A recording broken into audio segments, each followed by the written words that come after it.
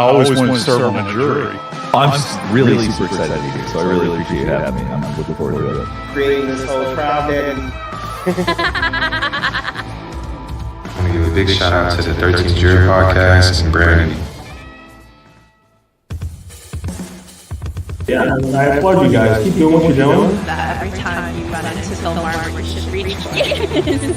And then I just looked at the jury and it's sort of like, look. I was in the eye of the storm and you guys were watching the storm. Hey, if more work, come pop in and say, hey, what's up? You are a ray of sunshine, and I love what you've done with your YouTube channel.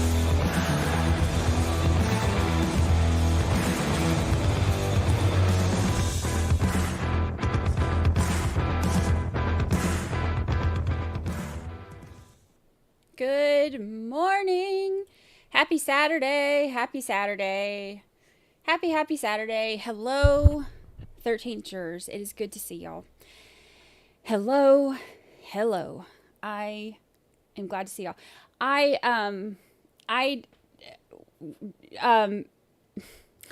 can't really speak. I know that we have kept up with the Michelle Troconis trial this week. We've actually been able to watch all week, which has been nice.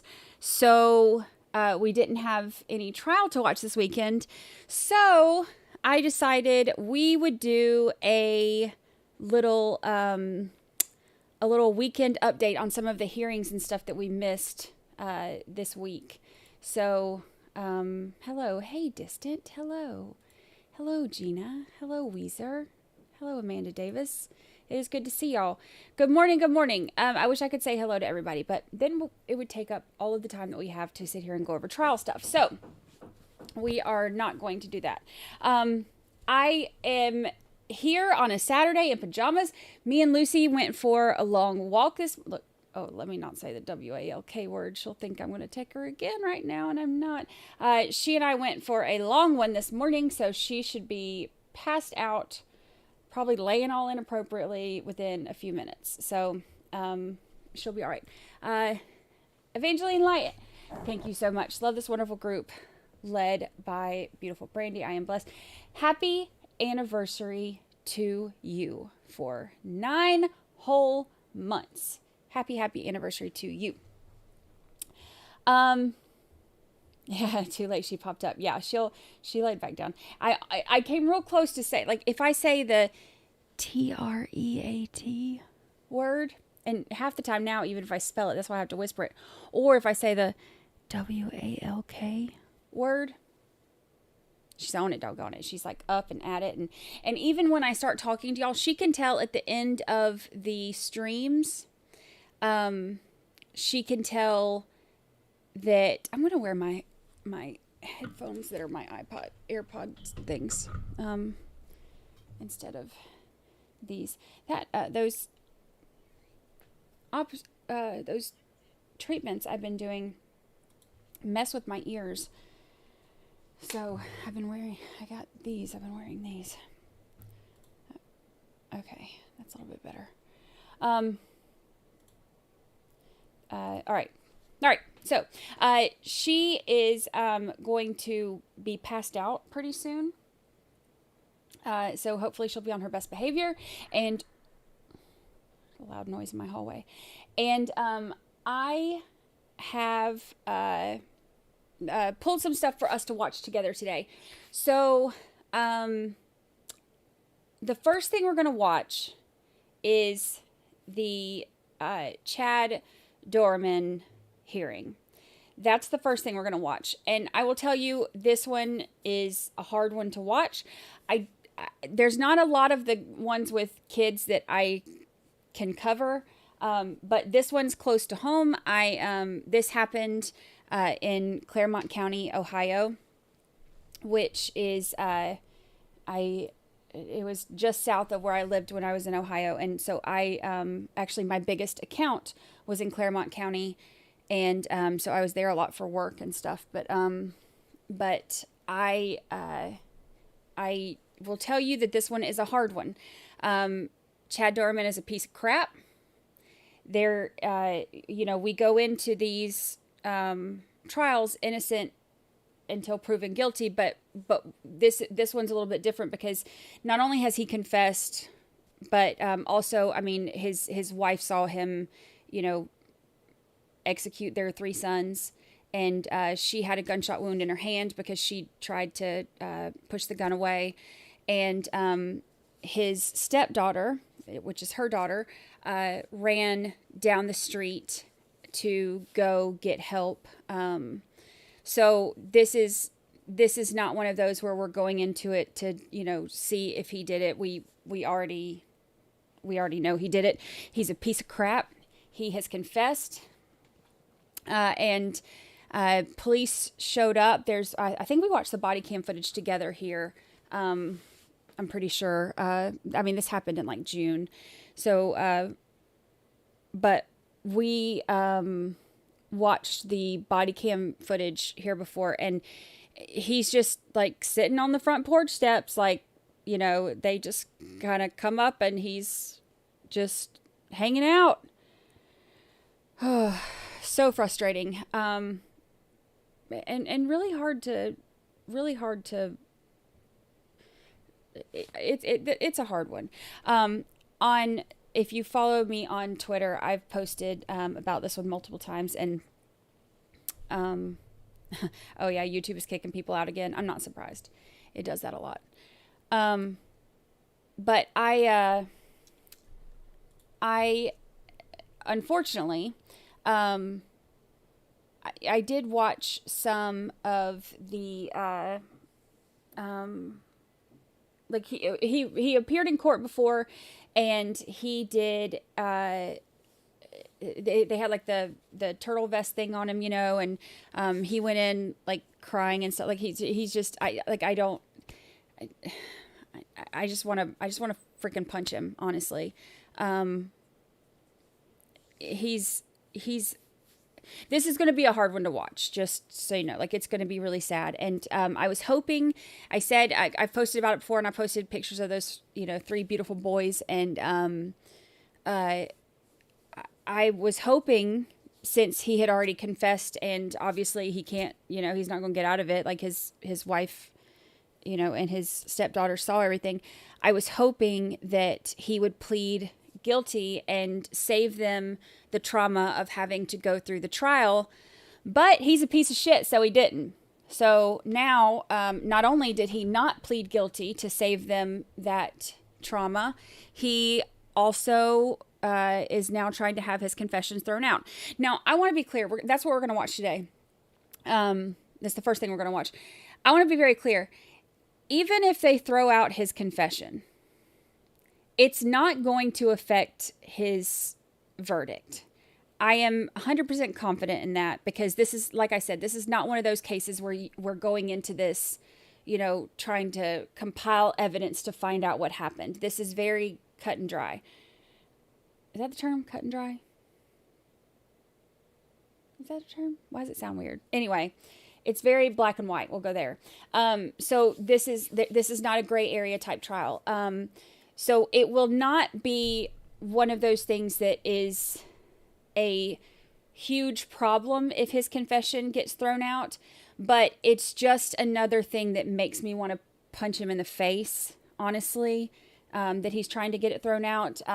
This is not going to be one of those where I can be like, oh, well, maybe. No, like there's no maybe. He's a piece of crap, and he deserves to spend the rest of his life in jail.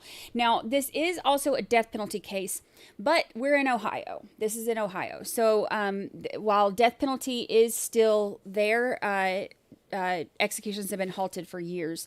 So, but it is a death penalty case. So there will be, there will be appeals, and there will be all of that.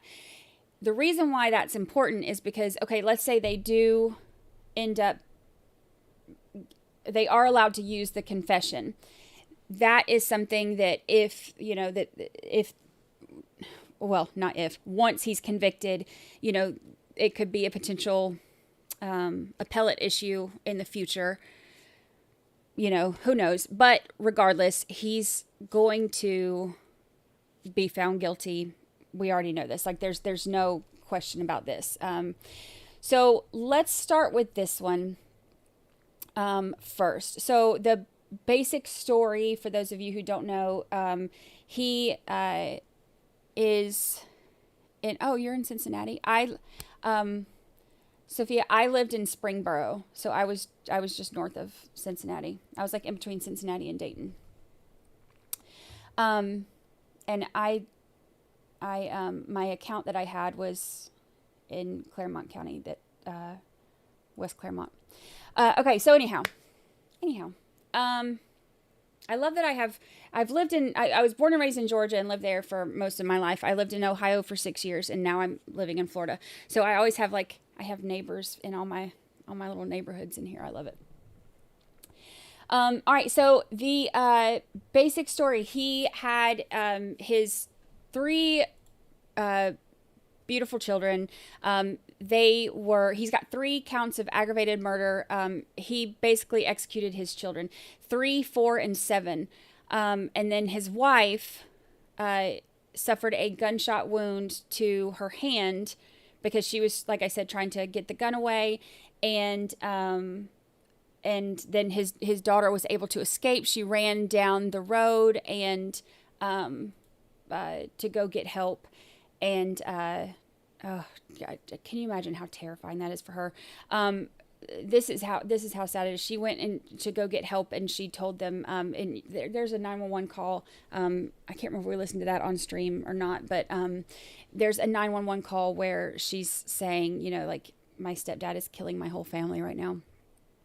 Oh God. Oh, so he, as the kids were trying to run and stuff, he basically, even even got the ones that were running away. He lined them all up and executed them. Just a piece of crap. Let me show you these beautiful boys. Hold on. Let me show you these children, because they are so precious. This is them. Aren't they cute? That's those sweet little boys. It hurts my heart. Look how sweet. So while we're very angry at him, I want to show these sweet little faces, because I want to remember, that this is about justice for them. Look at those sweet faces. Look at that laugh. Oh. So this is who he stole from the world. Piece of shit. All right, so this is the first one up. So this is Chad Doerman. This is the hearing. This was this week.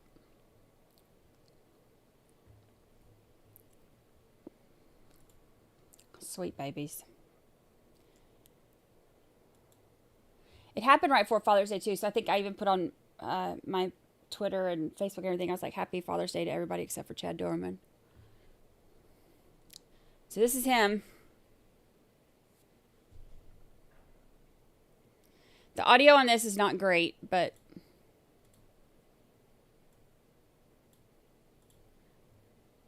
oops.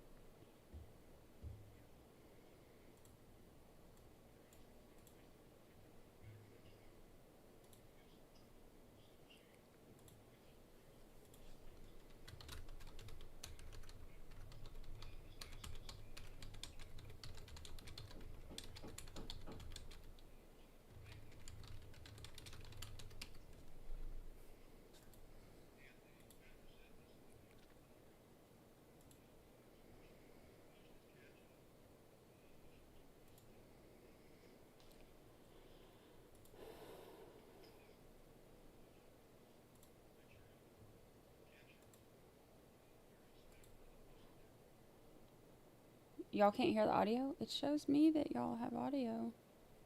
Hold on.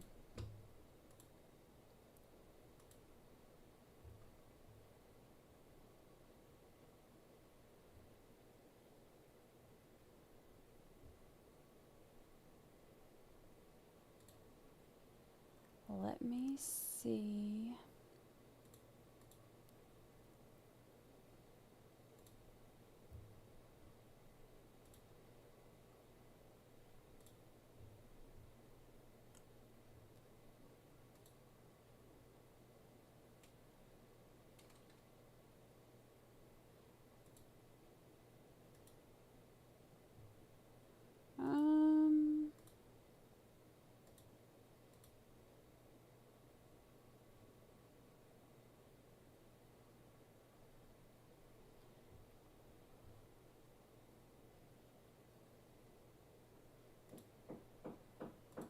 Oh my gosh, why are they hammering?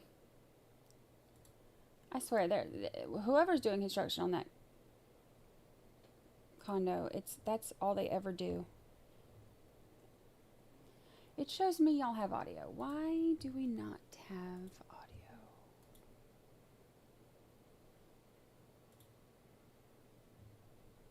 Here, let me reset the YouTube thing.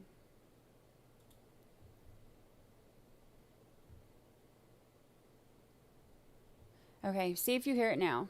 As I've indicated, it's motion to suppress in limine, and those are two different standards, obviously. So, and I'll just kind of nutshell it, so to speak. The first issue appears to be that Mr. Doerman did not properly waive his Miranda warnings, or that he did invoke his right to remain silent, and the detectives involved ignored that. And pursued questioning in violation of Miranda. And he... Okay, so this is the main thing that they're arguing today. This is like their whole, like, BS in a nutshell. He's saying which, okay, let me rephrase. I'm not saying that, and let me do it at 1.25, or let me do it at normal speed because audio is bad. Normally I like to listen at 1.25, but we'll do this. So the whole thing they're hearing today is about they're trying to have a motion to suppress because of, he said that he wasn't, the attorney saying that he wasn't given the Miranda rights word for word, and that what he said to them and his confession and all of that is therefore should be suppressed from trial.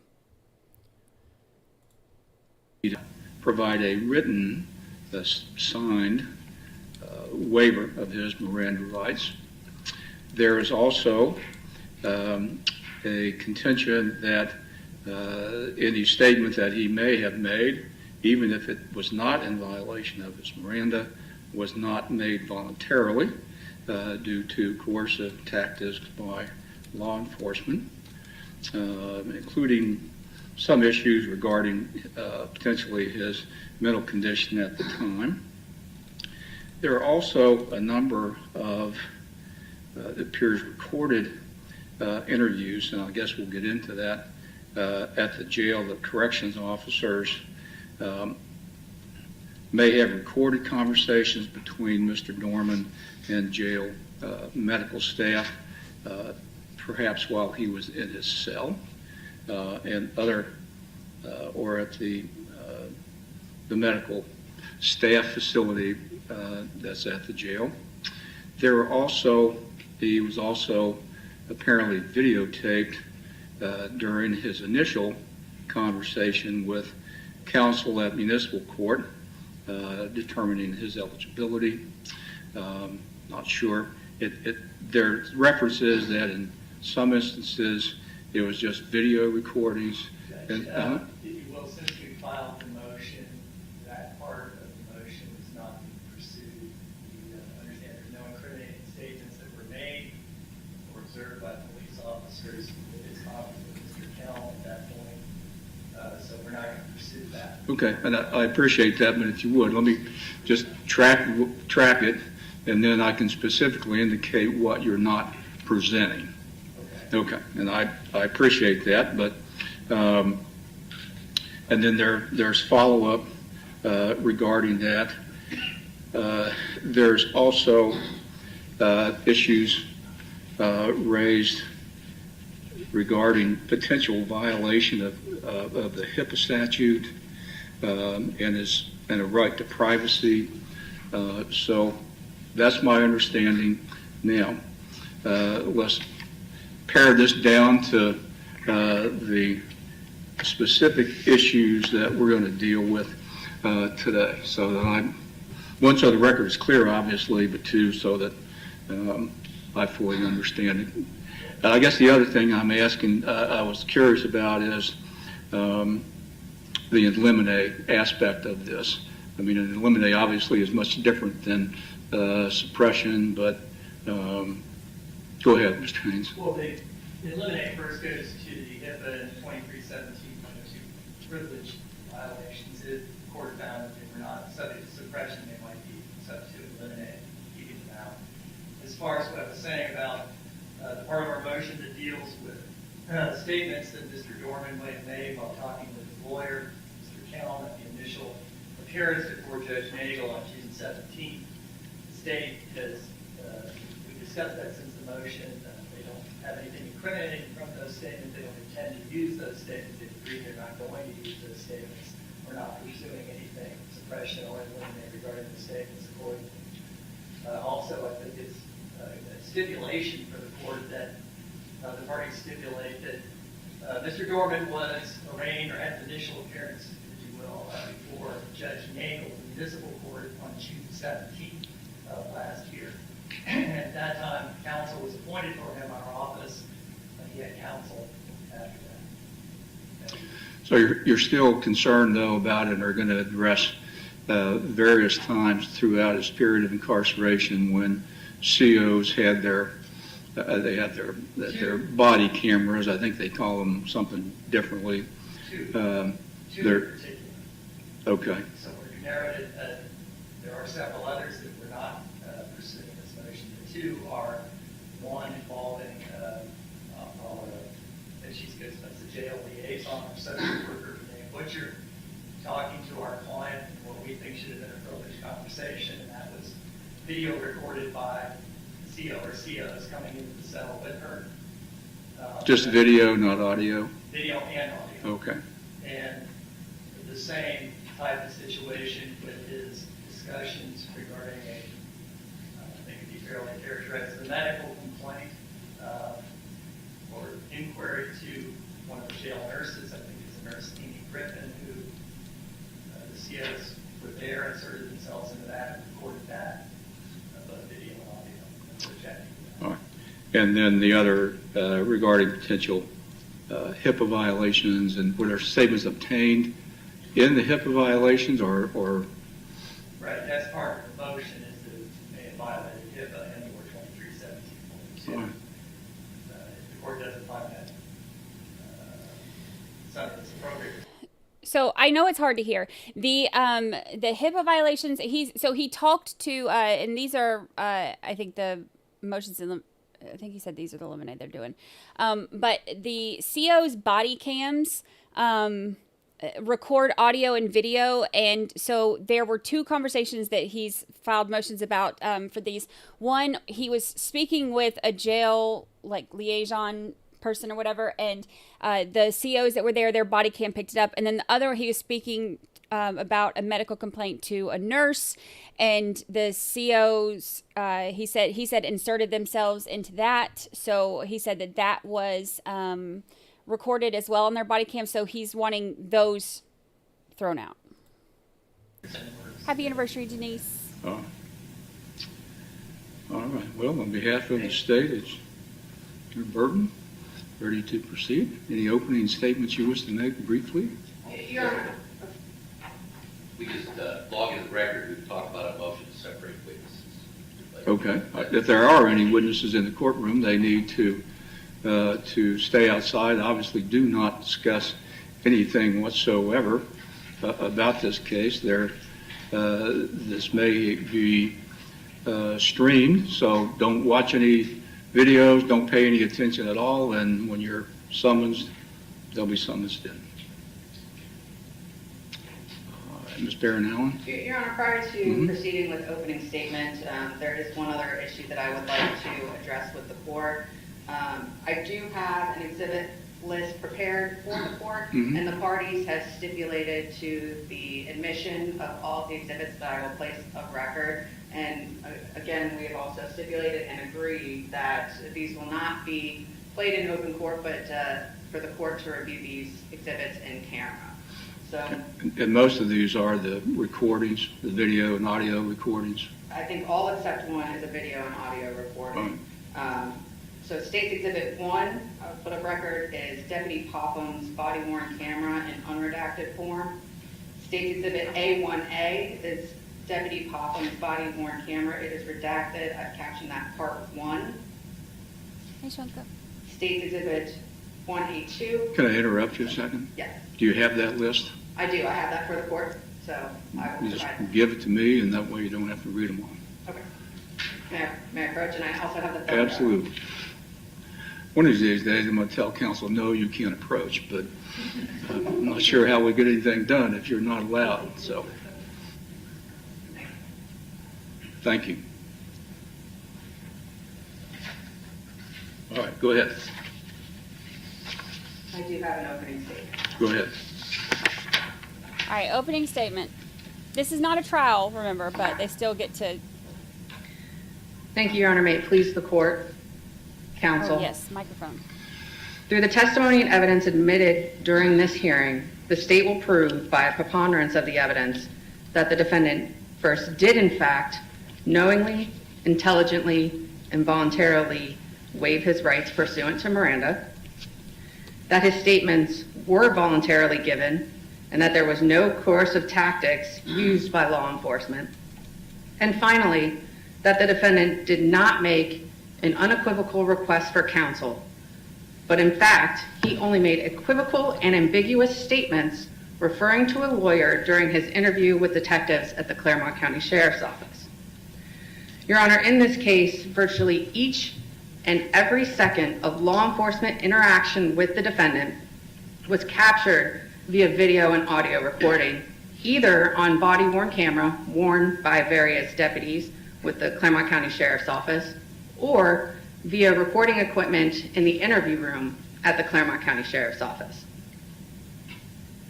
Through the testimony presented during today's hearing, as well as the video and audio evidence submitted, the court will be able to examine the totality of the circumstances as opposed to a few selectively chosen statements as listed in the defendant's written motion. When the evidence is viewed in totality, the state will have met its burden by a preponderance of the evidence to prove that the defendant did in fact make a knowing, intelligent, and voluntary waiver of his constitutional rights. We will first present the testimony of two deputies, Deputy Popham and Deputy Rudd. The court will learn from both deputies that while on scene, the defendant was rational to space and time. The defendant understood all orders made by law enforcement and reacted appropriately to each order. While not interrogated on scene, the defendant responded to any questions or comments by law enforcement appropriately and clearly understood not only the communications made with him, but what was going on around him.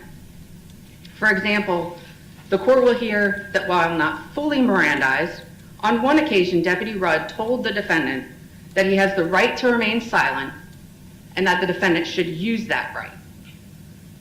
The defendant responded, "Yes, sir," and fell silent for a period of time. You will hear that on multiple occasions the defendant made statements such as, "I'm not going to hurt anyone," or "I won't hurt any officers." Those statements indicate that at the time, the defendant knew exactly what was happening, who he was interacting with, and that things possibly could go downhill for him should he attempt to injure any officers. You will both see and hear on all videos that there was no interrogation of the defendant while on scene. Deputy Rudd and Deputy Ross will further testify that the detective was transported directly from the scene to the Claremont County Sheriff's Office to be interviewed. And again, even that transportation was recorded on video. Once the defendant was at the Claremont County Sheriff's Office, he was placed into an interview room, again, that the entire time was both video and audio recorded. You'll hear that while detectives prepared to interview the defendant, a patrol deputy remained in the room with the defendant at all times. And again, no interrogation occurs at that time. The deputy asks no questions. You will hear from Detective Ross, who was the lead detective in the interview. And you will hear that the Detective Ross did, in fact, read the defendant his Miranda warnings, that he read from a card containing those rights. A copy of that card has been submitted for the court's review. As Detective Ross reads the defendant his Miranda warnings, the defendant provides physical indications of understanding, such as nodding. And as Detective Ross finishes the warnings, the defendant immediately indicates that he did, in fact, understand his rights. After indicating his understanding of his rights, you will see that it is only then that the defendant speaks with detectives. In his motion, the defendant seems to argue essentially that because there was no signed Miranda form and because the defendant did not specifically say the words, quote, "I waive my Miranda rights," that his decision to speak with officers was not knowing or voluntary. However, when reviewing the evidence, it is important to remember that the United States Supreme Court has held that when an express written or oral statement of waiver of the right to remain silent or of the right to counsel, those are usually strong proof of the validity of the waiver. An express waiver is not specifically required for a confession to be knowingly and intelligently and voluntarily made. The Ohio Supreme Court has continued to follow that ruling, holding in multiple cases that, quote, where a suspect speaks freely to police after acknowledging that he understands his rights, a court may infer that the suspect implicitly waived his rights. Your Honor, okay, so this is the big part. So what she just said about he did not have a written signed waiver waiving his Miranda rights, but she's saying that they had given what she called express waiver or something, where she's saying that they let him know of his rights and he still chose to talk to them. So there was no written signed waiver, but he was given his rights and he chose to talk to them. So everything, and keep in mind while we're watching this, his confession being put in doesn't matter. It's actually probably better if it's not put in, only because we know that he'll still get convicted and it will have less, appellate issues later. So it's not a big deal. So we'll keep, like Distant said a minute ago, we'll keep what he did and what a piece of crap he is completely separated from this part of, were things done to protocol. Whether or not his confession is in there, he ain't ever gonna see the light of day again. Representative will show that through both his behavior on scene with Deputy Rudd, as well as his clear indications that he understood his rights after being advised pursuant to Miranda, the defendant did acknowledge that he understood his rights and only subsequent to that acknowledgement spoke with the police, effectively and implicitly waiving his rights. Similarly, the defendant, through his motion, argues that his statements to Detective Ross were not voluntary due to coercive tactics used by the police. However, the evidence that will be presented will prove quite the contrary.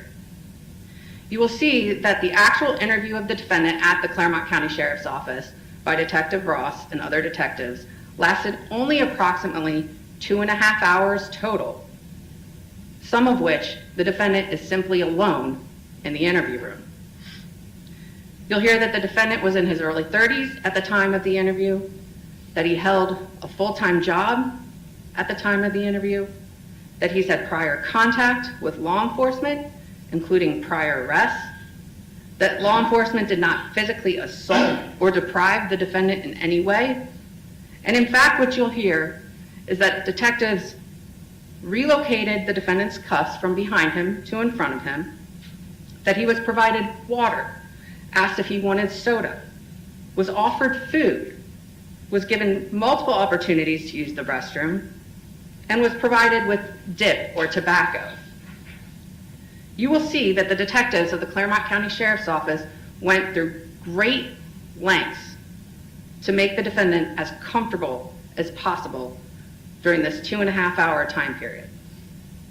There will be absolutely no evidence presented that the defendant's will was overborne and his capacity for self-determination critically impaired because of coercive police conduct.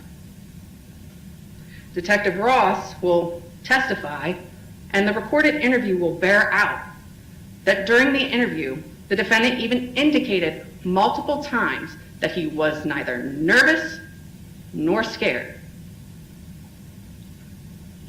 The defendant's motion also indicates that during the course of the interview, the defendant requested counsel.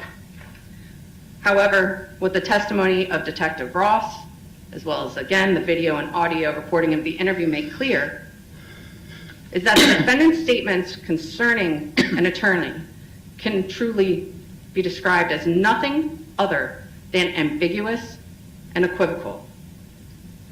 During the interview, the defendant states, I will wait for a lawyer. I don't really know.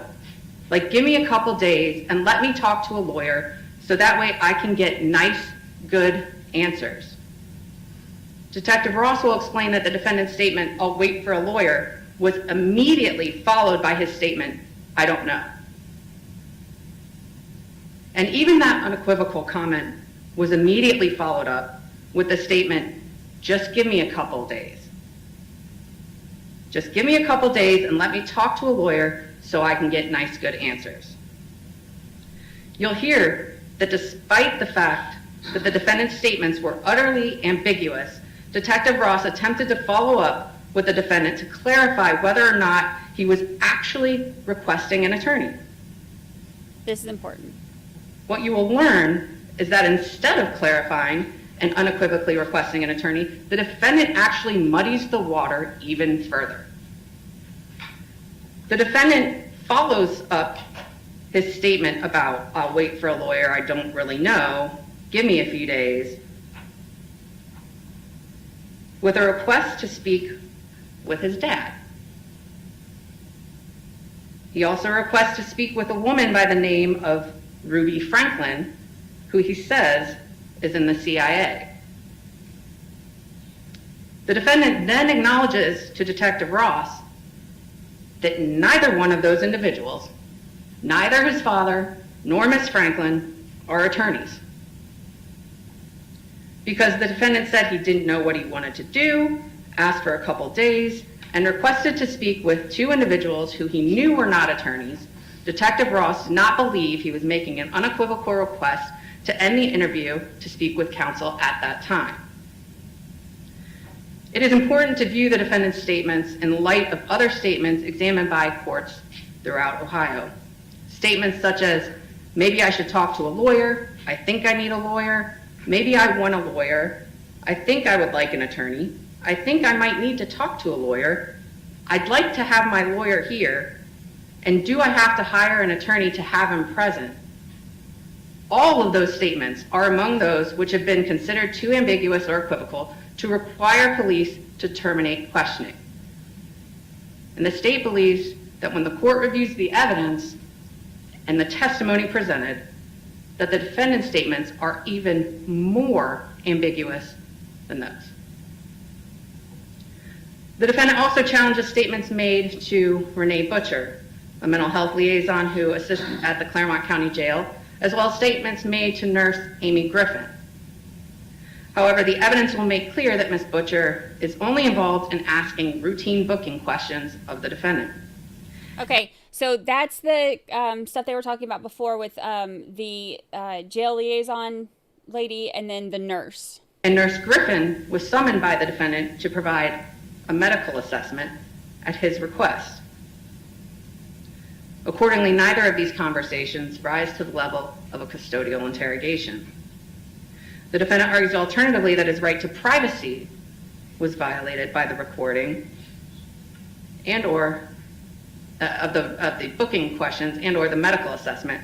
However, the law is clear that inmates have a reduced expectation of privacy while incarcerated. And finally, the defendant also argues that the recording interactions between Ms. Butcher and the defendant, as well as Nurse Griffin, violate HIPAA. However, the defendant fails to note that HIPAA contains a carved-out exception for inmates. Well, there's that. Your Honor, the only evidence that will be presented as part of this hearing will show, the evidence that was presented during this hearing will show that the detectives with the Claremont County Sheriff's Office and staff at the Claremont County Jail did everything properly and upheld the defendant's constitutional rights from beginning to end. Accordingly, the state believes that when all testimony and evidence is submitted, the court should deny the defendant's motion in its entirety. Thank you. Mr. Myers or Mr. Haynes, any opening? All right. Yes, So let's hear what the Mr. defense Myers. says. Fundamentally, we stand by our written motion. We believe the evidence is going to be presented in these recordings speaks not only for itself, but loud and clear in a manner that contradicts everything the state has summarized. First, foremost, and always, they can't have their cake and eat it too. If they want this court to look and see these audio-video recordings, and if they want to assert and contend as they have that he was clearly of fundamentally his right mind, then so too they must defer, as the detective should have deferred to and respected, an obvious, clear, unequivocal, I want a lawyer. And as we've outlined in the written motion, as you'll see for yourself when you have a chance to review that interrogation recording, it was the detective who impermissibly continued that conversation, that interrogation, by quizzing, well, which lawyer? Do you have a lawyer? Give me a name of a lawyer. That's nowhere in this controlling law.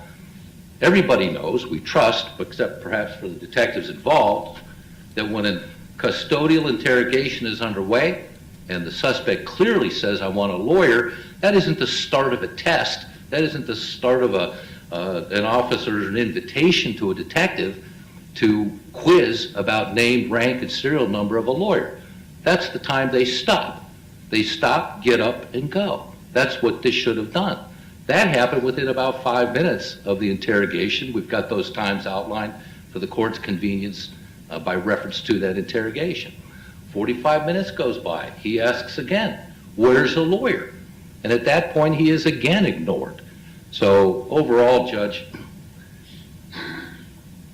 with respect to the exercise of his right to counsel, we defer, as indeed we must, to the court's assessment of Mr. Doerman's demeanor during this time. But fundamentally, if he had the wherewithal, as the state asserts, to know his situation, to know where he was, to assure officers he posed them no risk, and likewise, he had the wherewithal to clearly say, I want a lawyer, period. With respect to the Renee Butcher encounter, that's not booking. That's coming on 40 hours after he's been detained. He's already been over to his initial appearance. He's already had lawyers assigned on behalf of the Claremont County Public Defender, and he's being questioned about his medical issues and his state of mind in a manner that has nothing to do with booking. It is a matter that should have been private. It should not have been recorded. It should have been conducted in accordance with the normal routine procedures that we understand Ms. Butcher employs when she's doing her assessments of inmates, not at the doorway of their cell, in her office, not with one or two corrections officers with their body cameras operating. So overall, again, we'll defer as need we must at the end to these recordings speaking, we trust loud and clearly that his right to a lawyer was violated and his right to private interaction with mental health providers was provided, and all those statements should be suppressed. Just one question. There's not any argument that all the videos, audio recordings that you have been provided have in any way been altered or doctored or anything along that? None whatsoever, Judge. We defer. I mean, we have stipulated to their admissibility. There are probably a couple of portions in the 2.5-hour interrogation that might be unintelligible to a degree, but honestly far less than I think we often frequently encounter, is that most of it is really quite clear. Certainly the parts regarding, we contend, the parts of those interrogation interactions regarding the request for a lawyer are crystal clear. All right. And we stipulate to their admissibility. Okay, all right, thank you. And Ms. Baronell? State Calls Deputy Chad Poplin.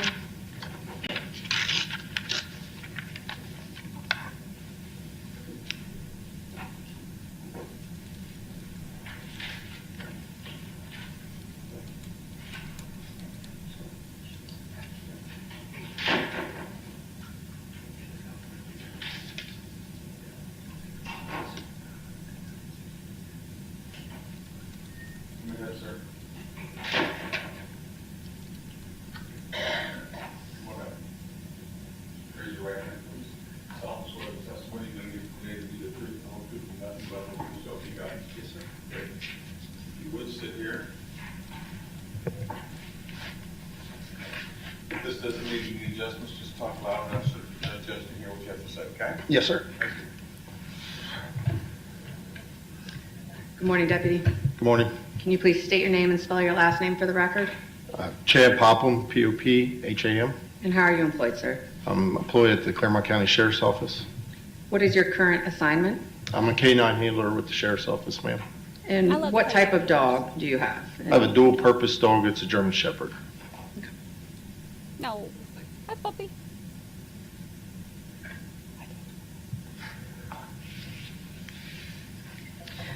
You said you have a dual-purpose dog? Yes, ma'am. What does that mean? He does apprehension, tracking, drug interdiction. And so do you have your canine with you every shift you work? Yes, ma'am. And how long have you been employed with the Sheriff's Office? Just a little bit over 10 years. And as a canine officer, what are your duties on a daily basis? Just everyday patrol work. I do call outs, stuff like that, answer calls, and go to high priority calls. And do you work a specific shift? I work, right now I'm assigned 6A to 6P. And were you still employed on or about June 15th of 2023? Yes, ma'am. And that day, were you operating a marked cruiser wearing the uniform of the day? Yes, ma'am. Can you describe what the uniform of the day? Usually, when I'm working the road, I wear BDUs and like a BDU long sleeve shirt, radio, gun belt, and body cam. Okay. And when you say body cam, where is that located on your? It's usually located center of my chest or just a little bit lower. Okay. And when does your body worn camera activate? When my lights are activated, or if I activate it myself, if my weapon's drawn or my taser is activated. Okay. And on June 15th of 2023 at approximately 4 p.m., were you dispatched to 1965 Laurel Lindale Road, New Richmond, Claremont County, Ohio? Yes, ma'am. All right. Where were you when you received that dispatch? 125 in Mount Holly. 125 in Mount Holly? Yes, ma'am. Okay. And what were you dispatched to that address for? It was a 911 open line. What kind of information were you receiving while you responded? Received that it sounded like a female was crying back saying that her babies were shot. We had called that there was a male shooting children. And so based on that information, did you respond with lights and sirens activated? Yes, ma'am. So your body worn camera would have activated at that time? Yes. All right. How long did it take for you to get to 1965 Laurel Lindale from your location? Approximately 10 minutes. And again, your body worn camera would have been active that whole time? Correct. All right. Based upon the information you were receiving from dispatch prior to your arrival, how are you preparing yourself for what you need to do when you get on scene? You're trying to figure out, trying to go through your mind of what's going on, how you're going to park your car. You don't want to pull up in front of the residents. You're trying to stay clear on the radio, try to get radio traffic out to other deputies coming in. Okay. So you are communicating with other deputies as you respond? Yes, ma'am. Okay. And when you got to 1965 Laurel Lindale Road, what did you do initially? Where did you park? I parked up from the residence with another deputy. Why did you do that? Just didn't know what's going on. Someone with a gun, you don't want to park in front of their drive just in case if they're in the drive shooting or anything like that, just so you're out safely and able to respond. So more of a tactical approach? Yes, ma'am. Okay. And so when you arrived and parked, what did you find? I was there with another deputy. We were responding up to the residence. There was a male sitting on the porch of the residence, and there was a female appeared to be giving CPR to 3 children in the front yard. Okay. Male on the porch, did you see anything around the male or what he was doing when you arrived? The male was sitting on the porch. It looked like he had a firearm, what appeared to be a firearm, on the left side of him, sitting on the porch next to him. Okay. The individual who was sitting on the porch next to the rifle, do you see him in the courtroom today? Yes, ma'am. Can you please point to him and describe where he's seated and what he's wearing? There'd be a gentleman right here in the first seat, has a blue shirt, blue suit. The record will reflect identification of Mr. Doerman. Thank you. And who was the other deputy that you were with when you first responded? Deputy Sparks. Okay. So once you observed who you identified as the defendant sitting on the porch near a rifle, did either you or Deputy Sparks give commands to the defendant? Yes, ma'am. While we were approaching the residence, we were advising the male to stand up and lay on the ground. All right. Did he comply? He didn't comply to that. He raised his hands, like showing like he didn't have a firearm or anything like that in his hands, but he wouldn't stand up, walk away from the residence, or lay down on the ground. Okay. And as you were giving commands, what were you and Deputy Sparks doing? We were approaching the male. Okay. And were you able to make contact with the male at that time? This is all on the body cam. And so when you made contact, you what can happened? see all this. Deputy Sparks grabbed the male by his arm, put him on the ground. I kept him at gunpoint at that time. And then once he was on the ground, I holstered my weapon and handcuffed Mr. Doerman. Okay. And I'm just going to note for purposes of the record, at approximately 2 minutes and 15 seconds into State's Exhibit 1A1,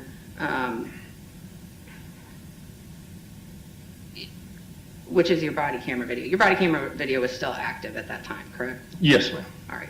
And at that point, did the defendant begin to speak to you? Yes. Were you asking him questions or? No, ma'am. Okay. Do you recall what he said? He advised that he didn't want to hurt nobody, that he didn't take any drugs. He's never took any kind of drugs. And he was concerned about his dog staying inside, not biting any of the deputies on scene. And all of those various statements, that he didn't want to hurt anyone, that he wasn't under the influence of drugs, and other statements about his dog, was that in response to any question that you had asked? No, ma'am. Okay. And once the defendant was cuffed, did you ask him any questions? I did. I think I asked him what was going on. He implied that he wanted to roll over, and he was reassuring that he wasn't going to hurt anybody. All right. And when he asked you if you could roll over. Real quick, I know that we watched this like back last year. Do y'all, it's not long. Do you want me to pull it up? Do you want to watch the body cam? Hold on, let me pull it up. Before we go on, it's so you can kind of see what they're talking about.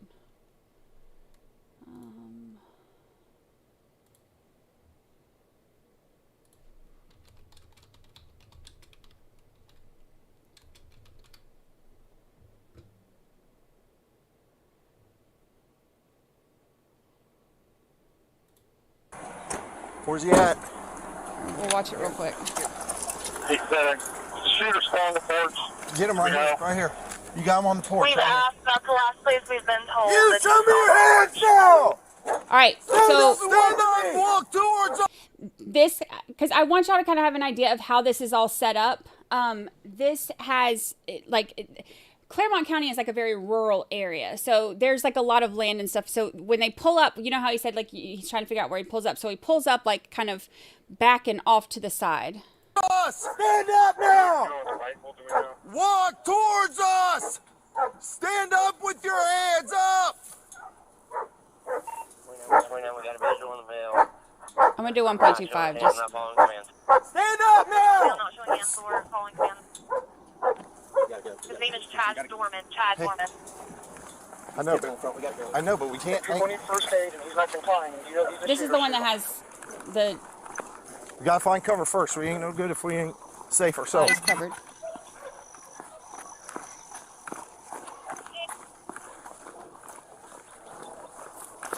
Hey, no. We need to come from this side where we can see him. Don't take cover behind her. We see him. We're going to approach from this side. We got cover. Right here. 6 cover, 29 and 63, check out. Right now.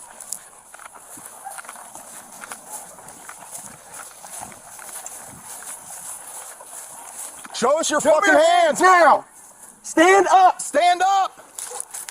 So he's just sitting on the porch. Stand up! Stand up now! Stand up! Stand the fuck up! EMS to stage and air carriers going to go ahead and fly whenever any units can advise. Get your hands out here. Cover 21. It's in the air. There's guys can confirm that there's people in the first aid, and that's the shooter who's not complying. They need to get care of the victim. They have to shoot him and shoot him. Man, I'm trying to hurt nobody. I'm completely sober. 63, we're 21. Get the EMS over here. Okay, did you hear that? He said, I'm completely sober. I'm not trying to hurt nobody. Well, I do drugs with Split, but I don't do drugs now. I don't do drugs. I'm not trying to fight you. 63. Get your butt inside. Yelling. Get your butt inside. We on primary? Now. 29, we got 3 kids down. 3 kids down, 16 down. This is the part that's the hardest. So trigger warning. This is the part that's the hardest because you can hear their mom, the mom of these 3 babies, hollering. 63, we're 21. Have EMS respond over here. You're clear, they're being advised. Robert 34, just started mass casualty response. 63, do you want them to respond to the Laurel Lindale address? Where exactly do you need them? We're right in the front yard. Oh. What are you doing, man? Hey, are you copying all this? Can I roll over? I ain't gonna hurt you. I ain't gonna. Okay, the mom is sitting there. Oh God, it takes the breath out of me. The mom is sitting there screaming, "You took my life from me," and he's like, "Can I roll over?" Like just nonchalant, like he didn't just destroy so many lives. And You gonna hurt nobody? You got anything on you? No, I ain't got nothing, man. Phone, that's it. I ain't mad. I ain't nothing. Just make sure that dog don't come out. I don't think he'll bite you. Just don't reach for him and try to grab him and pet him. All right. He won't bite you. What's going on, man? Nothing. Can I stand up? It's kind of uncomfortable. I'm gonna I get ain't you gonna here do in a nothing. I ain't second. running away. You can do whatever you want with him.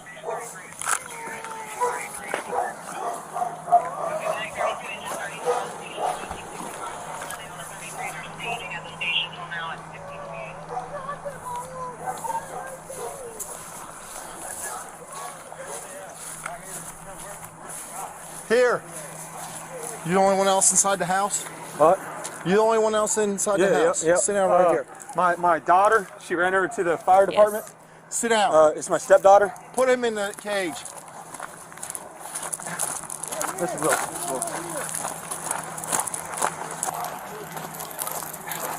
This is Will.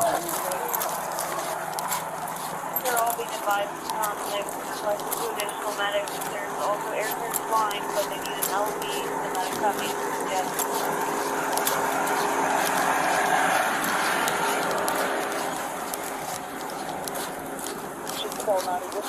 Can you get the wallet out of my back pocket? Shut up, dude.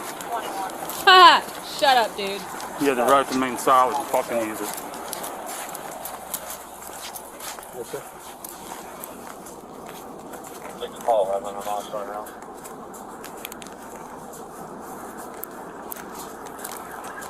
I'm almost there.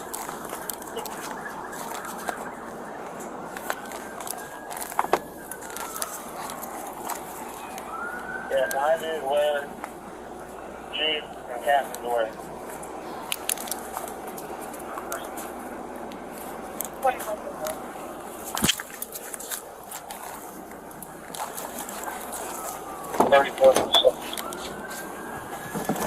Hold on. The firehouse is advising them that the male shot the entire family.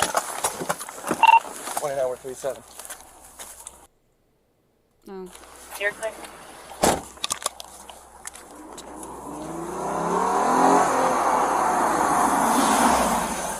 Oh, this is the other body cam. Hold on, let me. Man. Stand up now!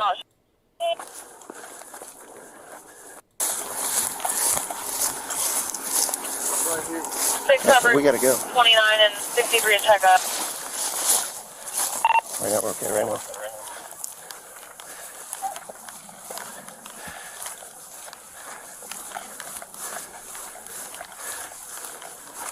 Show me your hands now! Stand up! Stand up! This is the other one. Moving, hold it. Stand up! Stand up now! Stand up! Stand up! EMS is staged and air carriers are gonna go ahead and fly whenever. Okay, now keep in mind, he's still sitting there. He's got his 3 dead babies in the yard. His wife is sitting there screaming, and she's shot in the hand. The daughter, they know, has run off to call 911 and said, you know, my stepdad's killing my whole family. And he's sitting there on the porch with a gun and is not listening to them to get up. Get your hands out here. Come 21. It's in the air. Confirmed that there's people that need first aid, and that's the shooter. He's not complying. They need to take care of the... All right, so that's the body cam. So you can see now. You kind of have an idea. This is one of the ones that was there. So now you kind of have an idea, for those of you who haven't seen it, of what they're talking about. Over and indicated he wasn't going to hurt anyone. Did you respond to him or have any further conversation? I asked him if he had anything in his pockets at this time. Mr. Doerman stated that he had a cell phone this matter is in his scheduled pockets. for a jury trial that is currently... Hold on, sorry. I had the other one set up for us to play after this. And Cell phone, I think I tossed it over towards the porch. And then he was still reassuring that he wasn't going to hurt nobody. And just be careful of his dog. His dog shouldn't come outside the house. And once he reassured you that to be careful of his dog and that his dog wouldn't bite you or anything, did you ask him any further questions? I think I asked him again what was all going on, and I think he said he was uncomfortable to see if he could roll over and stand up. Okay, so he again kind of reiterated to you that he wanted to get up. Yes, ma'am. Okay. At that point, did he say anything further about not running away or not hurting officers or anything? I believe the whole time we were speaking, he was reassuring that he wasn't going to hurt nobody, he wasn't running away. Like I said, he was assuring that his dog wasn't going to bite no one. Just don't reach for his dog. Okay.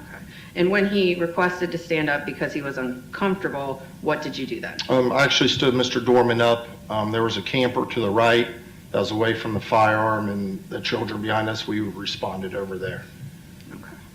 And as you responded over towards the camper with the defendant, did you ask him any other questions? I asked him, just for safety, if there was anyone else inside the residence at this time.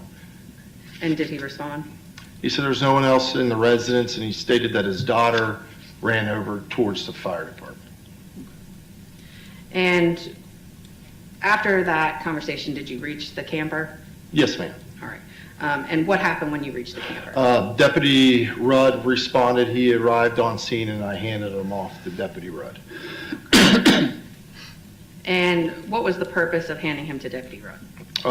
Deputy Rudd responds, so like I said, I handed him off, and then I turned around and tried to give aid to the children in the front yard. Okay. And at some point after that, or any point after that, did you have further contact with the defendant? Yes, ma'am. And can you describe what that contact was? So Deputy Rudd detained Mr. Doerman in the back of his car. Deputy Rudd advised that Mr. Doerman was banging his head on the window and the partition in the vehicle, so I responded back to the vehicle. Okay. And again, for purposes of the record, we'd now be at State's Exhibit 1A2. So when you responded to Deputy Rudd's vehicle, what did you do?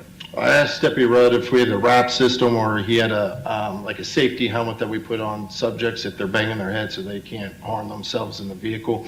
I asked him if he had one and advised that he did, so we went back to the vehicle. I opened the door and made contact with Mr. Doerman. Okay. And when you made contact with the defendant at that time, did you speak with him? Yes, ma'am. What'd you say? I asked him, what's going on? Why is he banging his head? He said it was extremely hot in the back inside of the vehicle. I asked him if I needed to put the helmet on him. He just said no, he ain't going to hurt himself. It's just hot inside the vehicle. So when he indicated that he was just banging his head because it was hot and that he wasn't going to hurt anyone, what did you do for him? I rolled down the windows. Mr. Doerman complained that his cuffs were too tight, so I ended up checking they weren't too tight, and I made sure that they were locked in place. So as you were discussing essentially the temperature in the cruiser with the defendant, he indicated to you that his cuffs were too tight, and you confirmed that they were locked in place and weren't Yes, going to be too tight. I just made sure they were re-locked in place, make sure everything was fine. And after you did that, did you then also have the windows of the cruiser rolled down for Yes, the ma'am. defendant? Who rolled down the window? Deputy Rudd. And when he rolled down the window, do you recall how far he rolled down the window? Maybe halfway. And can you describe what was going on at that time when you were at the cruiser dealing with the defendant, kind of talking to him? There are several deputies nearby. Our radios are going off. EMS is on scene. Fire trucks are on scene. So fair to say there were multiple cruisers in the area at that time? Yes, ma'am. Did all of those cruisers have their engines running? I would assume so, yes. Okay. And you indicated that your radios were going off. Is Yes, ma'am. part of the uniform of the day wearing a radio? Yes, ma'am. And where is that radio? Real quick, because I see some of the comments in here. One of the big things, like I said, it's not going to affect whether or not he's guilty. Like if the jury finds him guilty of killing these babies. The only issue, and probably why the prosecution is wanting to get these tapes in so much, is when he was talking, he actually said like he'd been planning this. This wasn't just like he went home and snapped. He had been planning this. This was a planned execution. He had been planning this. And if they can't get that part in, then it might change, the level at which they can charge him. But regardless, either way, he's going to be charged with murder. There's no, if he's already talking about like mental health stuff or whatever, so I can assume that that's probably the route they're going to go. But this was not just,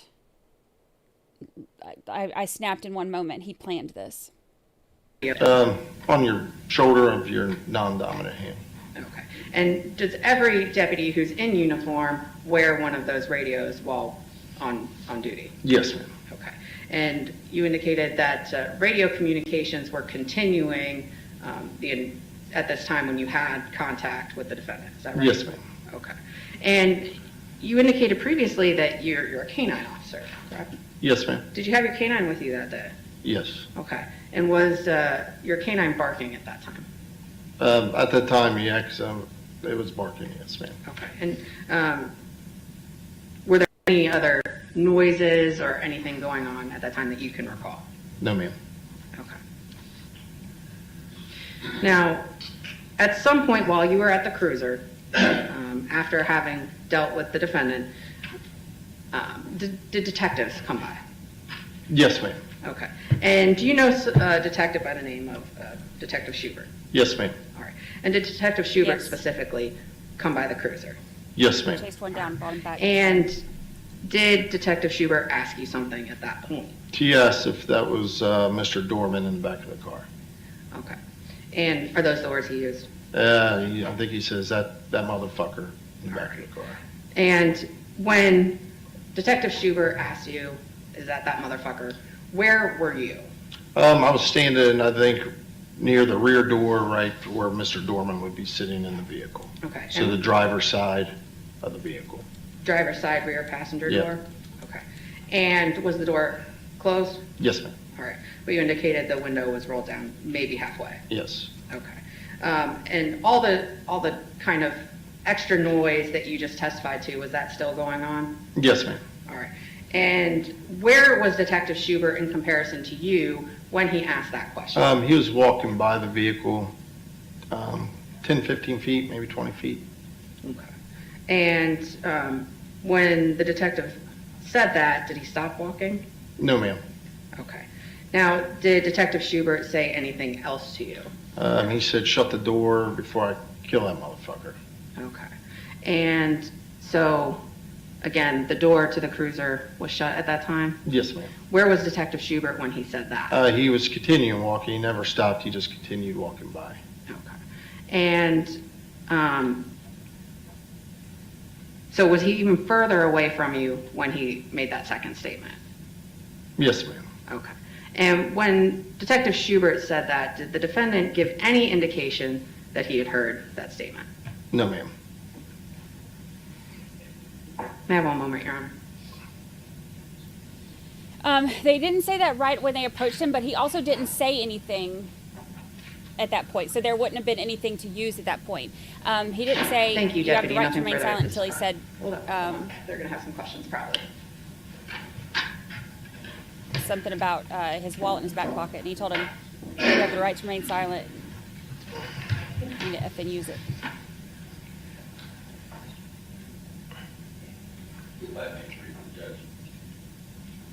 Morning, Ed. Good morning. How you doing? Good. Was your canine deployed with you as you approached the house? No, sir. It stayed in your vehicle? Yes, sir. Throughout the whole time you were on scene? Yes, sir. As you approached with Deputy Sparks this scene, I think you've mentioned that you saw, did you first see Mr. Doerman sitting on that concrete stoop? Yes, sir. And it's just a short 8 or 10 inch high, kind of a concrete pad leading right into one of the entry doors of the house. Yes, sir. And as you approached, you and Deputy Sparks were hollering commands fairly consistently. Yes, sir. You each had weapons drawn. Yes, sir. And as you begin to approach and bring him into your eyesight, taking care for safety and procedure, coming up at an angle, right? Yes, sir.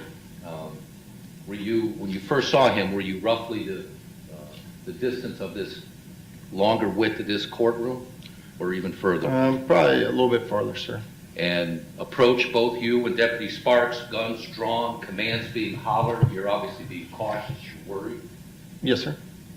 Sadly, the mom, the wife, is crying, screaming. You remember those sounds? Yes, sir. You and Deputy Sparks are the first law enforcement responders at the scene. Correct. Others are others arriving around the time you're getting close to that concrete stoop? No, sir. Okay. And as you approach a distance longer than the long width of this courtroom, Mr. Doerman took no step, took no action that was threatening in any way to you. Correct. Like I said, he didn't. He just raised his hands. The gun you mentioned was like a hunting rifle. Yes, sir. And it was within his reach. Yes, sir. But not in his hand. Correct. He never made a move to reach for the gun. Correct. His wife, that was to his left. His wife was to his right, maybe no further than. Okay, this is the kind of shit that annoys me. Look, I get it. I get it. He's saying, Chad just sat there. He didn't make any threatening movements towards you, right? Okay, but he also was sitting there with a gun beside him and was not following directions from the officers who were telling him to stand up. And the entire time,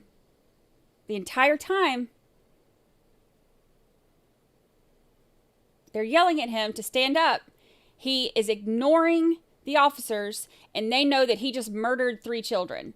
So he may not have been making any, threatening moves to them, but I would have still considered him a threat. He wasn't listening. He wasn't following directions. And we are together in this court. Correct. That's, what do you think, 10, 12 feet? Approximately. And all the while, he sat there. He didn't yell back at you, did he? No, sir. He seemed kind of stunned, didn't he? He was just just raising his hands. I mean, he wasn't saying nothing. I don't know if he was stunned. I don't know how he was acting. he wasn't being aggressive or anything in that means, but. And even as you got to the point where your cohort deputy Sparks could reach and touch, grasp him, put him onto the ground, belly down, right? Correct. Then he's cuffed, I think you said you cuffed him. Yes, sir. And take him a distance maybe from where I stand to the judge's bench, which is where that little house trailer, that little recreation vehicle. Yes, sir. And then you pass him off to Deputy Rudd is now at the scene. Correct. And Deputy Rudd has to walk him some distance down to the end of the driveway, turn left. Yes. And walk a pretty good distance up to where his vehicle was parked, right? Correct. And then later, how much later was it that you got alerted to the headbanging problem? Honestly, I couldn't tell you how long it was between there and the Things time. were chaotic. Time passes strangely, if I can put it that way, in that kind of chaos. Is that fair? That's fair. And it wasn't right away. It wasn't, within minutes that you were alerted to the headbanging. It wasn't. No, sir. And when you got down to where Deputy Rudd had this Doerman in the back of his cruiser, it was a hot day, a hot summer day. Yes, sir. And the windows were up in the cruiser. Yes, sir. There was no air conditioner running in his cruiser. Air conditioning runs. I just don't think there's any rear vents in that vehicle, so. Do you even know if the vehicle was on? When I was there, the vehicle was on, yes, sir. And when Detective Schubert walked by, how long do you think it was between your initial interaction with Mr. Doerman about the cuffs and the heat in the back of the cruiser? Within a couple of minutes, like I said, I was, after I was done dealing with him, I was in the process of shutting the door when Detective Schubert passed. And as he's walking past, do you remember whether the door had already closed or I was shutting it, or it was already, it was shut by the time he was passed. And that's, of course, depicted in the body cam. That's going to go into evidence here. Yes, sir. And did you have a chance to review that body cam to refresh your recollection? I have not watched that body cam almost since after the day it happened. And the body cam, of course, speaks for itself, but is it your recollection that Detective Schubert he's walking from the driveway down towards other houses and other law enforcement? So how we were parked, like you mentioned earlier, if you leave the driveway, you hang a left on the roadway, and he was headed up from the roadway past our vehicles. Like he was walking towards the rear of our vehicles, not back towards the residence. Right, he's walking away from the residence. Yes, sir. And Deputy Rudd's vehicle was an SUV. Yes, sir. And it was to Schubert's left. Yes, sir. And as Detective Schubert walked by that vehicle, it might begin to approach you. Yeah, that's fine. How far away do you think he was when he made those statements? If he passed the car, I would say maybe about where the stand for the judge is, sir. Could he have, as he walked by, could he have touched the side of the cruiser? Was he that close to it? I don't believe so, because I was standing in between him and the cruiser. And you heard what he said. Yes, sir. Does it seem uncommon to you a little bit? He was agitated? I'd say so, or at least upset.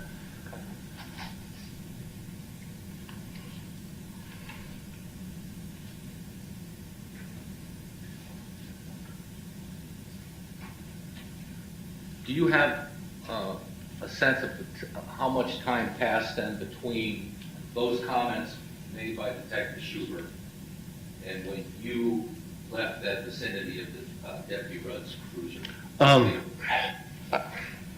I couldn't tell you, sir, because after I was done dealing with him, a lot of us that were the first ones responded just stayed in that area. I'm not saying I stayed right next to Deputy Rudd's patrol vehicle, but I'm pretty sure I was parked directly behind Deputy Rudd, so I was in that area till.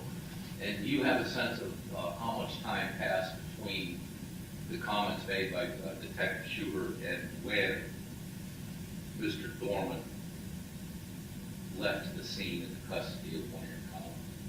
No, sir. It was some period of time, fair to say. I mean, it wasn't like... It wasn't immediately, right. it wasn't immediately after Detective Schubert made the comment, but I couldn't tell you if it was 10 minutes or 20 minutes. All right. Thank you. Thank you. Did you redirect? No, Your Honor, thank you. All right, thank you, Deputy. You can step down. Thank you, Judge. Jerk.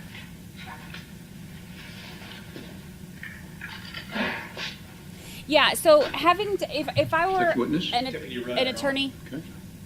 and I had to take this case, it would be really hard. You have to do enough to prevent, appeals for ineffective assistance of counsel, because you don't want a conviction to get overturned because of that. But it'd be hard. It would. Judge, prior to his testimony, may I inquire whether I have not asked him whether he would care to be videotaped or not. I'm sorry? I have not asked Deputy Rudd whether he prefers to be videotaped or not. May I ask him prior to his testimony? Yes. Thank you.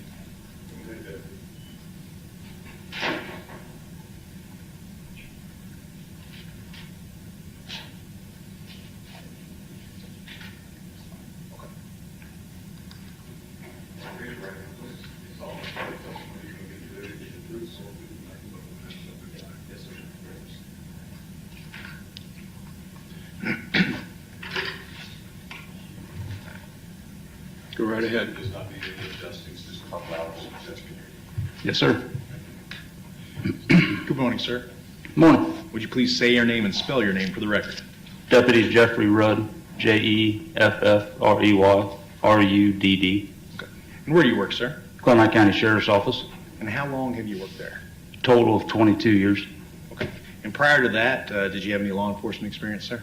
I did part-time at the village of Felicity PD while I was working at the jail. Okay. How did you go about becoming a deputy for Claremont County, sir? I spent 5 years in the jail. During that time, I went to the basic police academy, then got a POTA certified. Okay. Would you please describe briefly for the court your ranks or positions that you have held for Claremont County Sheriff's Department? I've held the rank of deputy my entire career. Okay, great. Currently, what is your assignment? Traffic safety unit. All right, thank you.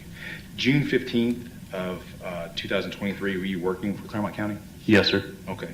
And what were your duties on that day, sir?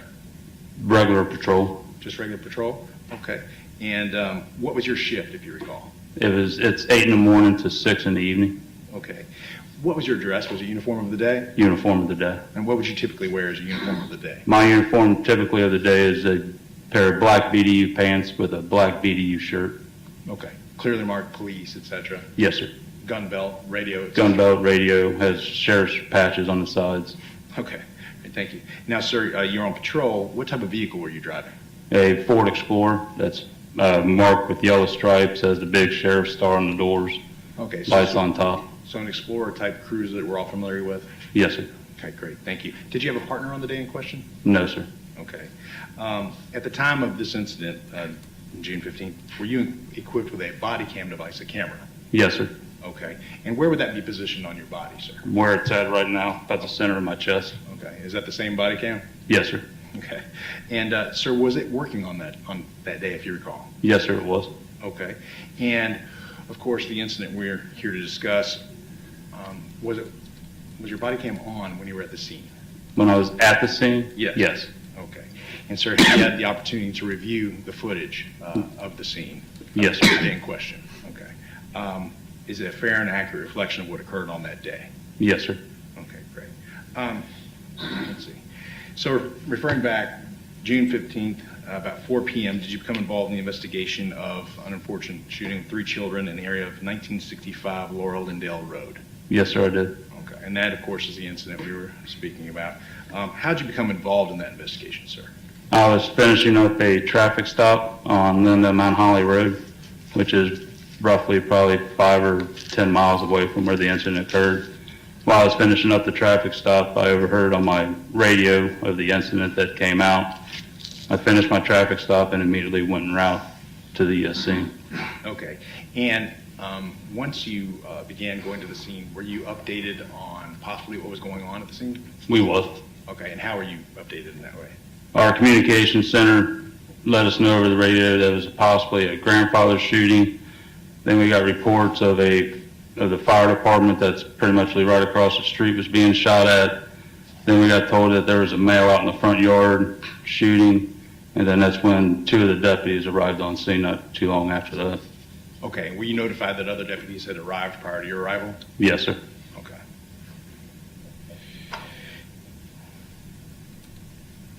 Now, sir, although we're not playing them, I'm going to refer during your testimony to some times from our previously stipulated states exhibits 2A and 2B. That would be your body cam, is that correct? Yes, sir. Okay. So your body cam in this case actually is reported in two separate pieces of footage. Is that fair to say? Yes, sir. Okay, but again, you stated accurate reflects your time on scene? Yes. All right, thank you.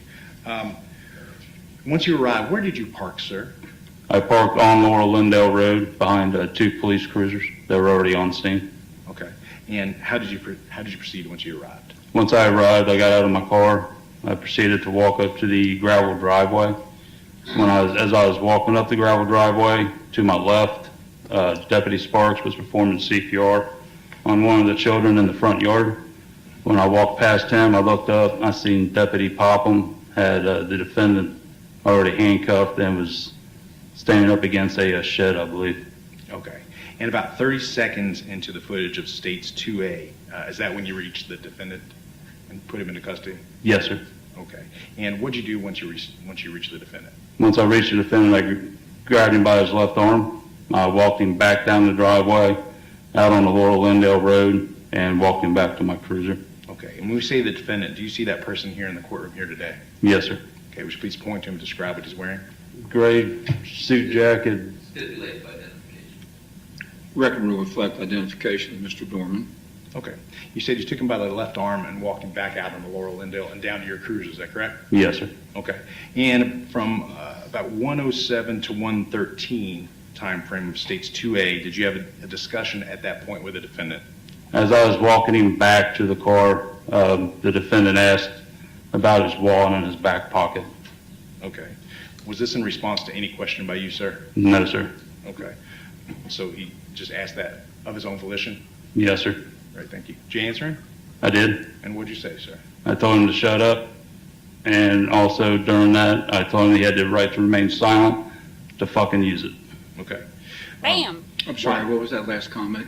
You said you... Fucking use it. I told him he had the right to remain silent, to fucking use it.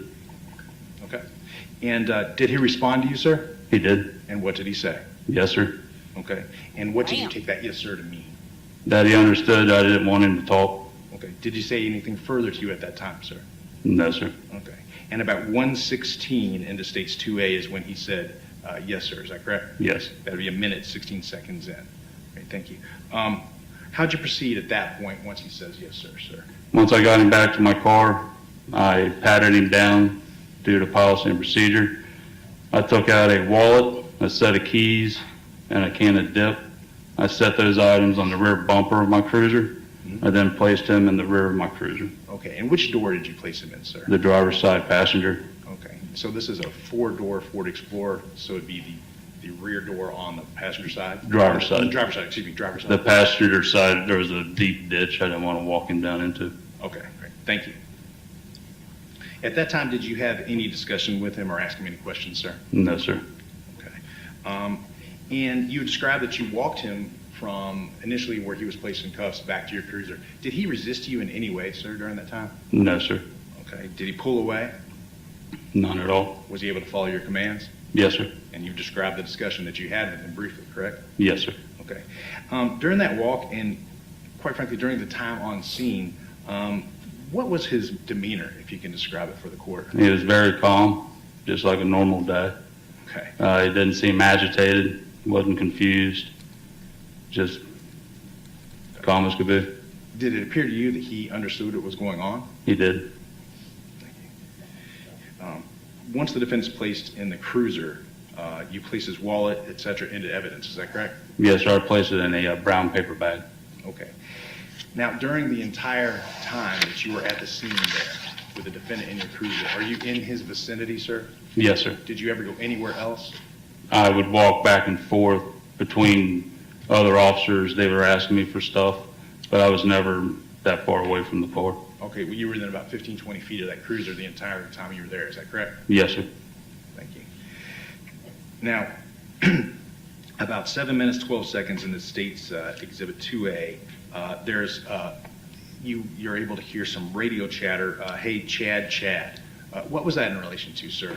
They were asking Deputy Popham for something over my police radio that I had on my shoulder. Okay, so that wouldn't be referring to the defendant, is that correct? No, sir. Who also happens to have the first name Chad, is that correct? Correct. Thank you. And now, moving on to previously stipulated State's Exhibit 2B, this would be your second set of footage, about 11:25 in. The defendant stated to you, you're able to hear, hey, can I go outside? Is that correct? Yes, sir. Do you remember that? I do. Okay. Was that in response to any questioning by you, sir? No, sir. No, okay. And how were you able to hear him? Was his window down just a little bit? At that time it was not, but I had the back hatch to the Explorer open. That way I could see him a little bit better. Okay, so you can hear through that, sir? Vaguely, yes. I'm sorry, meaning in that passenger compartment you could hear? You can hear him. Okay, thank you. Did you respond to him? I asked him what. Okay. Other than that, did you have any discussion, sir? No, sir. Thank you. Now, at about 17:35 in the State's Exhibit 2B, you call out, hey, Chad, and the defendant responds something, but it appears he says something to you. Do you recall that, sir? I do, vaguely. Okay. Were you calling out to Deputy Popham? Yes. Okay. And would you explain that to the court? I was in the back of my cruiser watching the defendant. I noticed that he started to bang his head on the front part of my cage that separates the driver compartment to the rear compartment. Mm-hmm. And that's when I yelled for Deputy Popham to come to assist me in making sure that he didn't harm himself. Okay. And did Deputy Popham, in fact, respond? He did. Great, thank you. What happened once Deputy Popham responded, sir? When Deputy Popham got there, I went to the back of my cruiser. We have a padded helmet that we can put on a suspect to keep him from harming himself. So I went back and got that. At that time, Deputy Popham opened the door. When the door got open, the defendant said it was hot as crap back here and that his cuffs hurt. Okay. Just prior to Deputy Popham actually making it to that door, did you actually go to get that helmet, sir? I did. Okay. And at that time, about 18:07, so it's 18 minutes, 7 seconds in the State's Exhibit 2B, did the defendant yell out, take my ass to jail? He did. Okay. So was that in response to anyone asking him a question, or was that just a voluntary statement of his? It was just a voluntary statement. Nobody asked him anything. Okay. Did you respond to him at all? I did not. Did you ask him any questions based on that? I did not. Okay. And at that point, then, about 18 minutes, 23 seconds into the footage of State's Exhibit 2B, is that when Deputy Popham was able to arrive? Yes. Oh, great, thank you. And would you please explain to the court the interaction between you and Deputy Popham and the defendant at that point once Popham arrives and opens that door? Once he opened the door, the defendant said that it was hot as crap back here, that his cuffs hurt. Deputy Popham then went to adjust his cuffs, get them a little bit looser, and to double lock them. That way when he sits back, they don't automatically clamp down on his arm. Okay. I was asked to turn the AC on in the cruiser. Mm-hmm. However, my particular car does not have rear AC. Okay. So it does get quite warm back there. Mm-hmm. So I did go up to the front. We turned the front AC on, full blast, and then we rolled the windows about halfway down. Okay, great. Other than the defendant asking if his cuffs would be loosened, did he say anything else, sir? No, sir. Okay, do you recall him saying, I will not hurt anyone, I will not hurt a cop or anything? He did say that quite often. Okay. Did he say, I'm not going to hurt anyone, I'm not going to hurt myself? He did. Okay. Were you able to hear that because the door was open, he was speaking? The door was open at that time, yes. Okay, so you heard that clearly, sir? Yes, sir. Thank you. What did you take those statements to mean from the defendant, if anything? That he knew right from wrong, that he didn't want to hurt nobody else, that he wanted to comply with what we was saying to him. Okay. Now, Deputy Popham was the one that was actually physically interacting with the defendant, is that correct? Yes, sir. Okay, did you go around the cruiser to help adjust his seatbelt? I opened up the passenger door to hand Deputy Popham the other part of the seatbelt. Okay, and why'd you go over there? The seatbelt it's a long seatbelt. It's not your typical car seatbelt, mm-hmm. So it's really loose. So when you undo it, it kind of has a tendency to go across on the other side of the cruiser. Mm-hmm. I didn't want Deputy Popham to have to reach across, so I went around to the passenger side and handed the So now both doors are open, is that fair to say? Yes, sir. Okay, were you able to hear any conversation between Deputy Popham and the defendant at that time? No. Did Deputy Popham ask him anything other than in relation to his cuffs? No, sir. Okay, did you ask him anything? No, sir. Did the defendant say anything else No, sir. that you recall? No, not that I recall, no. But during that time period, was he able to follow commands? He was. Okay. Did he seem disoriented, out of it? No, sir. Did he seem to know what he was doing? I mean, he said he was hot. He was aware he was hot. Yeah, he said he was hot, that he didn't want to hurt nobody. So He was aware that his cuffs were a little tight. Is that fair to say? he was aware his cuffs were tight also, yes. Thank you, sir. Okay. Sir, are you familiar with or do you know a person by the name of Detective Sean Schubert? I am. Okay. Did you happen to see Detective Sean Schubert on the scene that day? I did. Okay. Was he in the area while Deputy Popham was adjusting the defendant's seatbelt and cuffs, etc.? He was walking down Laurel Lindale to his IMV car. To his IMV car. Okay. Well, let's discuss that, sir. So, if you were looking at your vehicle on the passenger side and the defendant is here, let's say, which way would he have been walking? Towards the house or towards his vehicle? Towards his vehicle, Okay, away from the scene. Away from the scene. So that would be toward your hatchback. Is that fair to say? Yes. In the direction of your hatchback? Yes. Okay. Where was he, if you recall? You say he's in that direction, but where was he in relation to you, sir? He was, so it's a 2-lane road. Mm-hmm. He was on the opposite side of the traffic, and he was probably 15, 20 feet as he was walking past us. He was past you? Yeah, he was past us. Okay. Do you recall him saying anything? I did. Okay. And whom was he speaking to? Do you know? Could you tell? I really couldn't tell. Okay. And what did he say, sir? He just asked if that was him. Okay. Do you recall specifically what he said, sir? He specifically said, "Is that the motherfucker?" Okay. Did he say anything else? He did. He said, "Shut the door before I kill the fucker." Okay. Gotcha. And that would have been about 19 minutes and 30 seconds in the state you said, exhibit 2B. Is that fair to say? Gotcha. Yes, sir. Okay, great. Now, Detective Schubert, as he was saying that, was he walking towards you or was he walking away? He was walking away. Okay, did he turn around and stop to say that, or did he kind of say it over his shoulder? He said it over his shoulder as he continued to walk. Okay. Was he yelling? Was he screaming, or was it just more It was just normal conversation tone. Okay, just how me and you was talking right now. okay.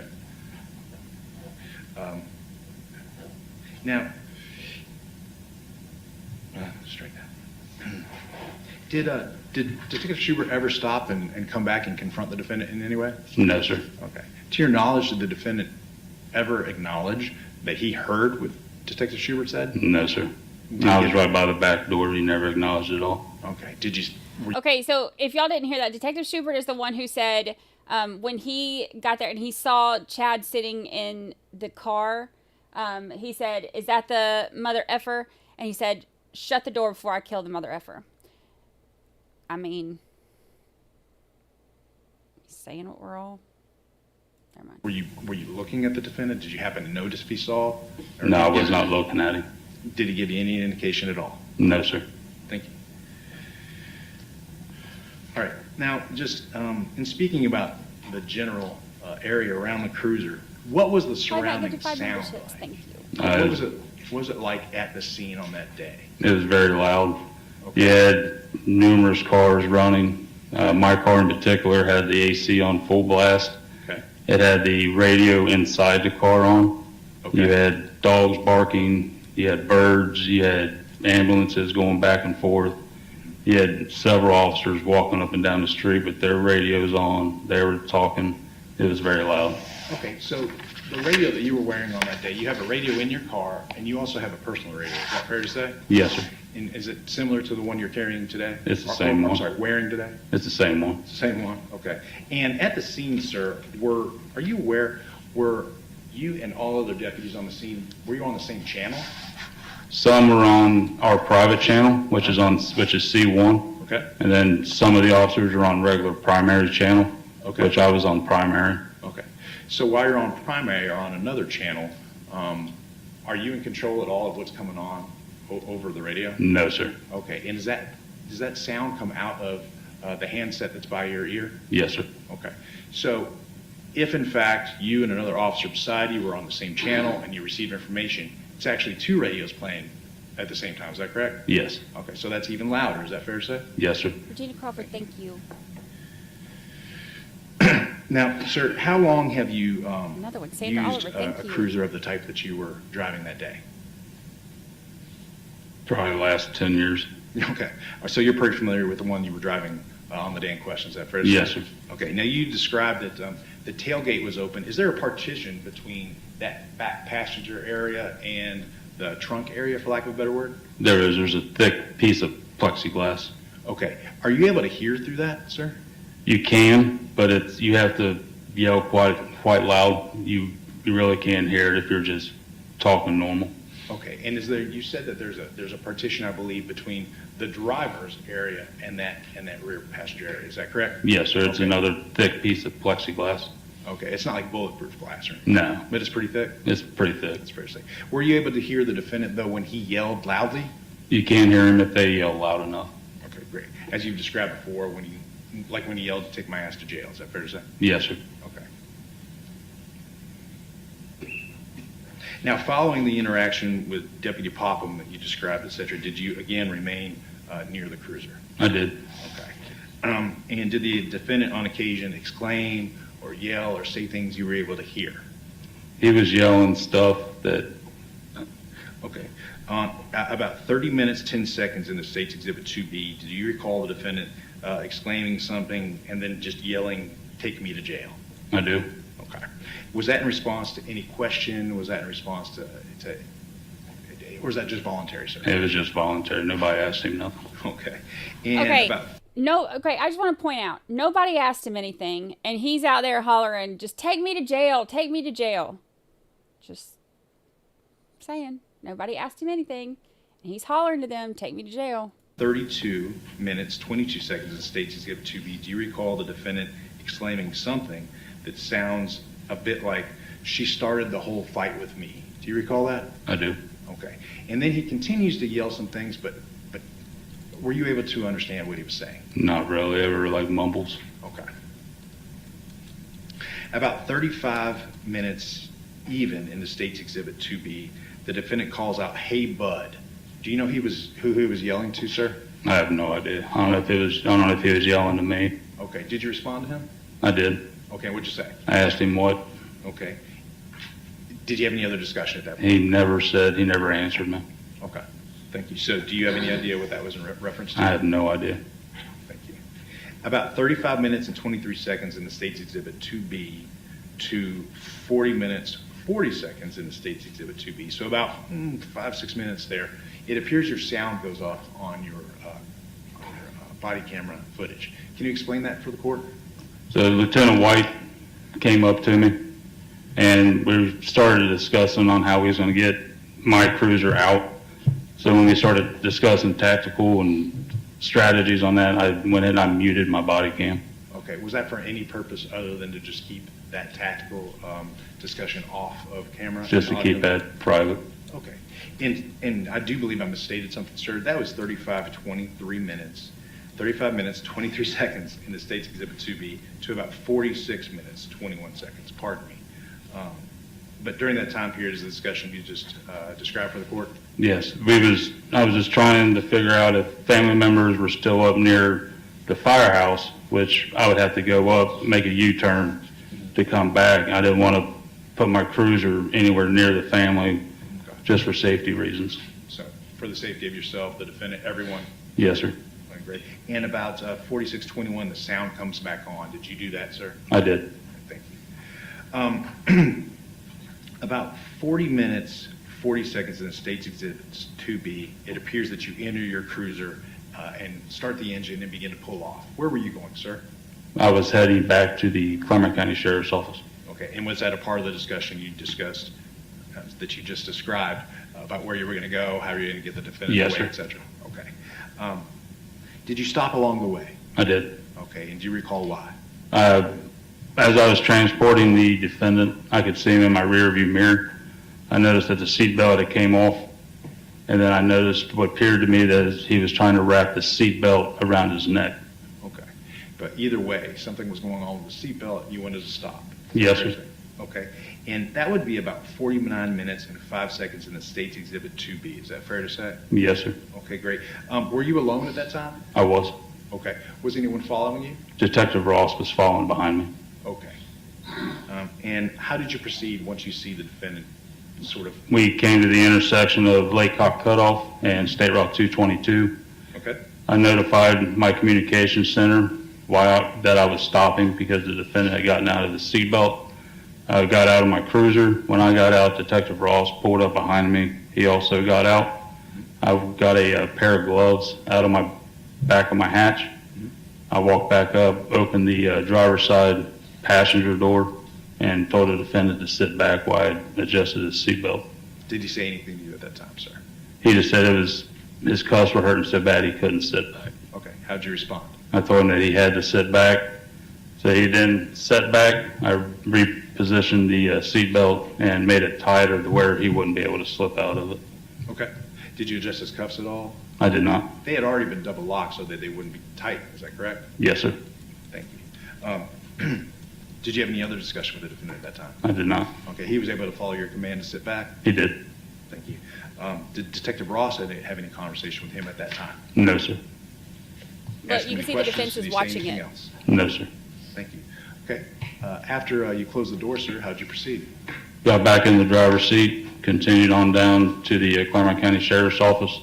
When I pulled into the Sheriff's Office, I waited a few minutes for another deputy to come out.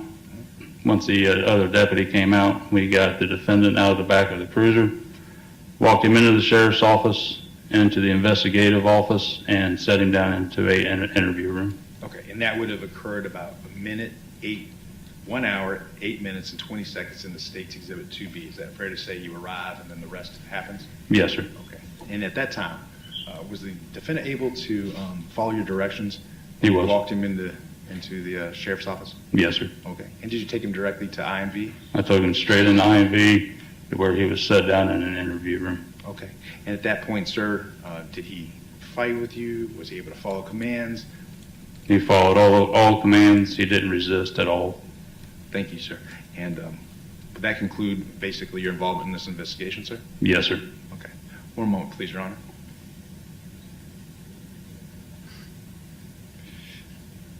Thank you, sir. Your Honor, I have no further questions for this witness. Thank you. Cross-examination. Okay, so real quick, to answer some of the questions, with them pointing out that he's in there, like nobody's asking him anything, he's like hollering at them. So that's they've got him in the back of the cruiser, and he's hollering to them like, "Take me to jail," and he said she picked a fight with him or whatever.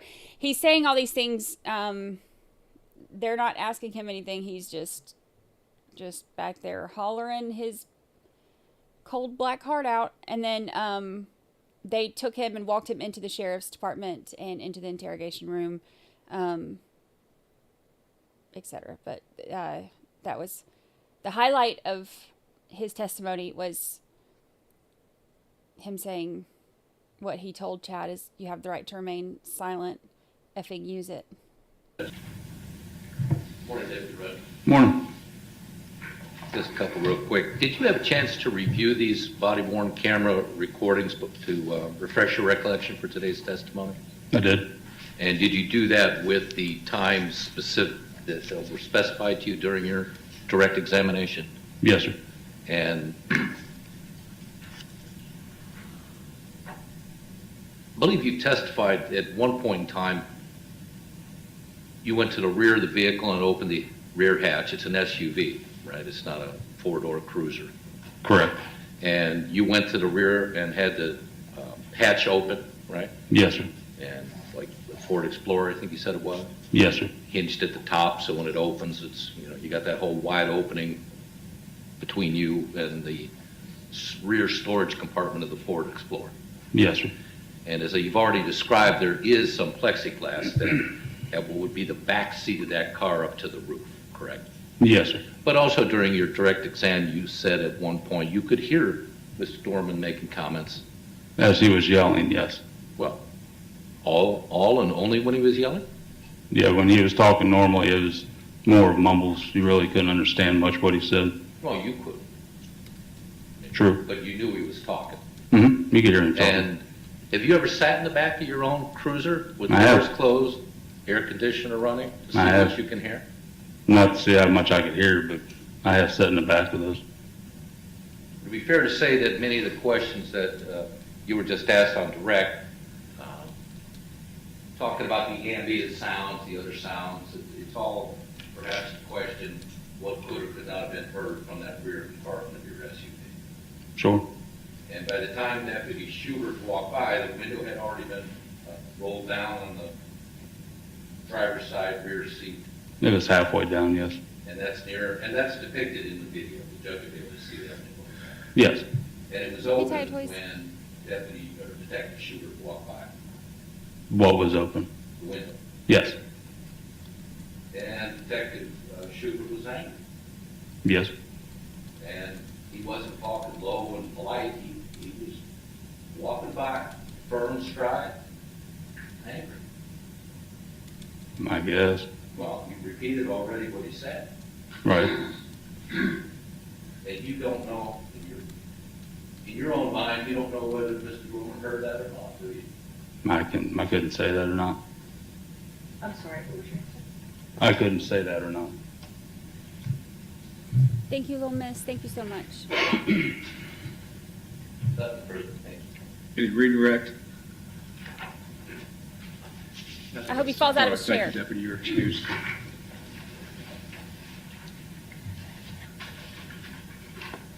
Ugh. State will fall back with Mike Ross.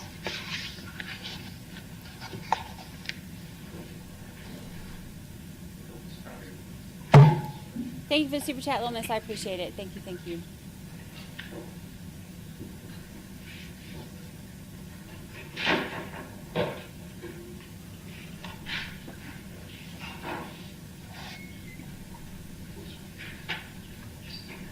I'd have put him in the back seat with the dang canine, so that's maybe why I'm not a cop. I did.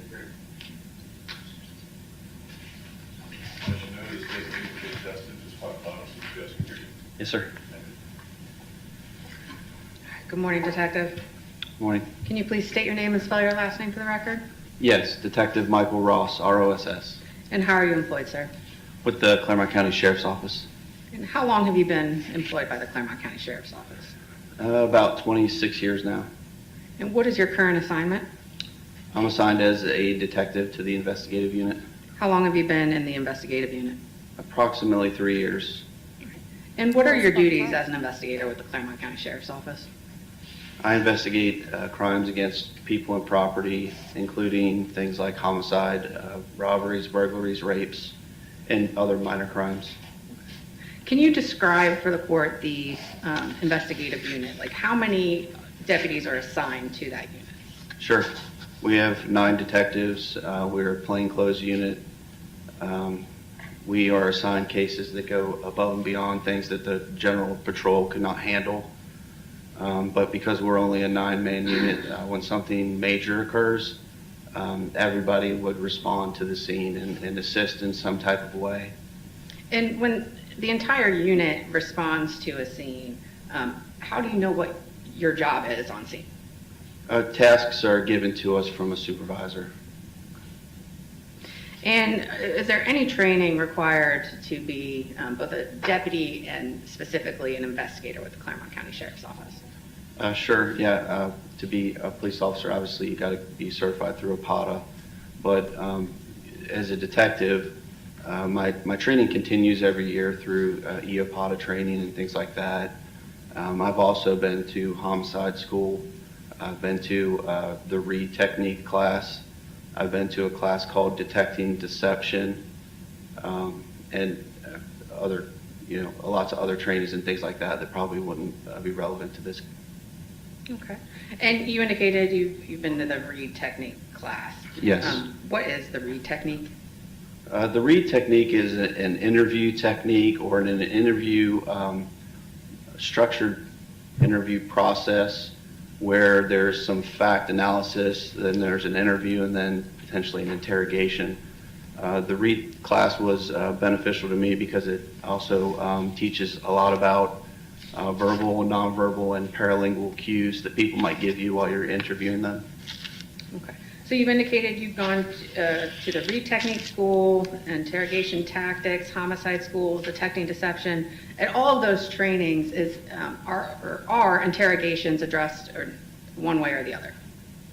Yes, interview where it's non-confrontational, and then sometimes that leads into an interrogation where you directly confront people. And during your time as an investigator, how many interviews have you conducted or been a part of? As a detective, I've been involved in hundreds of interviews. If you include my time on road patrol, it's probably in the thousands. And pursuant to your experience and training, can you please describe some of the various interview tactics that you have used both on road patrol and as an investigator? Sure. Sometimes it's just an interview where I'm collecting, I'm getting information and it ends there. But sometimes that leads into an interrogation where I directly confront people and I'm confrontational. Sometimes I use tactics where I develop rapport with somebody and connect with the suspect so they feel trust and will tell me things that they otherwise wouldn't. Unfortunately, a tactic that works well for me is victim blaming.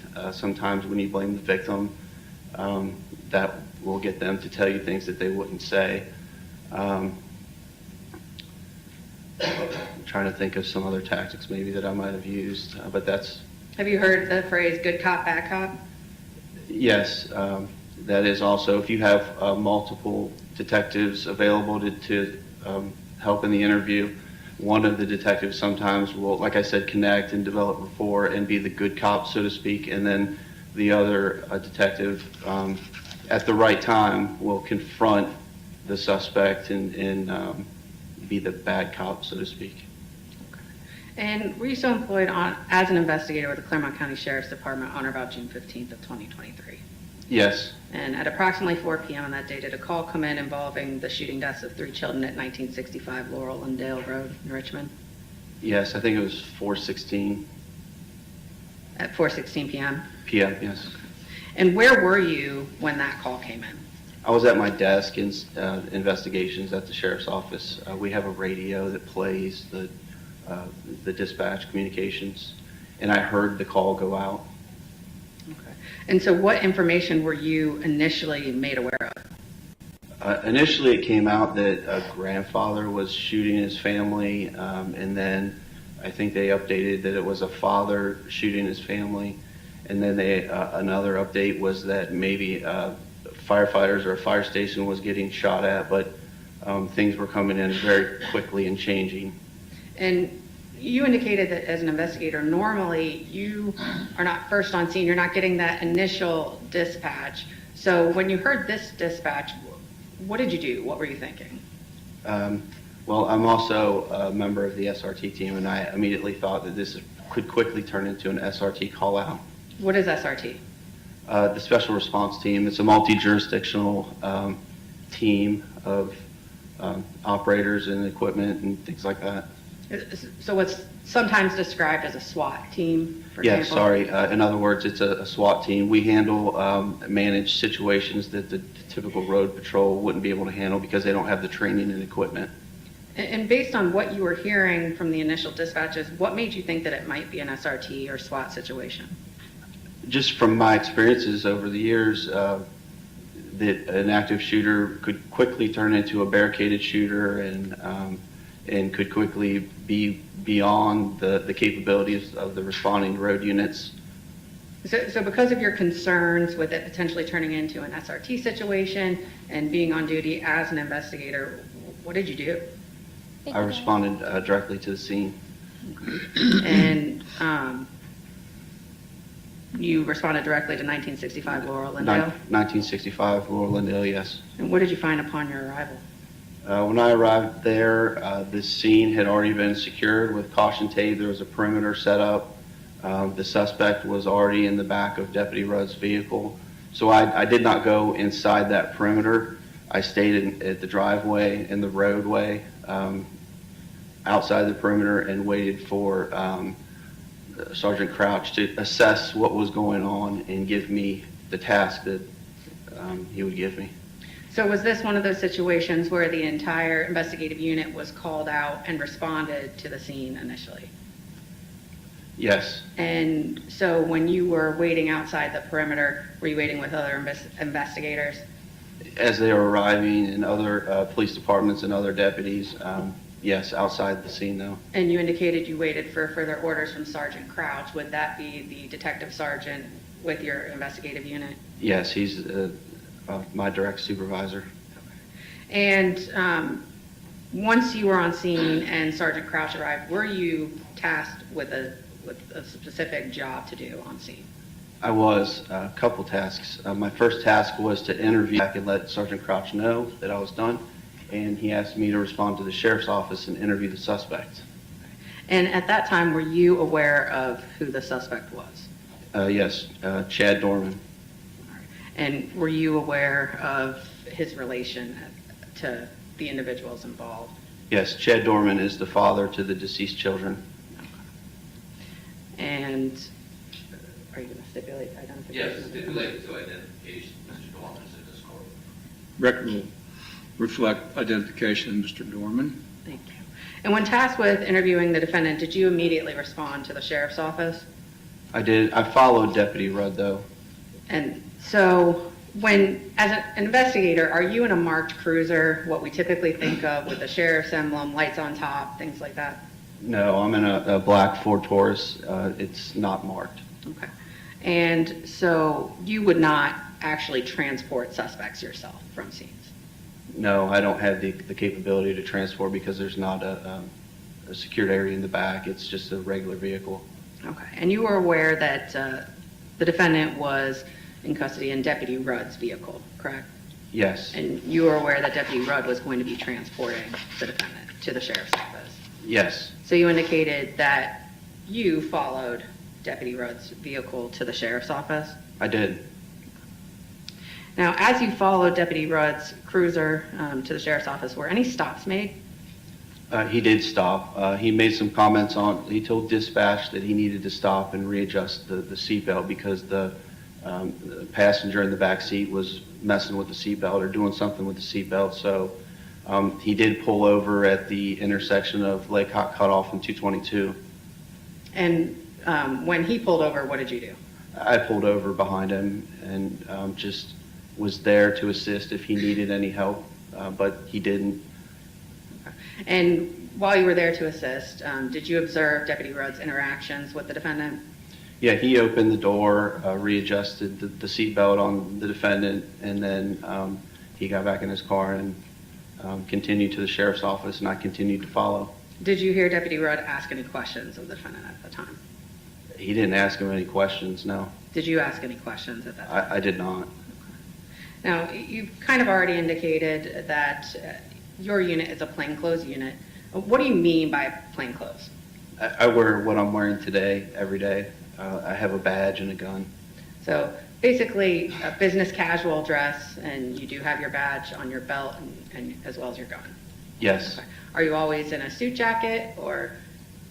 No, I typically will wear a suit jacket for grand jury or court. My everyday I would take the jacket off and I would be wearing my shirt and tie and dress pants. So as a plainclothes detective, are you equipped with a body-worn camera like your uniformed deputies are? No, I do not wear a body camera. Now, were you able to follow Deputy Rudd's vehicle all the way to the sheriff's office? I did. And when you arrived at the sheriff's office, where did you go? I parked where I typically park, where the detectives park. Deputy Rudd stopped at the back door entrance where they typically will bring people in for an interview. So I parked in a different area, and I went ahead inside to the sheriff's office to prepare myself for the interview and to prepare the interview room for the interview. Okay. And when you say you were going to prepare the interview room for the interview, what do you mean? Well, I needed to activate the DVR recorder and timestamp it, and then again just start mentally preparing myself, things that I wanted to ask and do, and prepare myself for the interview. And since you went inside to prepare the interview room, let me ask you this. Is it typical to have only one deputy escort a suspect into the sheriff's office for an interview, especially on a case of this magnitude? It would only be typical for one deputy if it was a minor crime, but because of the seriousness of this, I know that Deputy Early assisted Deputy Rudd in walking Chad Doerman back into investigations because, like I said, the seriousness of this offense. I teach self-defense tactics for the sheriff's office, so I teach that when you have multiple officers, that would give them a tactical advantage if Mr. Doerman wanted to fight, flee, or hurt himself. For other reasons too, multiple officers would potentially de-escalate any problem before it even happens because there's multiple officers there and there's only one suspect. Or having multiple officers there could also, if there was an issue where he wanted to fight, flee, or hurt himself, they could resolve that threat or that issue using less lethal force than maybe where it might escalate to a lethal encounter if it was just one officer, one suspect. So there was a lot of reasons why that was a good idea. Okay. And to your knowledge, did either Deputy Rudd or Deputy Early ask the defendant any questions as they escorted him into the sheriff's office and ultimately the interview room? They did not. Yes. And was the defendant taken any place in the sheriff's office other than into the interview room? He was escorted directly into the interview room, which is inside investigations. Okay. Can you describe the interview room that is inside investigations at the sheriff's office? Yes, it's just a small 10 by 10 square room. It's got gray walls, a small desk inside it, 3 chairs. There's a fake thermostat on the wall with a camera inside it that audio and video records everything. And so when you indicated previously that you prepared the interview room, turned on the DVR, time-stamped it, that kind of thing, is that turning on the audio and video recording that is recorded from that thermostat? Yes. Okay. And was the entirety of your interview recorded? Yes. Okay. And for the record, the interview has previously been admitted as State's Exhibit 4A and 4B. Detective, when you interview suspects on major felonies, do you ever work with another detective during the interview process? Yeah, sometimes I do, and especially when it's a major crime, I work with other detectives during the interview. Is there a typical detective that you will work with? I would say that I typically would work with Detective Schubert because we do work well together, and we've had a lot of success together as interviewing together. And did Detective Schubert ultimately take place in the interview of the defendant in this case? Yes, he did. Were there any other detectives involved in the interview of the defendant? Yes, I initially started the interview with Detective Green, but then later switched him out for Detective Schubert. Okay. And Detective Green, that's Green? Yes. Okay. And when you work with other detectives while interviewing, do the two of you have specific roles that you take during the interview? Yes.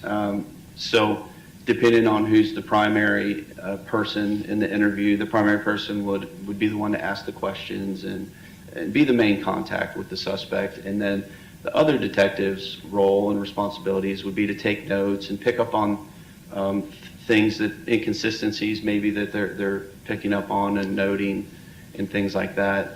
Also, especially when I interview with Detective Schubert, I'm much better at developing rapport and connecting with suspects, and he does a really good job of feeding off that, and then later, again at the right time, confronting them about the facts and the inconsistencies and things like that, and then he'll oftentimes exit out of the room and leave us alone, and I would continue the interview.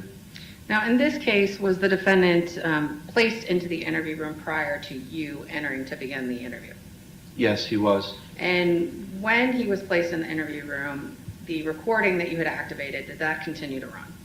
It was already on and it continued to run, yes. And Was another deputy in the room with the defendant at that time? Yes, Deputy Early remained inside the interview room with Mr. Doerman while I continued preparing for the interview. And while Deputy Early's in with the defendant, do you have a way of monitoring what is occurring inside the interview room? Yes, we have a TV that shows what's going on in the interview room, and we also have headphones that you can hear what's going on. So at all times, you can potentially see and hear what's going on in the interview room, even when you are not present in the interview room? Yes. And did Deputy Early, to your knowledge, ask any questions of the defendant while he was in the interview room before you entered? He didn't ask him any questions. So when you first entered the interview room with the defendant, what did you do? I put a bottle of water on the table and told him it was for him. I introduced myself. I said that I wanted to talk to him if that was okay, but there was some things that I needed to do first. Did he respond? He did. He said, that's fine. Okay. What did you take that to mean? That he wanted to talk to me. Okay.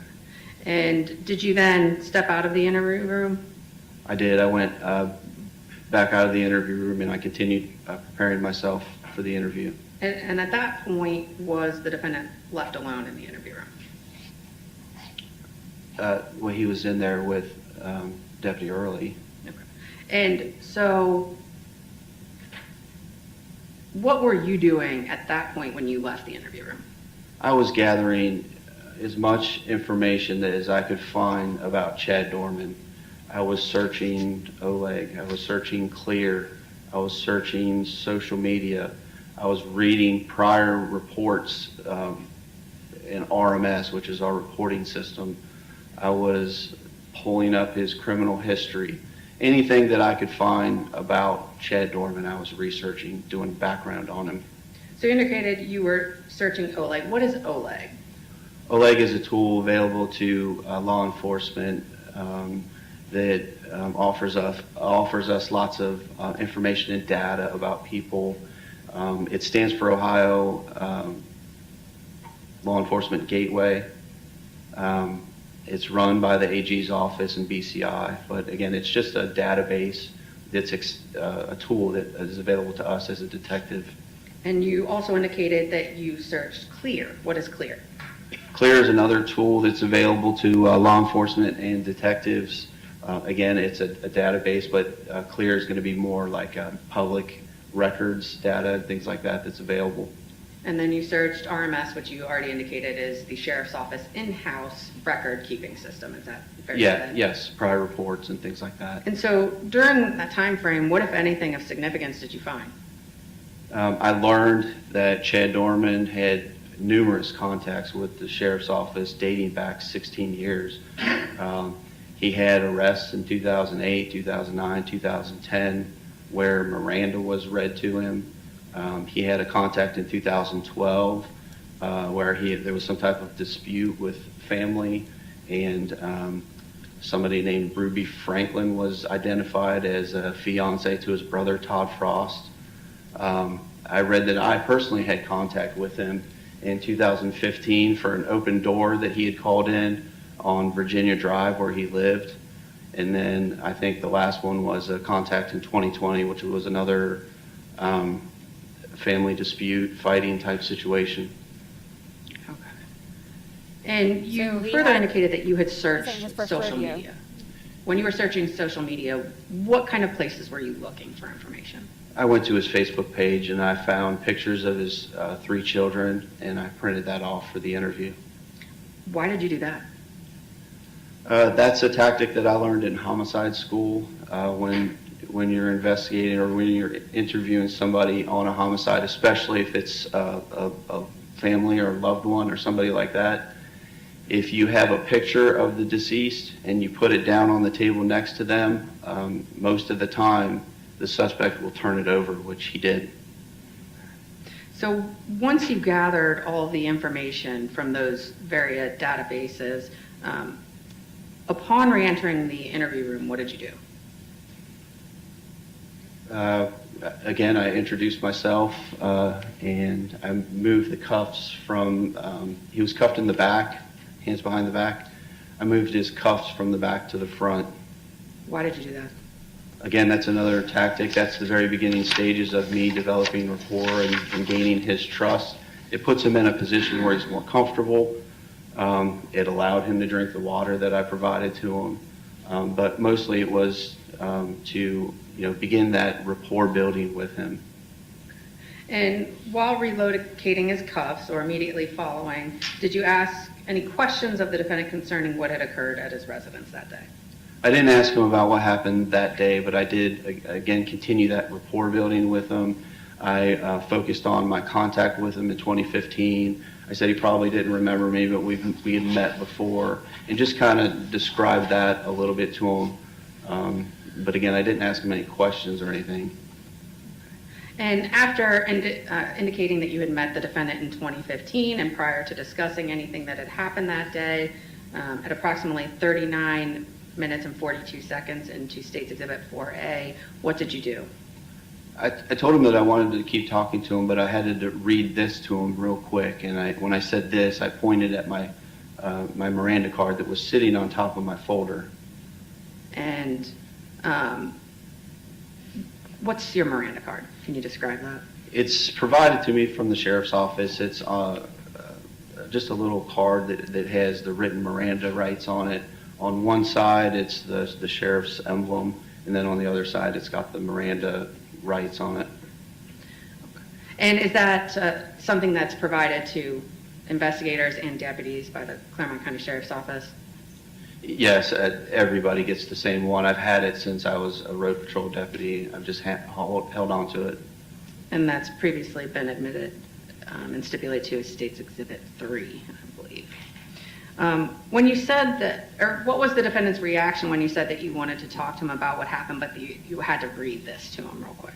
Yeah, immediately he closed his eyes. He started to get upset, almost like he was going to cry. He shook his head up and down like in the yes, affirmative, and with his foot he stomped on the floor.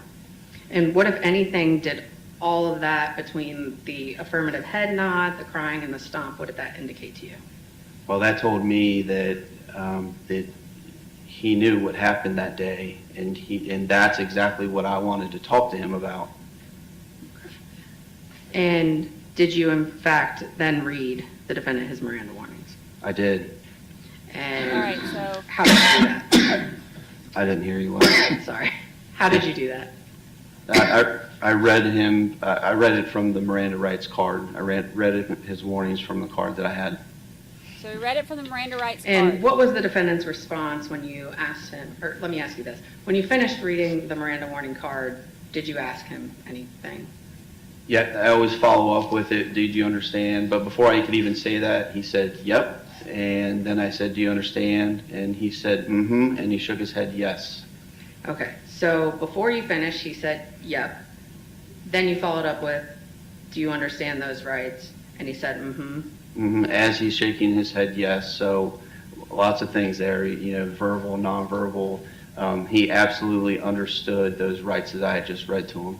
So based on his statements and nonverbal cues, you took that to mean that he understood his rights that you had read to him? Absolutely, he understood those. Okay. Did the defendant indicate in any manner at that point that he was confused about what you read to him and what his rights were? No. Did the defendant ask you any questions about what you had read to him or what his rights were? No. So at that point, did you begin the interview? I did. And what kind of questions did you begin the interview asking? As with all my interviews, I typically like to start off with just some basic background things like that, easy questions leading up to what happened that day. So I just started talking to him, asking him questions about if he was his wife and things like that. And when you asked about his wife, did he answer that question? He did eventually, not right away. He looked like he was thinking about things, or appeared to me like he was reliving what had happened that day. And I kept having to refocus him back towards me But eventually he did say that his wife was Laura. And did you ask him about how many times he's been married? I did. I kind of followed up with the Laura as his wife and asked if he had been married before. But again, he seemed like he started thinking about other things and was drifting off. So he didn't answer how many times he'd been married. So to bring him back, did you ask him another question? Yeah, I just started asking him some, basic background questions, other questions. Asked if he needed any prescription medications. He said no. I asked if he was feeling okay, how he was feeling, and he said that he was feeling good. Did you ask him his date of birth? I did ask him. Asked him, what's your date of birth? Another basic question, and he told me 3/1 of 91, so that would have made him 32 years old. And based on your research that you had conducted prior to the interview, was that an accurate date of birth? Yeah, that was actually his date of birth. Yes. And so after asking his date of birth, whether he needed any medication, how he was feeling, did you then get into what had happened that day? Yeah, then I asked him to tell me, what happened that day. What happened? And how did he respond? He told me that he didn't know, and he didn't even know why he was there. And did you anticipate that kind of response? I did. I figured that that's where this was going to start. Why? Oftentimes in other investigations, the I don't know card is played a lot with suspects. So when the defendant began to act like he had no idea why he was there or why he was talking to you, what did you do? So then I backed up and I started asking just some simple questions that I figured he would know the answer to. Easy questions like what day it was. He said it was Thursday, which it was. I asked him if he knew what the date was, but he kind of struggled on that. But honestly, I didn't know without looking at my phone either. Oftentimes I have to look at my phone to know the date, so I didn't put a whole lot of stock into the fact he didn't know the date. And did you continue talking to him? Yeah, just continued asking, just some basic questions about if he needed some water, what he ate, did he sleep, and then it kind of led into, I was asking him about how he was feeling and things like that. And when you asked about how he was feeling, what was his response? I remember asking him if he was upset, and he said no, he wasn't upset. And then I kind of explored that a little bit because I was curious, like emotionally, where he was at. So I kind of followed up on, why are you not upset and things like that. And as you questioned him further about what had happened that day and how he was feeling, at approximately 45 minutes, 45 seconds into Exhibit 4A, what, if anything, did he say about a lawyer? Well, I feel like we were talking about, his emotions and how he was feeling, and he made some comments about, not what happened that day, but just made some comments that I thought were very important, and I was kind of exploring that. And then he did, yes, make a comment about a lawyer. He said, he cut me off. I was asking him specifically about what he had just said that I thought was very important. So let's go back to that first then. You indicated you were talking to him and he made comments that you thought were important. What were those comments? He had made a comment that the Bible says that you kill your firstborn, you kill your secondborn, you kill your thirdborn, but first you're supposed to kill your wife. I didn't kill my wife. So I really thought that was a very important comment that he had just made, and I wanted him to repeat to me some of the things that he had said, and I was asking him about that, and he cut me off. He stopped me from talking and said, in all one sentence, he says, I'll just wait for a lawyer. I really don't know. Like, give me a couple days, I'll talk to a lawyer and get nice, good answers. He says that all in basically one breath. So when he said, I'll just wait for a lawyer, I don't know, give me a couple days, let me talk to a lawyer and I can get some nice, good answers for you, what did you think of that? I didn't know. Wow. I was confused because initially he says that he'll wait, but then he covers it up with he really didn't know. So if he didn't know, I don't know what he means by it. And then he continues on almost and talks about almost like I'm going to let him go for a couple days, which obviously was not going to happen. So it really muddied the water for me as far as what he had just said about a lawyer.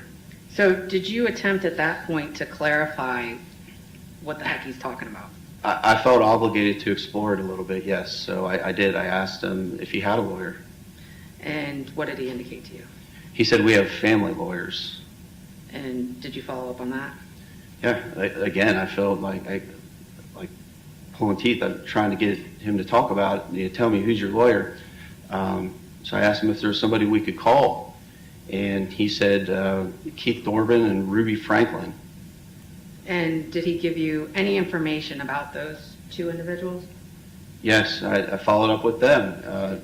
Keith Doerman is his father, and neither one of those people are attorneys. So he was able to tell you Keith Doerman is his dad. What did he say about Ruby Franklin? He said that she was in the CIA, and I said, well, is she a lawyer in the CIA? And he said, she's in the CIA. So neither name that he gave me were even close to lawyers. And after that, so you were able to confirm that neither Keith Doerman nor Ruby Franklin were lawyers, and that he was aware they were not lawyers. I said Ruby Franklin was the brother's fiance. And so once you confirmed that neither Keith Doerman or Ruby Franklin were lawyers, what did the defendant do? He changes the conversation and starts talking to me about whether he knew me or didn't know me. He changes the conversation. We're talking about lawyers and who I can call, and he completely changes the subject on me to, what I had talked about earlier about knowing him from 2015. So when he changes the context of the conversation, was that in response to a question you had asked him? No. So he just says something along the lines of, I don't think I've ever met you before. Yeah, he just continues talking about something unrelated to the lawyer issue that I was trying to clarify. So did he ever clarify for you? No. So when he changed the conversation subject, what did you think at that point? I thought that he was playing games with me and trying to control the interview. So can you describe the defendant's demeanor as you then continued the interview? Yes, it continued the same. His demeanor continued to be the same. When I would ask questions that were unrelated to what had happened that day, he knew the answers right away and had lots of details and could remember things.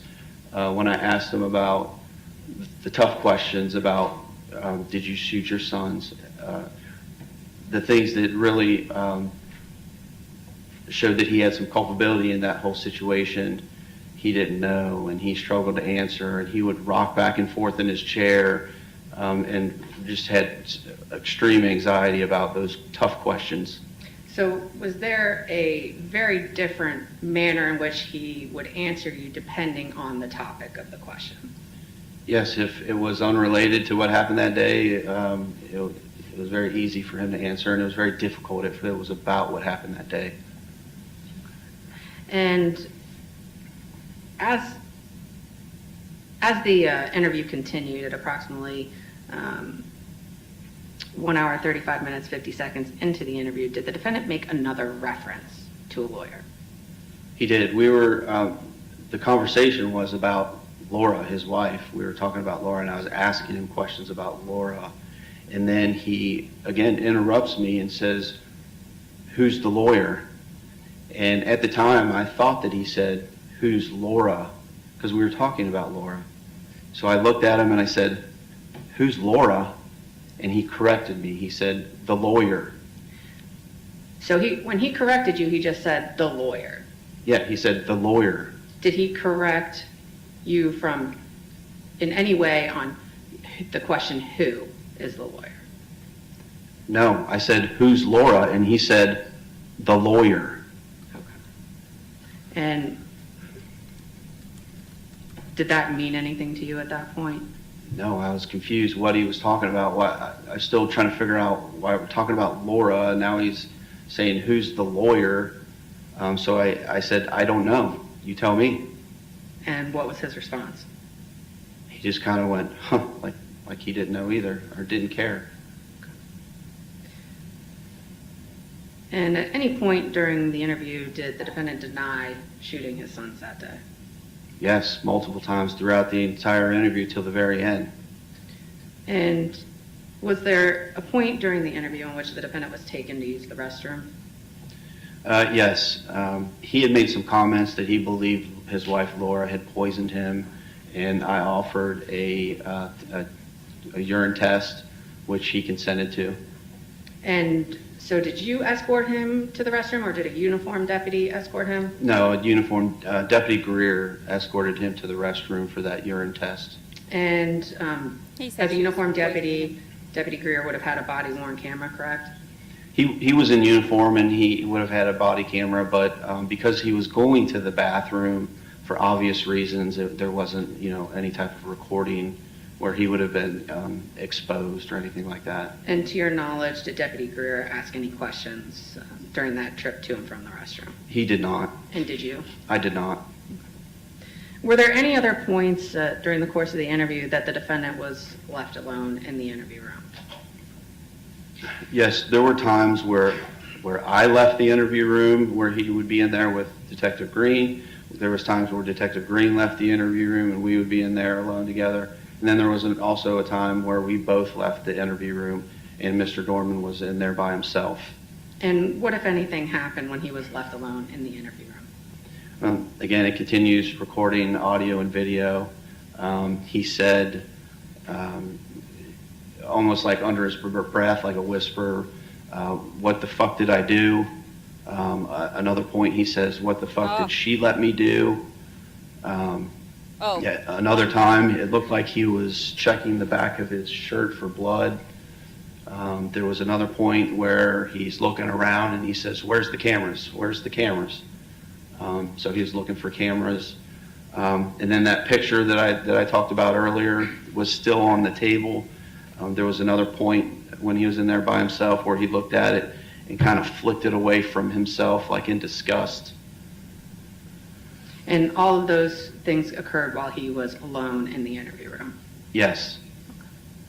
Now, in between those times where he was left alone, did you come back in and pick up the interview again? Yes. And as the interview continued, did he continue to refuse to talk about what had actually happened that day? Yes, he said that he didn't remember, he didn't know, he didn't understand why he was there. But did he provide you with other information that made you believe he was aware of what was going on and what had happened that day? Yes, because as the interview went on, it was like a slow drip of information. I would gain a little bit, and then we would keep talking, and then I would gain a little bit more information. He had lots of details about a lot other things, other aspects of his life, but again, couldn't remember what happened that day. And what kind of details specifically stick out to you that he was able to provide you during the course of the interview?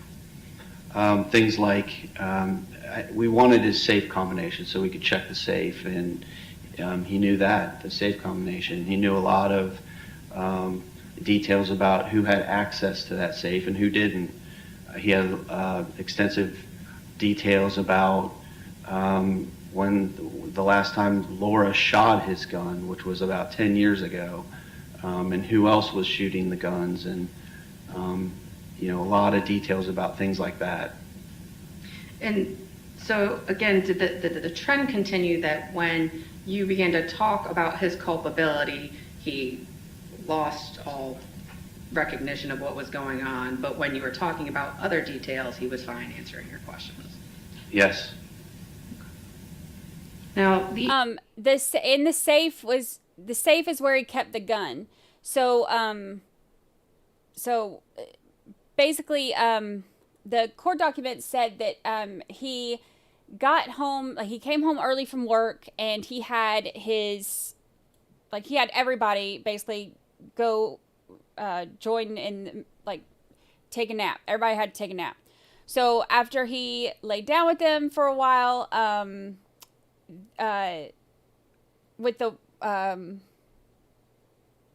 3 sons and his wife, after he laid down with them for a while, he got out of bed and he opened up the safe. The gun safe is like next to the bed. And then he took out the .22, he loaded it, and then he shot his first son, the first one that he shot him twice. And then right after that, like, Laura, his wife, started to try to, like, give CPR or help or whatever to her son, and she, like, yelled for the other ones to run.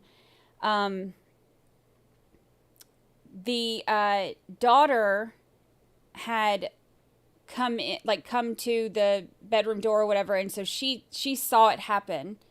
And oh God, I cannot even think about how traumatizing that would be. So when she saw it happen, mom yelled for the other kids to run.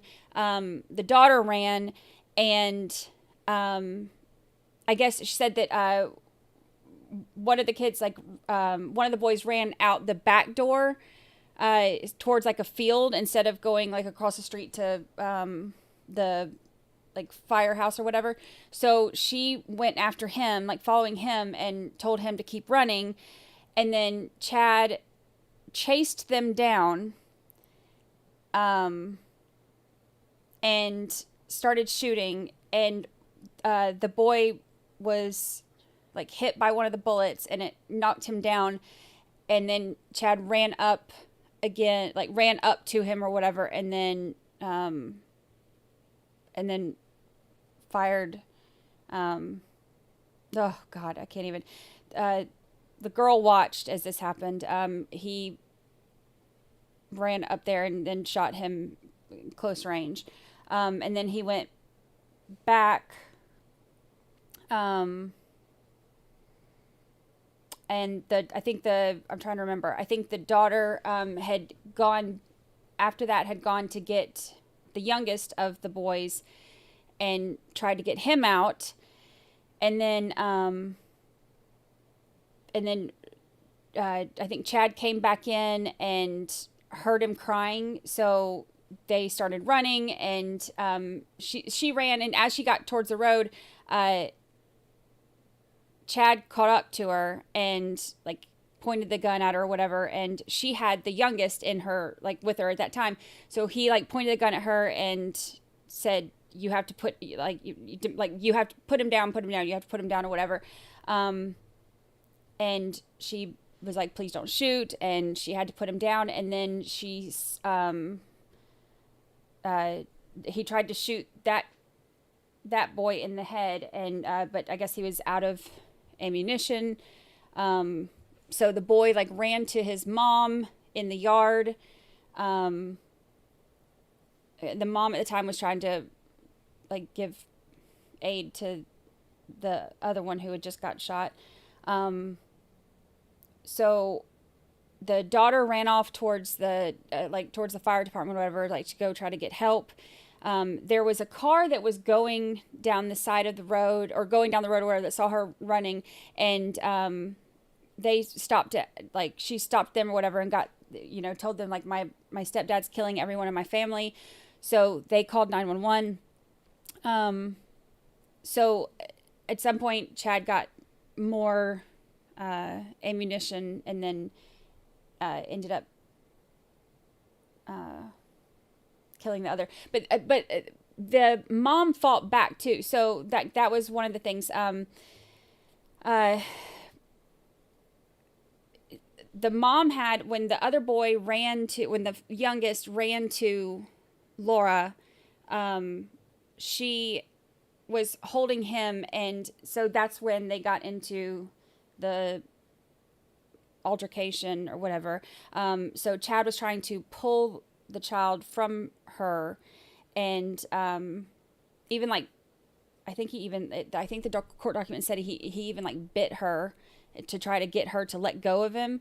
And then she grabbed the gun And so when she grabbed it, her grabbed the end of it, whatever, her thumb was over the barrel, and he pulled the trigger so it shot through her thumb. That's how she got the shot in her hand.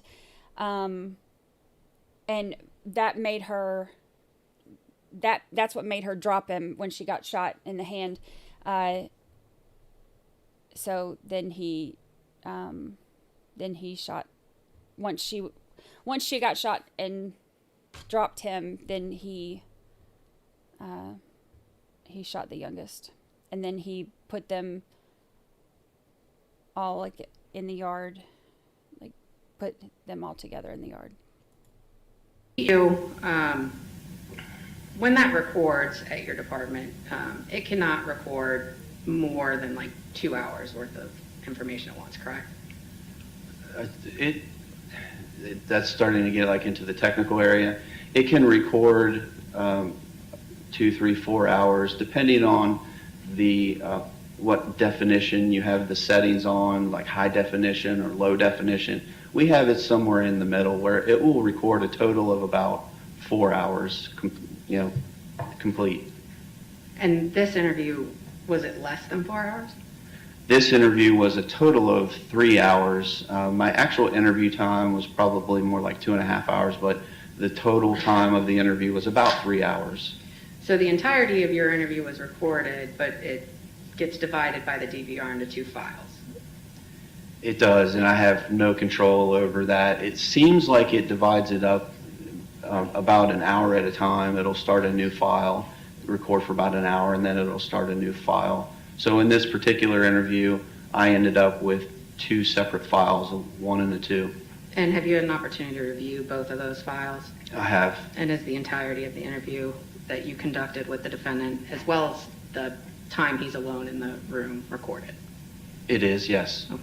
So then looking at State's Exhibit 4B, that would be the second file of the interview room, correct? Yes. And during the second file, did Detective Schubert come in and begin working with you on interviewing the defendant? Yes, I didn't feel like I was getting anywhere with Detective Green and Detective Schubert. Again, we interviewed very well together, and he came in to help me out. And when Detective Schubert entered the interview room, did the defendant give any indication that he recognized him? No, not at all. Did the defendant give any indication that he was in fear of Detective Schubert? No, not at all. In fact, he was probably more relaxed. His behavior seemed like he was more relaxed when Detective Schubert came in, because I had just given him the dip that he had been asking me for throughout the entire interview. So I think that relaxed him, and he seemed to be more relaxed. And did the defendant give any indication during the interview that he was in fear of anyone at all from the sheriff's office? No. In fact, he had made some comments in that when Detective Schubert was in there that he was not nervous, and later in the interview says that he's not scared of anything. And at any time during the interview, did Detective Green threaten the defendant anyway? No. Did you during the interview? No. Did Detective Schubert during the interview? No. Did anyone threaten the defendant during the interview? Anyone from the sheriff's office? No. At any time during the interview, did Detective Green have physical contact with the defendant in a way that would be threatening or harmful? No. Did you? No. Did Detective Schubert? No. Did anyone from the sheriff's office? No. And you already indicated that you had provided the defendant with a bottle of water. Did you offer the defendant anything else to drink during the course of the interview? Numerous times. And did you offer the defendant anything to eat during the course of the interview? Numerous times, yes. And in addition to him consenting to the urine screen, did you offer him additional opportunities to use the restroom? I don't remember, other than the one-time restroom break. I don't recall any other. I may have, but I don't recall any other times. Okay. And you testified that you had provided him dip, is that right? A dip and something to spit into, and Coca-Cola and other things, yes. And you previously testified that the total length of the interview was 3 hours, but your actual active interview time was about 2.5 hours. Would you consider that length of interview a long interview? No, that's pretty typical and consistent with an interview on a major case. May I have one moment, Your Honor?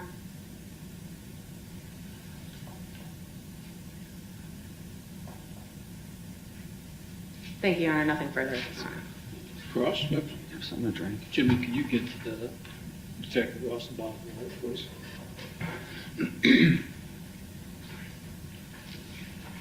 Ugh, I just want to punch him in Morning, the face. Detective. Morning.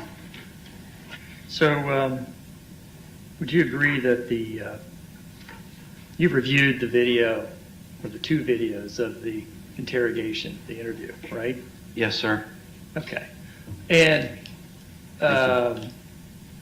that video, those videos fairly and accurately represent what was said and what was done in the interview room between you and Chad Doerman and the other detectives?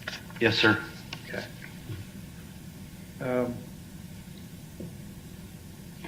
Now, you talked about the read technique, right? Yes, sir. Okay. And some tactics that you used, right? Yes, sir. That's part of the read technique, and part of it's part of your homicide training or other training, right? Yes. But a lot of it's the read technique. The tactics that I use when I interview and investigate aren't strict to the read technique, no. And I can't even say that it's mostly the read technique. It's my own technique and skills. And it's a combination of all the trainings that I've been to in my 26 years experience at the sheriff's office. It's my own style. Okay. Then part of that, though, is some of the tactics that you use. You can describe some of those for us? The tactics that I use in Yeah. this particular Yeah, interview let's do it in this particular interview. So in this particular interview was unique, as all interviews are different. In this one, my main tactic was to develop rapport and connect with Chad Doerman. Okay. Did you use other tactics like deception? Deception is a technique that can be used, that's taught in the read technique, but that's a dangerous tactic because if you use deception, for example, if you say that there's evidence that there isn't and you get caught lying by the suspect, you lose all credibility and that interview is done. So I shy away from using deception, especially when it comes to evidence. For example, if you say that there's a fingerprint at the scene and I know you did it and the suspect knows that he wore rubber gloves and there's no way that there was a fingerprint, then that interview is done. He's never going to respect me and I'm never going to get anything out of him. So I try and shy away from deception, and I don't believe that I used any deception with Chad Doerman. So you don't think you lied to him? I don't think I lied to Chad Doerman. Okay. You used victim blaming, you said. I did use a little bit of victim blaming at one point during my interview. I blamed his wife for not helping him.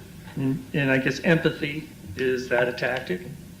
Empathy is a tactic, and You used that. rapport, and I did try and establish a connection and a rapport with Chad Doerman. And what about pressure? Isn't that part of the tactics that you use, to put pressure on somebody? Pressure can be a tactic in the read technique. It wasn't in this interview because it wasn't an interview where I didn't know who committed the crime. I knew who committed the crime. I just wanted to know why he did it. So I didn't necessarily pressure him. There were times where I had to change gears, where I was being empathetic and connecting to him, where I had to kind of confront him a little bit about some inconsistencies. But I wouldn't call that pressure. What about calling him a monster? Would you call that pressure? I would. No, I wouldn't call that I was putting pressure on him, but I was trying to give him an off-ramp, comparing maybe he made a mistake, like sometimes we all make mistakes, or are you a monster that just murdered your 3 children? What kind of person do you want to be? I was trying to give him an off-ramp to continue that rapport and connect. Well, like you said, you knew he did it. You wanted him to admit to it, right? I didn't necessarily want him to admit to it. I wanted him to tell me why he did it. It wasn't a question of whether he did it. I wanted to give him an opportunity to tell me why he did it. So you continually compared him to a monster, correct? And said, basically, are you somebody who made a mistake, or are you a monster? You gave him that choice, basically, right? I did say that, yes. Okay. And you don't think that was adding pressure to him? I don't think I was pressuring him, no. He just killed his 3 kids. Calling him a monster doesn't add pressure. Give me a freaking break. You would agree at times during this interview or interrogation. Well, which was it, first of all? Was it both? It's both. An interview, in my opinion, an interview is just gathering facts, and it's a non-confrontational conversation, which is what it started off as. An interrogation is when I switch over and start confronting them on inconsistencies or facts and things like that. Sometimes the interview ends in the interview stage because either they admit it or you realize that they're not the suspect that you thought, and it ends in the interview stage. And sometimes it continues on into an interrogation where they continually deny, and you know that they did do it, so you start confronting them. That's an interrogation, in my opinion. Okay. And so the interview became an interrogation after a while, in your mind, correct? I think this did, yes. Okay. And that's when you turn up the heat on him, right? The interrogation part? In your words, turn up the heat, sure, yes. But in my words, no, it's where I'm directly confronting him about inconsistencies and facts. Well, part of your tactics are to confront somebody who is not admitting to doing it with the fact that you know they did it. That's a tactic, isn't it? Yes. And you did that here, right? Yes, I confronted him. Okay. Now, there were times during this, would you agree, that he seemed to not be right mentally? Would you agree with that? I couldn't tell if he was faking it or if it was real. Okay. So he might have not been right. Would you agree with that? I don't know, because when I asked him questions about things that were not relevant to what happened that day, he had lots of details, and it was a good, meaningful conversation. It was only when I asked him about relevant questions that he, in my opinion, pretended that he didn't know and didn't know why he was there and things like that. So he knew details about things other than the incident, and you found that to be suspicious. I thought it was suspicious, yes. Okay. You've dealt with mentally ill people before? For 26 years, I've dealt with mentally ill people, yes. You understand sometimes they're not dealing in reality? I believe that's probably true, yeah. Sometimes they're not. You understand what psychosis is? Well, now you're getting outside of my knowledge of mentally ill people. Okay. So do you accept that sometimes mentally ill people will behave in ways that may seem like one thing when it's not? In my experiences, and again, as a police officer, my experiences dealing with mentally ill people typically don't know that they're mentally ill. Okay. But in your experience, do mentally ill people sometimes behave in ways that may seem like if they were in reality, it's one thing, but in fact, it's not what they're thinking? Yes, truly mentally ill people, yes, sometimes behave in odd ways. Is that what you're asking me? Yeah. Yes. Yeah. And at times there were long times when he was non-responsive to you. Isn't that true? Yes, I believe that he was calculating his answers to my questions. That's what you think, but the answer was, you asked him a question, and he just sat there, didn't say anything, right? Yes, he wasn't just sitting there. He looked like he was thinking about what he was going to say or thinking about what had happened that day. He looked like that. How did he look like that, Detective? Well, the reason I say that is because at the end of the interview, he admitted to all the things that I was asking him about. He knew what I was asking him about at the end of the interview, which tells me that all those times that he told me he didn't know why he was there and he didn't know who shot his boys, he was lying to me because he told me at the end of the interview that he did. So there could be no other explanation in your mind? I'm not saying there couldn't ever be any other explanation. I'm not saying that. You asked him repeatedly during the interview, I think it was at that point, that he was okay, something to that effect, didn't you? Yes, I was trying to show empathy and rapport and connect. So you didn't really have a question whether he was okay when you were asking him that? That was just a ruse? Well, I didn't know. Was that deceptive? No, I didn't know at the time. I was working through it and trying to figure that out in real time. Okay, so that was a legitimate question you had in your mind at the time that he might not be okay. It was a legitimate question, and I was trying to figure out if he was okay or not okay. Okay, so you thought at that point maybe he wasn't okay. I thought that it was a possibility at the time, yes. Lucy doesn't like this defense. Now, he was booked after you were done with him with the interrogation, is that right? Yes. He was booked. He wasn't actually formally booked until after you were finished interrogating him, right? Correct. Okay. And then you also talked to him some about taking some samples from him. I think it was in context maybe with him, something about poison, testing him for poison. Do you remember that? Yes. He thought maybe he'd been poisoned, right? He initially told me that his wife had poisoned him, but then later in the interview said that he didn't believe that. Okay. But he said some stuff about poison, and you said something about testing and getting his consent for testing, and maybe that something to the effect that might help to look into that, right? Yes. Okay. Now the test actually wasn't going to be for poison, was it? That's not true. I really did believe that a urine test and a blood test would show that he was poisoned or not poisoned. It wasn't until that I filled out the BCI form to send those samples out and have them tested. I was talking to evidence technician Bob Randolph, who is a 30-plus homicide detective retired from Cincinnati, about what I wanted, why I was filling the form out, and he said that I was wrong, that that's not the same test. I didn't know that at the time of the interview. So was your intent to get his consent to test for poison only? Is that what you're telling us? No, my intent was to get consent for urine and blood, and we can test for poison, but we're also going to have the ability now to test for other things. Because you wanted a toxicology test, right? I wanted both. Well, but I didn't say anything about the toxicology. I just focused on the poison comments that he had made. Did you not suspect at the time that he might be under the influence of something? I didn't know. I was curious. He said he wasn't. So you're he telling said, I'm us not that on you drugs, thought I'm sober. that the test you were requesting would actually include poison test. I'm absolutely telling you that, yes. Okay. And then also there was a test that you, I think, swabbed him for, but that was later. That was for DNA, right? That wasn't part of the blood and the urine sample, right?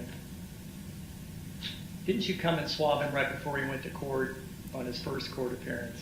Yes, as a standard. So we can make it through this. I'm just doing a little housekeeping. Yes, I did. A buccal swab in the cheek, and that is just for standard to compare to other blood samples of DNA and things like that. Okay, and that is not the same test we're talking about with obviously the blood and urine, right? Correct. Okay. Do you know what time that was? I don't recall what time. You talking about the buccal swab? Yeah. Sorry, yes. I don't recall what time that was. Okay. But it was right before he went, a minute or two or so before he went into the courtroom to get his initial appearance, right? Correct. So it would have been right around, the 8:30 a.m.-ish time in the morning, somewhere around there. Okay, thank you.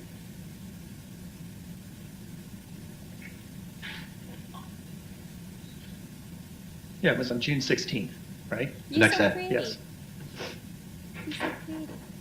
All right. Now, you discussed briefly the Miranda rights. You did not read all the Miranda rights on State Exhibit 3, did you, on your card? Word for word? No. Well, you left out some pretty important parts, didn't you? No, I think I covered the important parts, and he understood that he had the right to an attorney, and he had the right to have an attorney if he could not afford one. Okay. Those are the important parts, and he understood that. Well, you left out the part as far as that right to an attorney is. You did say you have the right to talk to a lawyer for advice before we ask you any questions. But the part of the card goes on to say, and to have a lawyer with you during questioning. You did not read that part, did you? No. Why not? That kind of is redundant. It kind of repeats itself, and it's not the important part for me.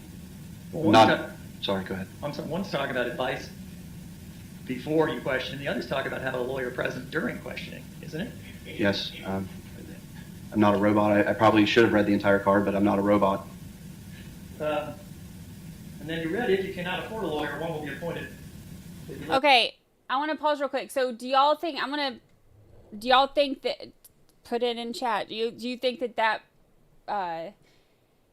saying you have the right to have an attorney, talk to an attorney for whatever they just said, and then not saying the second part about you have one to be here with you, you have the right to have one here with you during questioning too, do you think that will make a difference in if they let all of this in or not?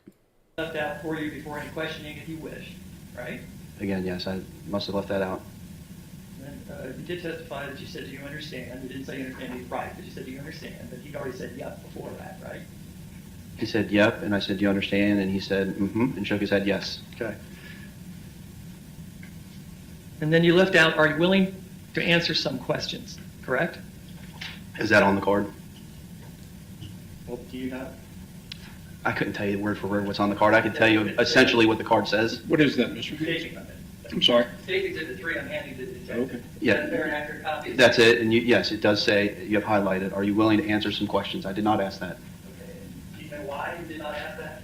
No, because I believed that he wanted to talk to me based on our short interaction earlier in the interview where I said that I wanted to talk to him, and he said, that's fine. Actually, I said, I want to talk to you if that's okay, and he said, that's fine. Were you afraid he was going to say no? I No, want to talk to you? No, I wasn't afraid. I'm just not a robot. I didn't read the card word for word. I read to him his Miranda rights and Miranda warnings. How many interviews do you think you've done, detective? Probably hundreds as a detective and probably thousands as a road patrol. And how many times do you think you've given Miranda rights to suspects before interviewing? Well, sometimes I don't read Miranda because they're not in custody and it's not needed. Sometimes I read them from that card, and sometimes I have them signed a written waiver of Miranda warnings. Probably hundreds, if not thousands. Okay. I don't know.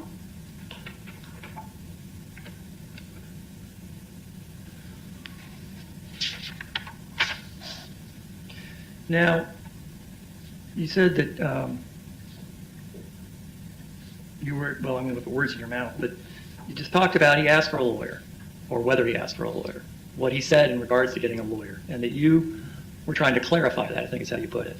I said that he muddied the water, and I felt obligated to explore that. So then, if it wasn't clear to you, why did you say, I understand? Again, because I'm trying to connect and develop rapport with him, and what I did understand was that he was confused. So I explored it. Well, you said, I understand, and then you basically asked him, do you have a lawyer? And you went down that path, correct? I said, I understand. Very softly said, I understand. Okay. Because I'm trying to continue that rapport that I'm developing with him. But what I really understood was the comments he just made were not clear, and I needed to clarify that. So you were confused about what he said, but you said, I understand. Is that what you're saying? I'm saying that I said, I understand, because I am calmly talking to him, developing rapport. But what I really understood was he just muddied the water with what the comments that he just made in the single breath about he really didn't know. His words, I really don't know. If he doesn't know, I don't know what he wants. Well, I really don't know. You took that to reflect on his request for a lawyer or what he'd been talking about up to the minute before? No, we were talking about his request to wait for a lawyer. I really don't know. If he doesn't know, I don't know. So why not say, hey, I'm not clear here. Do you want a lawyer or not? Should we get you a lawyer? Why don't you do that? I don't know why I didn't say that. I explored it the way that I felt was appropriate. So what do you understand you're supposed to do when a suspect who's in custody clearly asks for a lawyer? If they clearly ask for a lawyer, yeah, which I've done on other cases, on other homicide cases, they clearly ask for a lawyer, I stop questioning them, right? Which I've done before. In this case, he did not clearly say he wanted a lawyer. But you said that you tried to clarify it with him. That's what you're saying, these questions you asked him about, whether he had a lawyer or not, were designed to do. I did try to explore that and clarify his comments, but he continued playing games with me. continue playing games with me. Okay, so here's the thing that makes the confession, from what I can tell so far, the part that's going to make the confession a big deal. Either way, he is going to his forever home, and he will never see the light of day again. Either way, I fully, wholeheartedly believe that.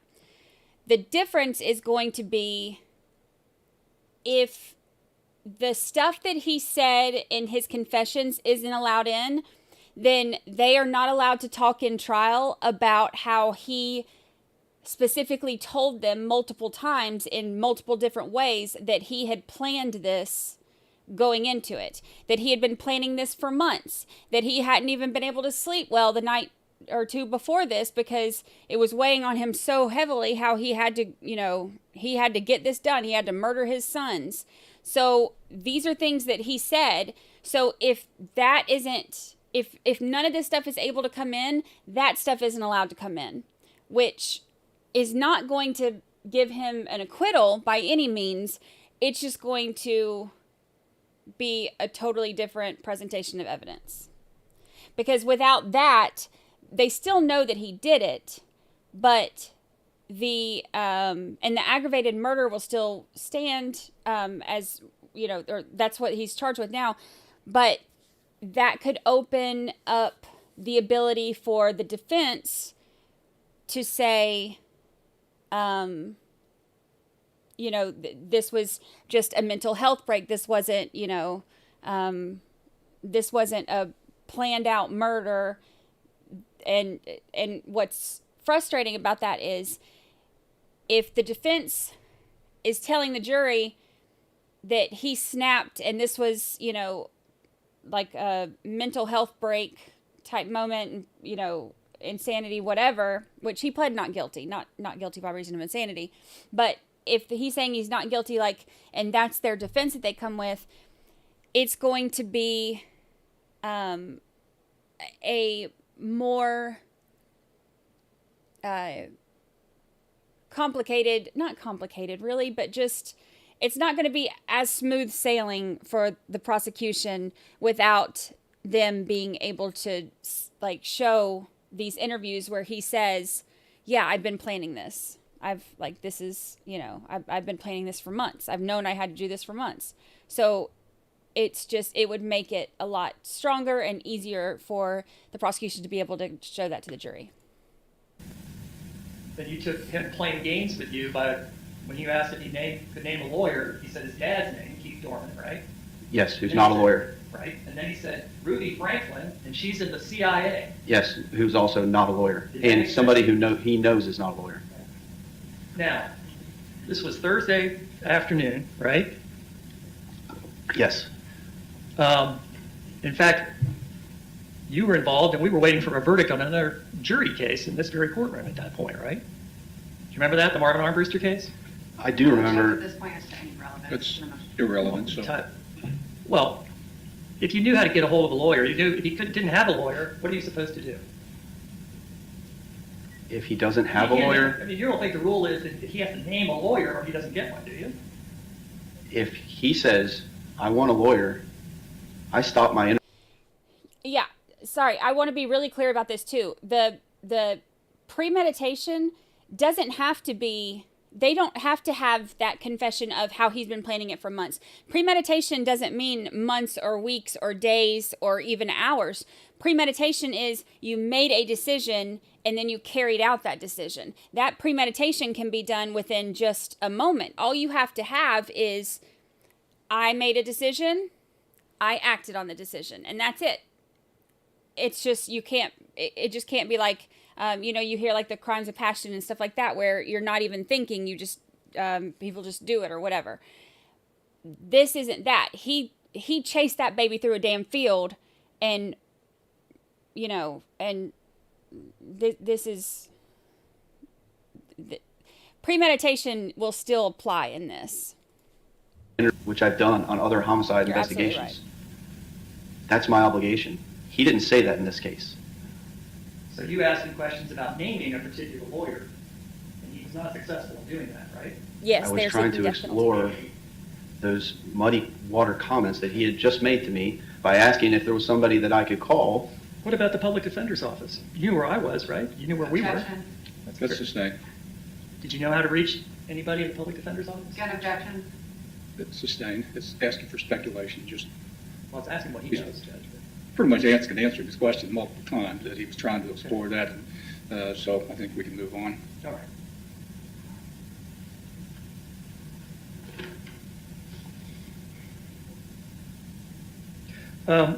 And I'm sorry, I didn't, you said you let him, or you took him, gave him a bathroom break at some point. What point in the process was that? How far into it? It was on the latter end, not the front end. It was, I couldn't tell you exactly when it was without referring to the video, but it was towards more than halfway is what I'm trying to say, I believe. Now, I recall one part of it where he asked for a break. Do you remember that? Thank you for super. Yeah, and there was another part where he begged me to take his cuffs off because he's not going to hurt anybody. Right. Yeah. Okay. You did not take his cuffs off, right? No, he doesn't control the interview. I do. Fine. Right. Okay. So he asked for a break. He didn't get the break, did he? Not then. Well, I don't know exactly what break you're referring to, but no, probably the break that he had was when he went to the restroom with Deputy Greer. Okay. Somewhere beyond halfway. And you don't know when that is in time in reference to when he asked for a break? Not specifically, I'm sorry. Okay.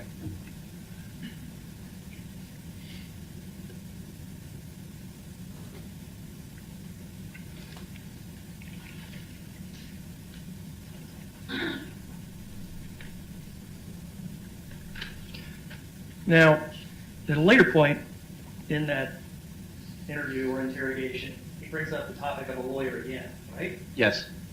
And you think he said what? Who's Laura? That's what you thought he said. Yes. But you don't still think that, do you? I didn't know that he didn't say that until I watched it I understand. But you've watched it again. You don't think that's what he said now, do you? No, he said, who's the lawyer? Are you sure you said who's, not where's the lawyer? I'm positive because I repeated to him what I thought he said. Okay. Who's Laura? And he said, the lawyer. There were numerous times in my interview that I said something wrong or incorrect, and he had no problem correcting me. I said, who's Laura? And he only corrected me by saying, the lawyer. He said, who's the lawyer? What did you say in response to him saying the lawyer? What was my response to what? You remember what your response was? Yeah, he said the lawyer, and I said, I paused, and I'm confused, and I said, I don't know, you tell me. Now, what was your reason for doing that? Because I'm specifically talking about Laura, his wife, and again, getting into those hard questions, and he says, what I thought was, who's Laura? And I'm confused, and then he says the lawyer, and I'm no idea what he's talking about, so I said, I don't know, you tell me. So you didn't think that was a reference at him again saying, hey, where's this lawyer we were talking about a while back? Where's my lawyer? I didn't know, and then he just kind of shrugged his shoulders and said, huh, like, it wasn't a big deal. So or maybe nothing's going to work because you're not going to get the lawyer, right? Overruled. That could be fair, right? That's not fair, and that's not true at all. I respectfully disagree. I've had other homicide investigations where I believe they clearly wanted a lawyer, and I stopped questions. Well, that's fine, Detective, but that could have been what was in his mind, whether you were intending that or not. Do you accept that? Objection. That'll be sustained. You're asking them to totally speculate about what's in Mr. Doerman's mind. Okay. That's sustained.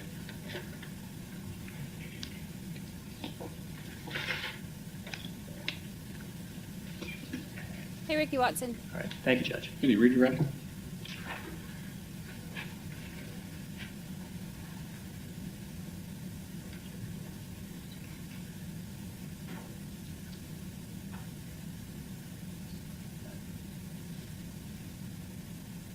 Ugh.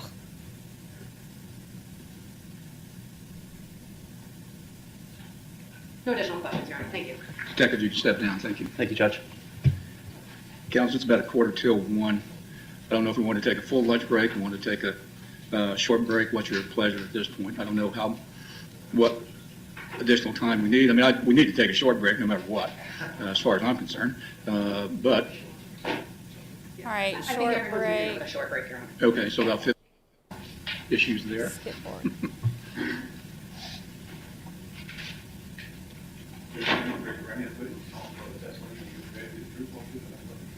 Yes, I think.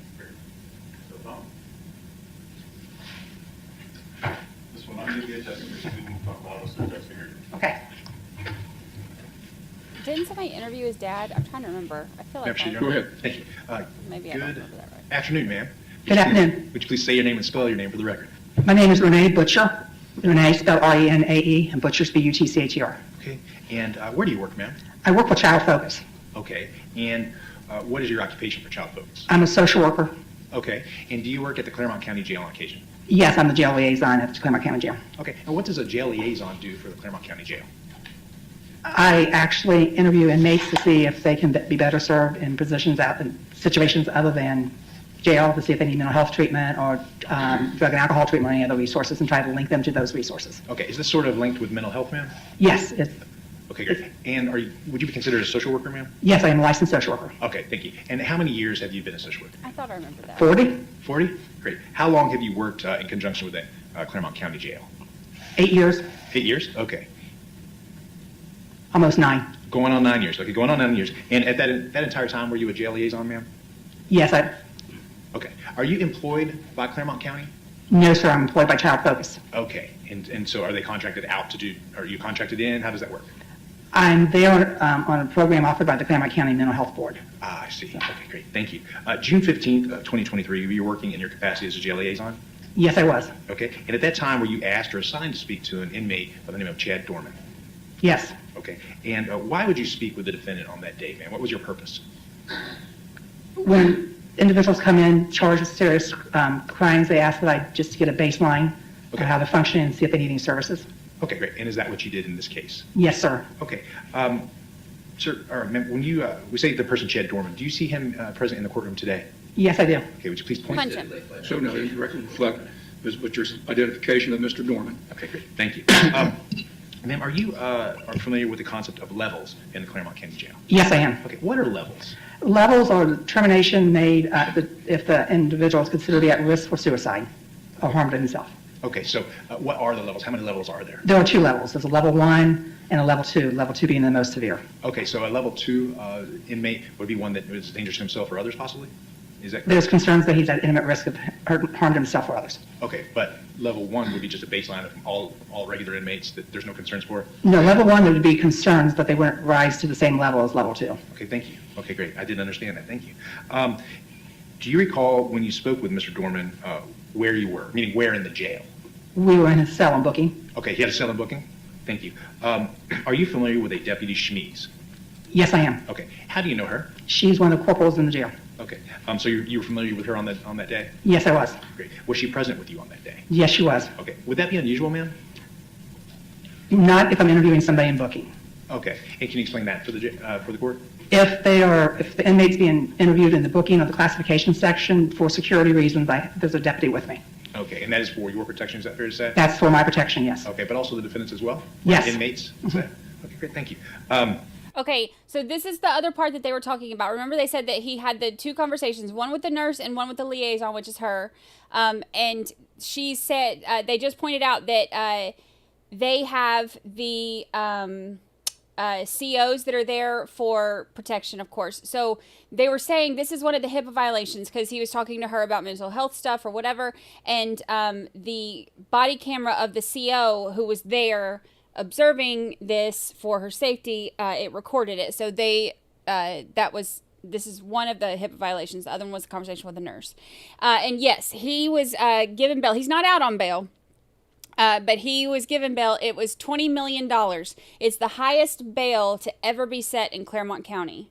And I still wish he wouldn't have gotten one, but not that he'll ever be able to afford it. But they granted him one, but it was the highest ever recorded in Claremont County history, and it's one that there's no way he could get. On that date in question, were you aware that Deputy Schmeez possibly may have had her body camera on? No, I was not. Okay. Would you have acted or done anything differently on that day had you known that? No, I would not. Okay. And did anyone on that day, or has anyone ever asked you to ask an inmate, or in this particular case, this defendant, anything other than your regular screening questions? No. Okay. Did you ask this inmate this defendant, anything on that day, anything other than your regular screening questions? No. Okay. And the purposes of these questions are for mental health and medical treatment. Is that fair to say? Yes. Thank you. Were you aware of the defendant's charges on the day when you spoke with him? Yes. Okay. Did you treat him any differently based on the charges he was facing? No, Okay. Do you recall your conversation with him, ma'am? briefly, Okay. Fair to say, was it a brief conversation, ma'am? yes, Okay. And when you went to, where did that conversation happen? I believe you said it happened in his cell? in his cell, yes. Okay. And who was present, if you recall? Corporal Smeeds, and there may have been a second deputy. Okay. Did you have any interaction with that second deputy that you No. recall? Did you really have any interaction with the corporal at that time either? No, Okay. When you spoke with the defendant, where was he in his cell? he was laying on the bunk. Okay, laying on the bunk? Okay. Do you recall, was he handcuffed? Anything? He was not handcuffed. Okay. How was he dressed, if you recall? He was in a green suicide. He understood what his name was? Yes, Okay. Did you ask him about any history of mental health? yes, And what was his response? he denied any history. Okay. What about suicidal thoughts? Yes, and he denied any suicidal thoughts. Oh, thank you. I see what you're saying. Yes, you asked him about suicidal thoughts, and he said he had none? Correct. All right, thank you. Did you ask him if he was hearing voices or seeing things? I don't recall asking that question. Okay, but you don't recall him telling you that he did either. Is that fair to say? No, I don't recall him saying that. Thank you. Did you ask him about any drug or alcohol use, ma'am? Yes, Okay, and what was his response, if you recall? if I recall it, he denied it. Okay, thank you. And what about, was he able to inform you of his employment prior to being an inmate? I don't recall that conversation. Thank you. In speaking with him, ma'am, would you describe for the court, what was the defendant's demeanor when you spoke to him? He appeared to be calm. Okay. That would be the best description I have. Okay. Did he give you appropriate answers to your questions that you recall? Yes, he did. Okay. Did he say anything that you found unusual or out of place? No. Okay. Did he appear oriented to time and space? Yes. Okay. Did he appear to have any concerns that he verbalized to you at all? No. Thank you. One moment, please. Someone is taken into the jail? Yes. Okay. Does every inmate that is taken into the jail go through this type of process? Most do. Okay, most do. What did anyone ask you in particular for any reason on this matter? No. No. Okay. Bless you. Oh, and who? And when we say you referred to, they asked me. Whom actually asks you to commit to the screening process, ma'am? I believe what you asked me is how the individual's chosen for the screening process. Sure. If they have been arrested 2 or 3 times in the last couple of years, they have a history that is reported of mental health treatment. Mm-hmm. If somebody specifically asks for the seriousness of the crimes, Okay, great. Do you know why you spoke to Mr. Doerman on the stand question? What particular reason that was? the seriousness of his crimes. Okay, great. One moment. So, ma'am, in general, this would be with your job duties for child focus as opposed to the jail. Is that fair to say? Correct. Okay, great. Okay, great. Thank you. No further questions, Jim? Thank you, Your Honor. Good afternoon. I'm Greg Myers, one of the other lawyers for Mr. Doerman. You know Steve, you don't know me. Yes, I do know Mr. Haynes. Yeah. Mr. Haynes was afraid to talk to you, so he asked me to come. So let me understand, I think you've made it clear, you're not an employee of Claremont County Sheriff's Office. No, I am not. You work for an agency, a mental health provider agency that has a contract with the Sheriff's Office. I work for an agency that has a contract with the Claremont County Mental Health and Recovery Board. And that entity in turn is the pathway or connection to the Sheriff's Department? Correct. And do you have a regular schedule to be in, where you spend part of your work week at the jail? I'm at the jail 5 days a week, full time. So that is your full-time placement? Yes. And you have an office in that jail? Yes. And you frequently, be fair to say you normally would interview inmates in that office who are not employed? I would normally interview inmates in the medical suite of the jail or up in the north cell blocks. All right, you can help me and hence the record understand. You have an office, but that's a different place than the medical suite. Correct. And the north block, did you mention? That's a cell block where, the largest cell block in the jail where many male inmates are housed, and I interview them in a classroom up there. And when they're in that classroom, is it a one-on-one? Yes. Are there uniformed corrections officers in that classroom with you? No, but I'm on camera. I take it you understand as a trained mental health professional, long-time service, that you understand the fundamentals of medical privilege? Yes. And would I be correct that you would understand that if a third party overhears an interaction with you and a person you're interacting with in your profession, whether it's recorded or not, if it's heard by a third party, that pierces the privilege? Yes. So did you know, I can't remember, my fault, did you say you did or did not know that one or both of the COs present with you that were activated? I did not know. But you knew they were there? Yes, And didn't one of them actually, there was a male and a female? yes. And by the way, have you had a chance to review, to refresh your recollection for your testimony today, the body camera at issue? No, And is it your recollection that I think it was the male corrections officer actually entered the cell and stood fairly close to Mr. Doerman? I don't recall. Fair to say, though, overall, you knew they were within earshot. Yes. And I think in response... Okay, I know YouTube is messing up again. It just kicked like 250 people out. So I'm going to pause for a second and give people a chance to come back in. It does that to me. It keeps unsubscribing people from me and kicking people out. It just kicked out 250 people.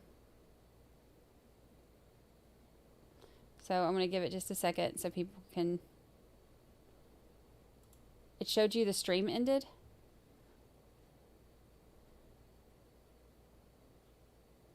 It's crazy.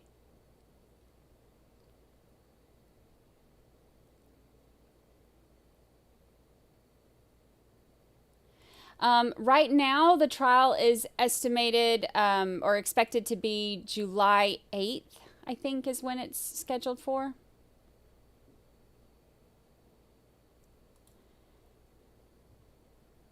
It unsubs you every day. That's crazy. You got booted. Everybody's making their way back in. Give it another few seconds.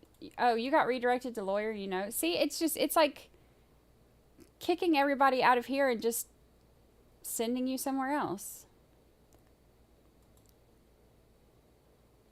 I don't understand.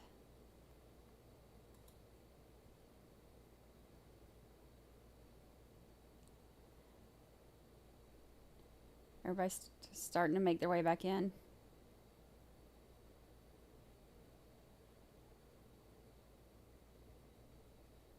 Welcome back. Welcome back.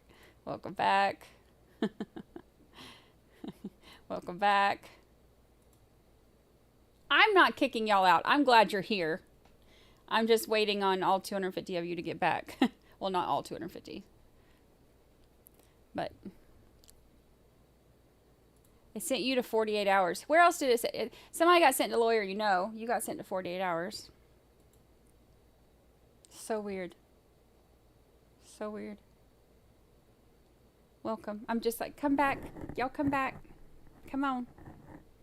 Y'all come on.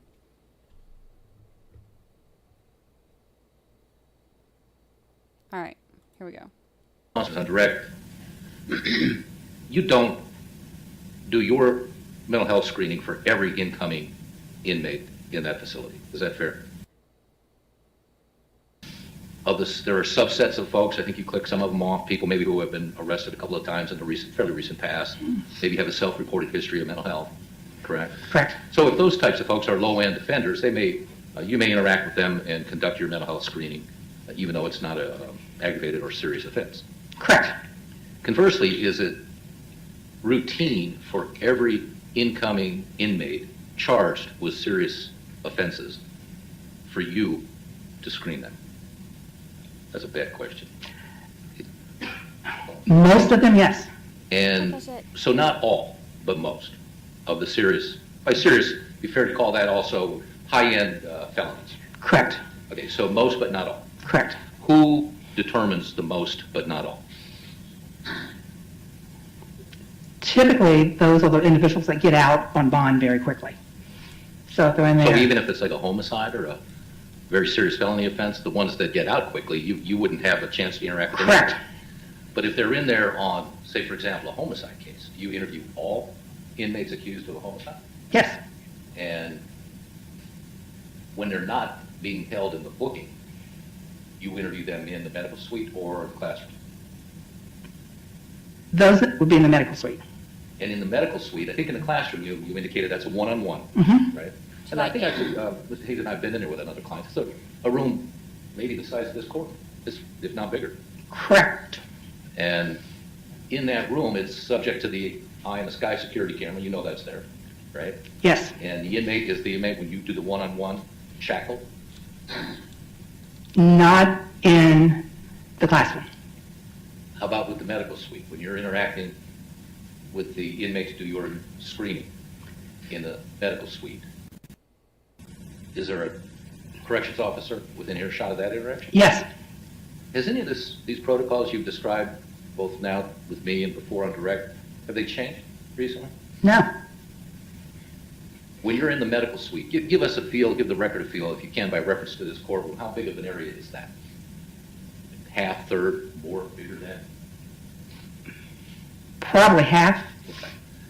And when you're interacting to do a screening with a inmate in that setting, are they shackled? Depending on their classification and security level. Which, is it correct to say that their classification and security level is in some significant part a function of their charges? I don't know how they classify and determine the security level of the individuals. Well, let me swing back to something when you mentioned bond a moment ago, and I think I got my own mind sidetracked. Do you conduct a mental health screening on every inmate who is arrested and incarcerated on a homicide who is not released on bond? Yes.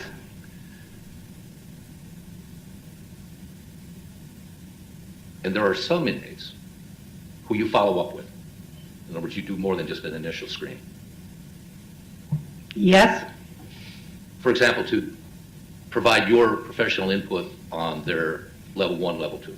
Correct. I mean, it may be a very simple way, at least by my term, to determine if they can be permitted to get out of that suicide suit and into regular inmate clothing. That is correct. Suicide suit, also known as a pickle suit. Correct.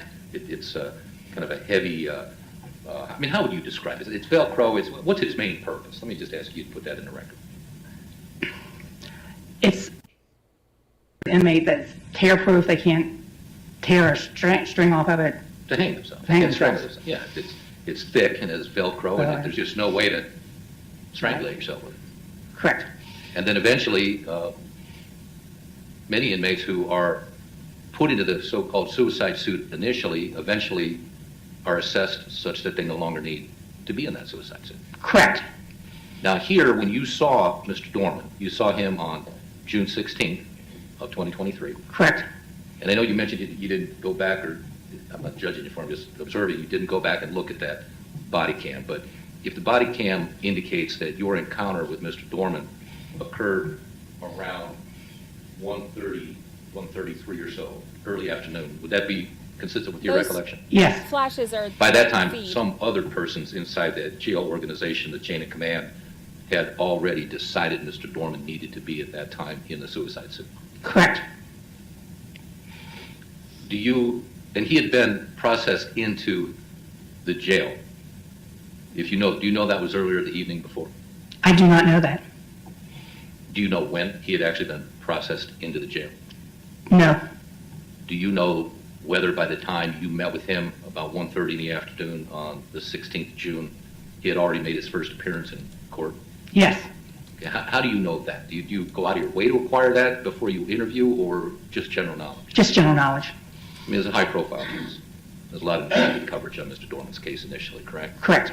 So you knew that morning he had had his first formal court appearance in front of the county court judge to have a bond set pre-indictment. Is that fair? Yes. So by the time you saw him, he's in the suicide suit, he's in the booking area of the jail.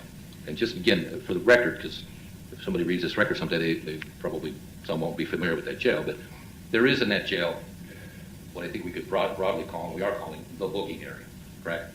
Correct. And it's kind of a long, narrow rectangle with a high counter on the, if you're walking down to the end of the hall, there's a high counter on the left with staffed by sheriff deputies, corrections officers, right? Correct. And there are cells as well along the right-hand wall and towards the end of that hallway. Is that correct? Correct. And is it your understanding, if you know, that some inmates are housed permanently in the cells in the booking area? Yes. Do you happen to know that is Mr. Doerman's situation? Yes. So he was, for example, today, he'll go back into that jail and put in a cell in the booking area, not because they're booking him in, because that's where they have housed him and placed him for whatever reasons the sheriff decided. Correct. So, and his cell was down at the end of that hallway. Not at that time. When that cell, by the way, and again, to help clarify for record purposes, can you reference an area in this courtroom that is roughly approximate to the size of the inside of that cell? Is it twice as big as that witness box you're in? Bigger than twice? I would say it's, I really have no idea, but maybe twice as big. 3 times? You said Twice as Can I big. suggest something here? Yes. The record needs some eyes, so we're discussing this bigger than the courtroom, half the size of the courtroom, no one can see this, and so the cell seems to be an issue. Can you estimate the approximate size of the cell, 8 by 10, 9 by 12, 13 by 14, something along those lines? Thank you, inquiring mind. Probably 9 Witness by chair 12. about 4 by 4, Yeah. maybe? Probably 9 by 12. All right, thank you. Thank you, Judge. That's a good correction. So inside that kind of cell there's a kind of concrete bench with a pad on it that serves as the bed. Is that your recollection? Yes. So it's not like a freestanding piece of furniture. It's kind of an L-shaped bench with a sleeping pad on it. That's where Mr. Doerman was when he signed it. Yes. And was he cuffed or chained up in any way, shape, or form? No. Did he take any aggressive action of any kind? No. So, for security purposes, this was a medical intervention, right? We talked to the man about his medical history, he's heard about the situation. Mental health, yes. Yeah, mental health.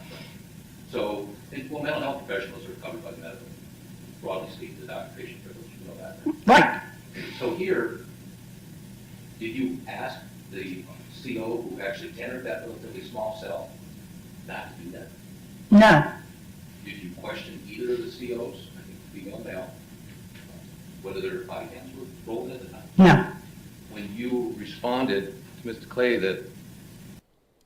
Hold on. Hold on.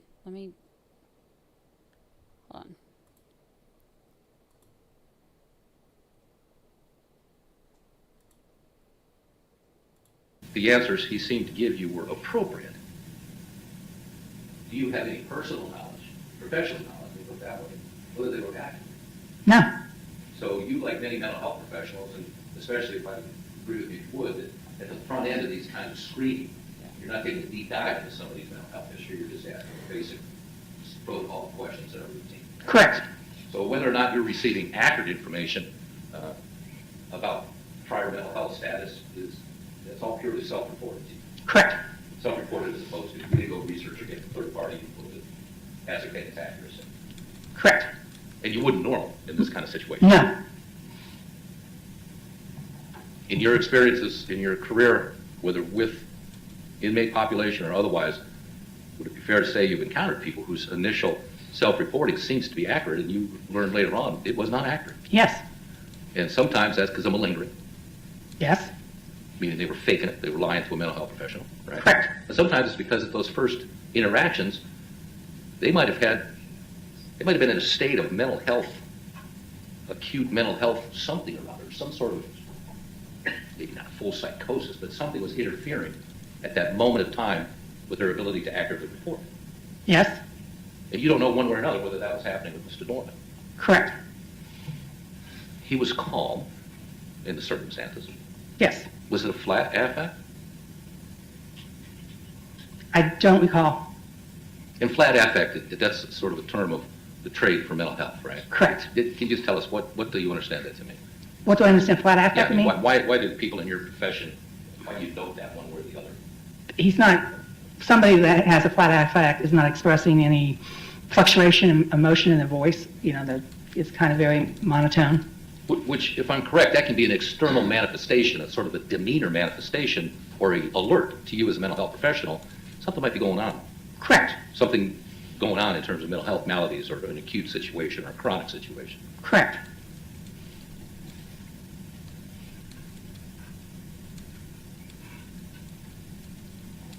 Do you remember, you corrected me in a sense that at the time you first interacted with Mr. Doerman, he wasn't in that cell at the long end of the rectangle. Do you remember which one he was?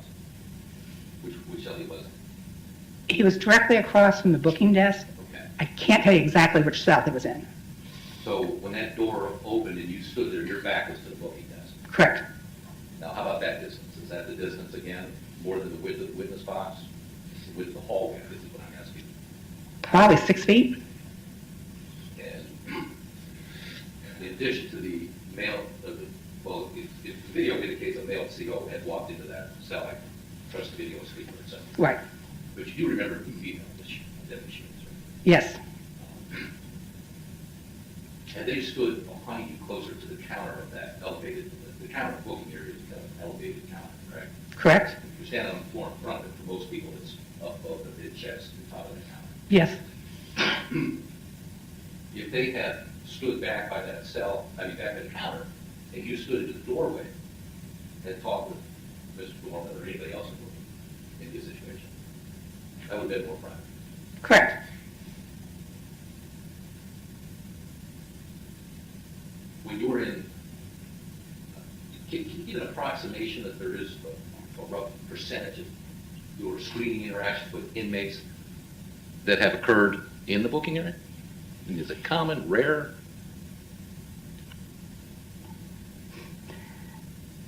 Probably more rare.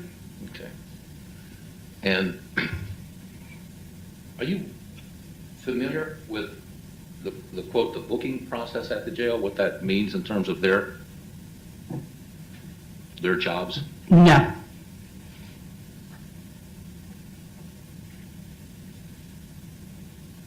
I think you've agreed that your recollection is your interaction with Mr. Doerman did occur early afternoon on that Friday. Correct. 16, and that you just knew through maybe media or just general community knowledge he had been in court earlier that day. Correct. So it'd be fair to say you knew by the time you saw him there in a cell with a pickle suit on, having already been to court, he had been processing the jail already. Correct. One moment for me, Judge.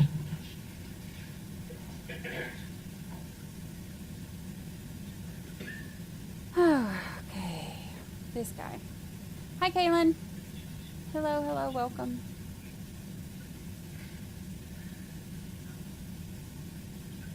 Welcome. Ms. Butcher, to your knowledge, when you're in that North Block classroom, is that a closed circuit security camera system to your knowledge? Well, let me ask it more directly. Do you know whether it has an audio pickup? I do not. How about in the medical suite, when you're interacting with the inmate in that area, do you know whether or not you're being audio or video recorded? No, I don't. And here recently, since late summer, early fall of 2023, to your knowledge, have changes been made so that your interactions with your screening interactions, professional interactions with inmates, are not recorded by corrections officers' body cameras? I know Major Berger sent out an email stating that they should not be recorded. And that was after, Your Honor, I object. It's overruled. I'll let her answer the question. and that was after your interaction with Mr. Doerman? Yes. Nothing further, thank you. Please redirect. All right, thank you, Ms. Butcher. You can be excused. Thank you.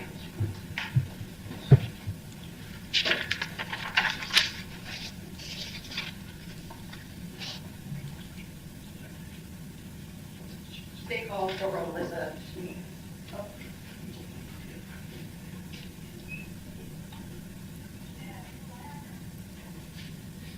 Okay, so this might be the other nurse. All right, there wasn't a whole lot in that one that was real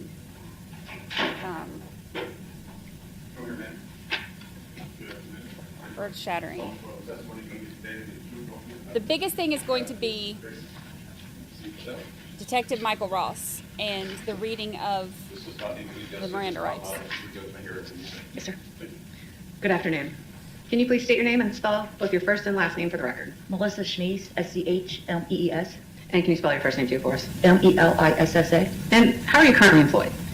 Claremont County Jail. And what is your assignment? Jail Supervisor, Corporal. Corporal.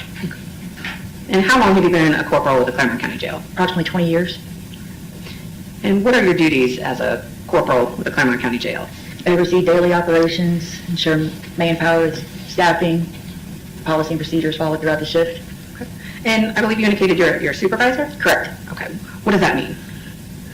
Like, what's your role? Oversee the officers, ensure officers are fulfilling their duties.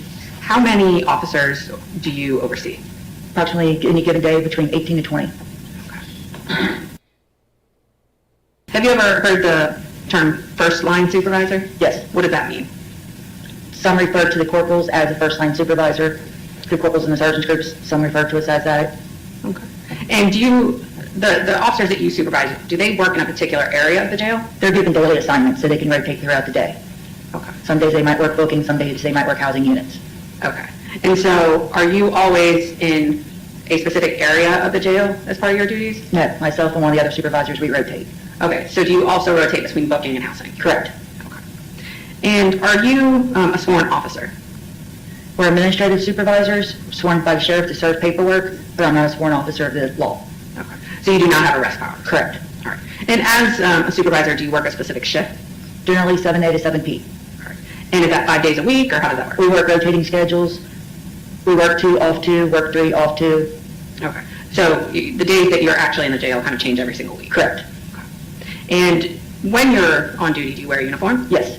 And is it the uniform that you are currently dressed in? So it's very much like a road patrol deputy's uniforms with slight modifications. Is that fair? Correct. What would those modifications be? We have the gray BDU pants, more of a BDU style t-shirt instead of the dress shirts.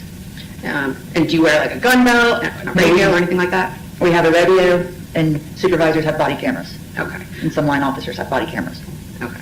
So are you, as a supervisor, when you work, do you have a body-worn camera? Yes. Is that functioning at all times? We report on critical incidents, fights, other incidents in the box. It all varies. Okay. So your body-worn camera does not run like 24/7. It has to be activated by you? Correct. Okay. How do you activate it? There's a button in the center and you click it twice. Okay. And then once you click that, it runs until you turn it off? Correct. All right. Now, because you're a supervisor in the booking area, is booking the process, is that what you call the process when someone's brought into the jail and all the steps that are followed to secure them in jail? Okay. Can you describe the area known as the booking area? There's 3 large holding cells. When you come in, if you're at the booking counter, you look straight ahead, you have the 2 doors for intake.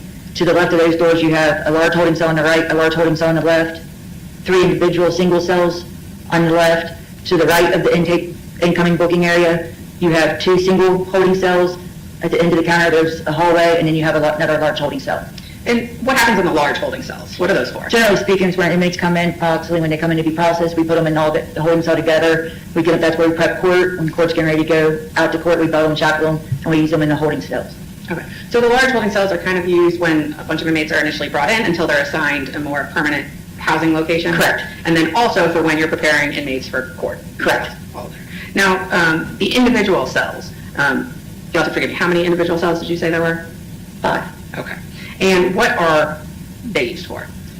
We use them for intoxicated persons, juveniles if they've been bound over as an adult. We house them out in booking, segregated inmates, medical issues, or suicidal inmates. And can you describe one of those individual cells? 2 cells to the right of where incoming persons come in. They have like a concrete slab, a half wall, and then lavatory facilities with a toilet and sink. And then the 3 on the left end, they have a metal bunk, a half wall, and the lavatory toilet sink area. And starting with the ones on the right, how big are those cells? I don't recall the exact dimensions. Don't know the exact dimensions. Are they smaller than the cells on the left? No, to me they appear larger. Okay. So the cells on the right are slightly larger than the cells on the left. Correct. But the cells on the left are the ones with the metal bunk and the lavatory Correct. facilities. Now, if an inmate is segregated and housed, would it be in the cells on the right or the left? It varies. If we have them on suicide watch, we put them in the ones on the right, as that's considered direct supervision for the booking staff, because the counter's right in front of them, where we can keep watch on them 24/7. Okay. If they're segregated or because of their age, medical issues, generally speaking, we put them on the ones on the left. Okay. Now, we refer to the booking process. Can you tell us what the booking process is, generally speaking? Upon intake, they're patted down, depending upon the charges, they're strip searched, or just, the inmate changes their clothing to our clothing. We process them through the body scanner. They come up to the counter, we pat them down again, they get processed into the facility, takes approximately 20, 25 minutes. We obtain all their personal information, photograph them, and fingerprint them depending upon the charges. And is everyone essentially booked in with that same process? Yes, unless they're intoxicated and they can't answer the questions for us. And are there slight differences depending on the severity of the crime in terms of the booking process? Depending upon the nature and emotional status, if it's someone's extremely emotional, there's a possibility they might be combative. We'll make sure there's no other inmates out, so there's not going to be an issue. But sometimes if they're upset with the arresting department, we'll give them a little bit of time to calm down. We'll bring them out and make sure there's no one around, so they realize they can calm down. Okay. And are you familiar, or have you ever heard the terms level 1 or level 2, or just levels generally? Yes. Okay. Now, everyone that is brought in or processed into the jail, are they placed on levels? No. Okay. What is a level?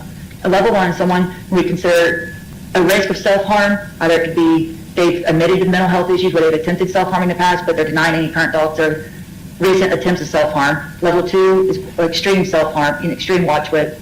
We put them on a suicide gown, where we do that because of the nature of their charges, severity of their charges. Could be because of their age. They would come in 18 years old from juvenile, never been in trouble, their emotional state. We have a pre-acceptance questionnaire. We ask minor questions about mental health, if they've ever hurt themselves, feel like they want to hurt themselves, so we can get a basic idea for the person. Okay. So you indicated there are certain charges in which a person would essentially automatically be placed on level 2 upon being brought to the jail. Is that fair to say? Yes. Okay. Now, a level 2 charge, would that include someone who's accused of aggravated murder in terms of killing their 3 kids? Yes. And so it would be automatic that he be placed on level 2, is that right? Yes. Have you ever heard of the phrase pickle suit? Yes. What is that? It's what some inmates, as well as corrections officers, refer to as suicide gown. And when a suicide gown, what's the benefit of that? It's something that you cannot tie, where you can be able to tie and hang yourself with. Okay, so you can't tear it. Right, you can't tear it. You can, if you were able to tie it, it's really lightweight and it'll separate instantly, so you cannot hold weight to it to harm yourself. And when an inmate is classified as level 2, are they automatically placed in a pickle suit? Yes. So again, is that decision based on the severity of the charges, any statements made to the arresting or booking officers, essentially? Correct.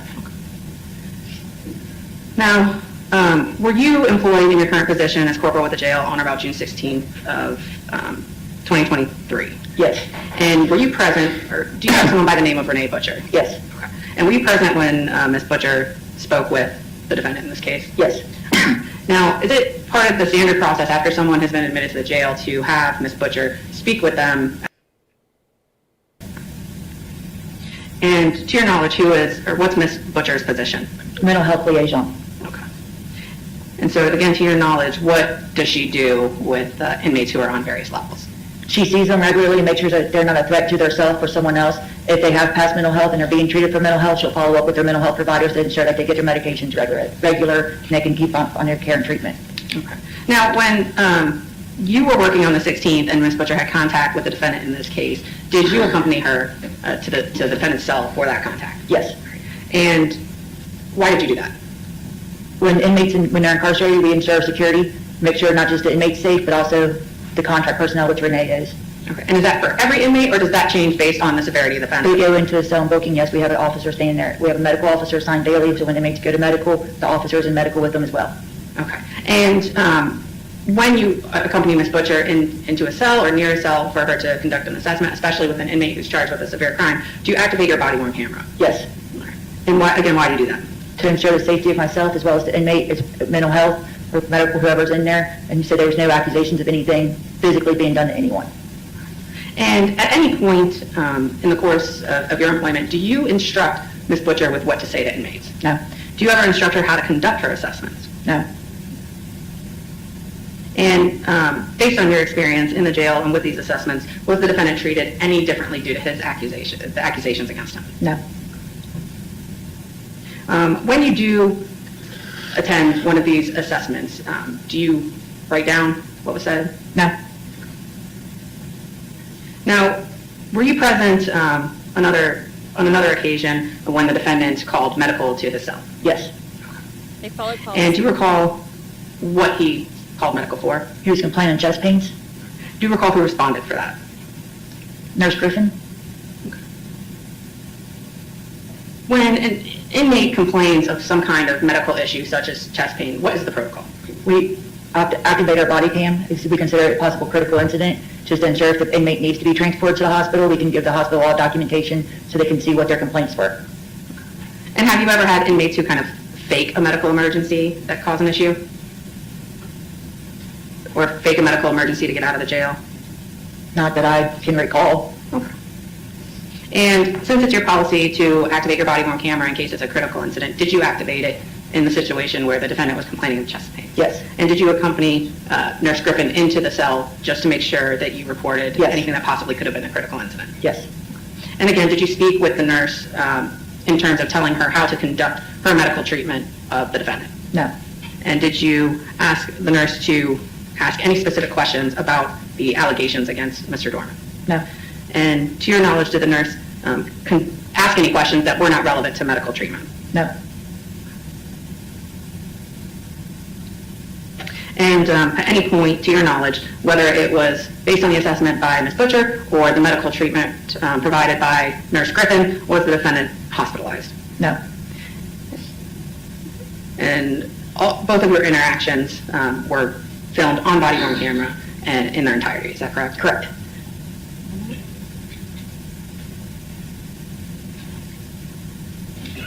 Thank you, no further questions. Cross-examination?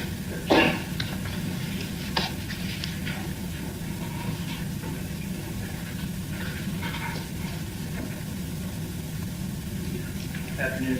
Afternoon. Deputy.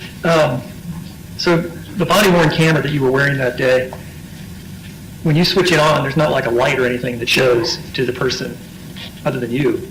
Nobody knows it's on, right? There's a red light and it beeps. Does it beeps when you turn it on? It have a small beep. I usually keep mine turned up all the way so I can hear it. And where's the red light? Towards right in the center. Okay. So Thank you, Sandra. you did not review with either Nurse Griffin or Renee Butcher that you were recording, though. Is that right? Correct. You didn't say, I'm going to be recording this. I don't recall exactly what I said. If I said anything, I don't recall. All right. And did I understand you correctly? When you do that body-worn camera, first of all, can it be video only? The sound Yes. can be off, right? Yes. Okay. But in this instance, the sound and the video were recording, correct? Correct. Right. And so when we see the start of the video, that's obviously when you just turned it on, right? It records back to 30 seconds before I hit the start button. Okay. So it'll show 30 seconds beforehand where there's no audio, and once I hit it, then that's when the audio kicks. All right. So it might have started back when you were at your desk on booking before you went into the cell with Ms. Butcher or with Nurse Griffin, correct? Correct. All right. And you certainly didn't tell Mr. Doerman you were recording the conversation going on in there, right? Either one of them. Not that I can recall. Okay. Now, whose idea was it for you to record these conversations? We're instructed to record on all critical incidences or possible high profile to ensure the safety of each individual. Okay. So was it your idea that day, or did somebody instruct you to do it? We've been instructed in the past to do this in the past. Classes that recorded, and that's what we've done for several years. Okay. Then on this case, this situation particularly, nobody told you to do it. It was you decided to do it because you thought it was part of that policy? Correct. With past procedures. Okay. That is no longer the procedure in the jail, is that right? Correct. And did you become aware of the fact that the jail administrator, Major Berger, was unaware that that was going on? I'm not objecting at this point. Overruled. I'll let her answer the question. I was not aware of what Major Berger knew or did not know. Okay. Lady Bird, thank you. And just so I understand, was this a written policy or was this just something that you knew? It was verbal instructions, and I believe we've had issues sent to us in email to state that when we were to activate our cameras. Okay. And that's when it's a high-profile case? Is that what you're saying? And critical incidents, and support calls. Okay. Because you understood that these conversations, if you weren't there, I mean, it would normally be a privileged conversation that he'd be having with either his social worker or his nurse, correct? No, because there would still be an officer present. So do you not agree that sometimes inmates see Renee Butcher without an officer present? Correct. You agree with that? There is occasions that does happen. Okay. And you agree with the fact that they can see a nurse and talk about their medical problems without an officer overhearing it. I've never seen that happen. Nurses are always escorted, and inmates are always escorted to medical to be seen. Okay. Are those always Thank you, recorded? Rhonda. Some are and some are not. To your experience, when there's somebody listening, are you listening for evidentiary purposes so that it could be used in this case? No. Because that's our concern, you understand? Do you understand when you were doing that, was there discussion about gathering evidence for use in this case? Never to me, there was not. Do you know who alerted the prosecutor so that it was sent to them? No, I do not. Okay.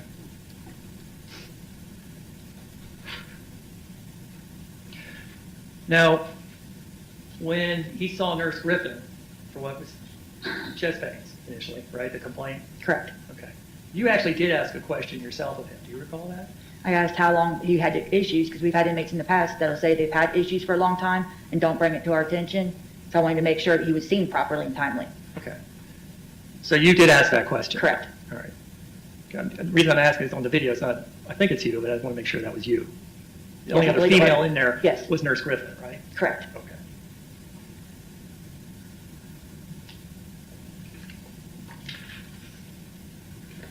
All right.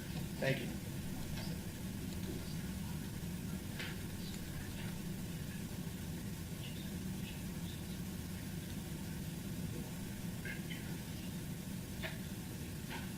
It deleted the first 3 hours of my stream, apparently. We hit 4 hours, and it's Oh. showing for people coming in. So when you came on only shift 30 that minutes. day, Mr. Doerman had already been fully admitted to the jail, is that right? As far as I believe. Mr. Haynes, is that the day of the chest pain or the day of the booking interview with? I think that's the day of the booking, correct? Okay, all right. The day of Renee Butcher talking to him. As far as I believe, he was already processed all the way in. Okay. Chronologically, I believe, tell me if you disagree, Renee Butcher's conversation with Mr. Doerman was on before he saw Nurse Griffin. Correct. Okay. And so when that first conversation with Renee Butcher took place, he had already been formally admitted, fully admitted to the jail, to your knowledge. Correct. All right, thank you. Any redirect? No, Your Honor. All right, thank you, Deputy. You can be excused.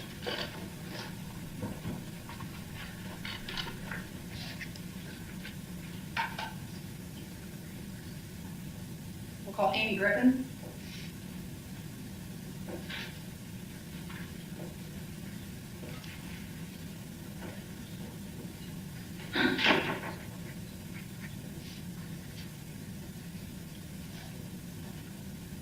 The stream never stopped, but it kicked off a bunch of people twice. Well, some people more than twice. And apparently the last time I did it, when it did like a ton of them, it's still showing that I'm at 4 hours and 3 minutes, but people are saying now like it's only showing like 33 minutes when they try to come into it. YouTube, man.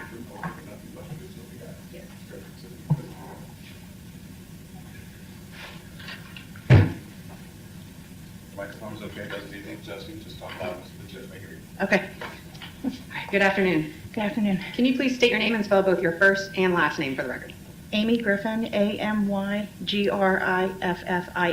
And how are you employed, ma'am? I work through Southern Health Partners, which is the medical part of the jail. Okay. So you are employed by Southern Health Partners, not the Claremont County Jail? Is that what you're saying? And in what capacity? Are you a doctor, a nurse? I am a nurse. Okay. So this is And the nurse. do you work a specific shift at the jail? I miss her name. Primarily do day shift, but I do fill in for night sometimes also. And what are the hours of day shift? 7A to 7P. And as a nurse at the jail, what kind of things do you do? Well, we have two different areas. Basically, one is a sick call that stays at the medical office, and then we have the floor nurse who passes the medications and does the prescriptions and different things like that, tasks that we do, yeah. Okay. And so do you do each of those different responsibilities depending on the day? Yes. Okay. So you have been both in the medical office and kind of out in And the floor nurse, yes. the floor Yes. nurse? Okay. Now, how do inmates come to see nurses at the jail? Well, typically they fill out a sick call form, and then they're seen either that day or the next day, depending on what it is. Also, we have emergencies. They'll the blocks will call and say, hey, somebody's, fallen, or there was a fight, or there's something else going on, and then they just bring them down. And then also, we go to the cells sometimes. Okay. And when you go to the cells, is that more of emergency situations? Yes. Okay. So do you ever go to cells just because someone says their stomach hurts or they're sick? Or No. Okay. So when you do see an inmate, whether they come to you or you go to them, is there an assessment done, a medical assessment? Yes. Can you explain that process? Sure. Well, depending on what the situation is, we get vital signs. If there's a certain area involved, we look at the area, we ask questions, where a specific pain is, how long has it been going on, and then we go from there as far as the treatment. So all the questions you ask, are those medical questions? Yes. Do you ever ask questions about what the inmate's case is, or the allegations pending against the inmate, or anything along those lines? No. Are COs or jail staff ever telling you what to ask during the course of your medical assessment? No. When you indicate you take vitals, what kind of vitals do you take? We do temperature, pulse, respirations, and blood pressures. When there's a situation where you have to go to a cell because an inmate calls for something that's a little more emergent, is there a different protocol followed in those situations? Typically, if we have to be called to the cell, if there's an emergency, the officers open the doors or their cells, go in first, and then we usually follow. And is there ever a time where you're allowed to be alone with inmates? Absolutely not. So you always have to be accompanied by a CO at the jail? Yes, whether it's giving somebody medications or doing an assessment, we absolutely are not to be alone with inmates. And are you aware that COs, some have body-worn cameras? Some do, yeah. Okay. And are you aware that there are situations where they activate those body-worn cameras? I don't know whether they do or don't, unless someone specifically says my camera's on or I'm going live or something like that, but no. I wouldn't know by just looking at it whether it was on or off. Okay. And was there a situation in which you were essentially summoned for medical treatment regarding chest pains of the defendant, Chad Doerman, in this case? Yes. Can you tell us about what happened? Yes, they called me and said that this inmate was having chest pains, so I grabbed my stuff, I went to the cell, they opened the cell, he was sitting on the floor on a mat, and I just asked, what's going on, where's your pain, took his vital signs, and then he said, well, it's not really hurting anymore at this point. So then I said, well, if it comes back, just let us know, maybe do some deep breathing, because his vital signs were stable, they were fine. He didn't have any other issues that would make me believe that he was having like a cardiac issue. So I said, maybe some anxiety, take some deep breaths, and then that was it, and then I left. Okay. And you indicated they opened the cell door and they entered. Who's they that you're talking about? The COs go in before us. Okay. And do you know on that occasion whether or not a body camera was activated? Was that a case where they said, hey, I'm activating my camera? No. So I had you no weren't idea. aware? I was not aware. And had you been aware, would that have changed your assessment or the medical treatment? No, not at all. We do the same assessments for everybody. Okay. Thank you, Your Honor. Cross-examination.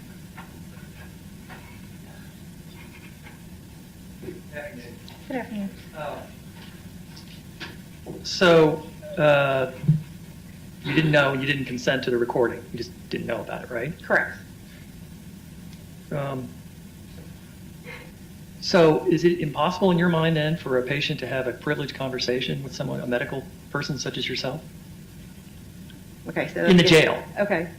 Well, you said, as I understand it, that COs are always there when you're talking to an inmate. Right. So that's for all inmates? Yes. They never talk to you in private? The inmates? Yes. No. Okay. And that may be recorded at times and you not know it? Correct. Now, you know about HIPAA, right? Yes. And you know about Ohio's privilege statute, right? Yes. You know about patient, physician, and nurse patient privilege, right? Yes. So how do you reconcile those two things?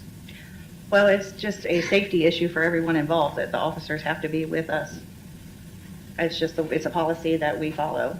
And is that a policy from, do you know where? As far as I know, it's the jail policy. And our company also, we do in our trainings, it tells us also, we're not supposed to be with an inmate alone. To your knowledge, is there any disclosure of the fact that what would otherwise be a privileged conversation may not be because of that policy? To the inmate patient? I'm not real sure. Okay. I don't know.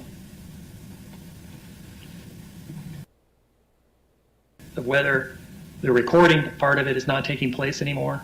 when you're having your conversations with inmates in the jail? I have no idea what's going on with the cameras. My job is specifically to go take care of the patient. It doesn't matter who it is, what it is. It's just we follow. I would do the same thing for anybody. Okay. And I don't really pay attention to the officers, and they don't typically talk to us. They just let us come in, do our assessments, and then we go. So have you ever talked to any of the officers about, you're hearing some things here that might be medically privileged, you really shouldn't listen to this, you shouldn't disclose this to anybody? Have you ever had any kind of conversations like that? I have not. Thank you. Redirect? No, Your Honor. Thank you. You can be excused, Ms. Griffin. Thank you. Any additional witnesses?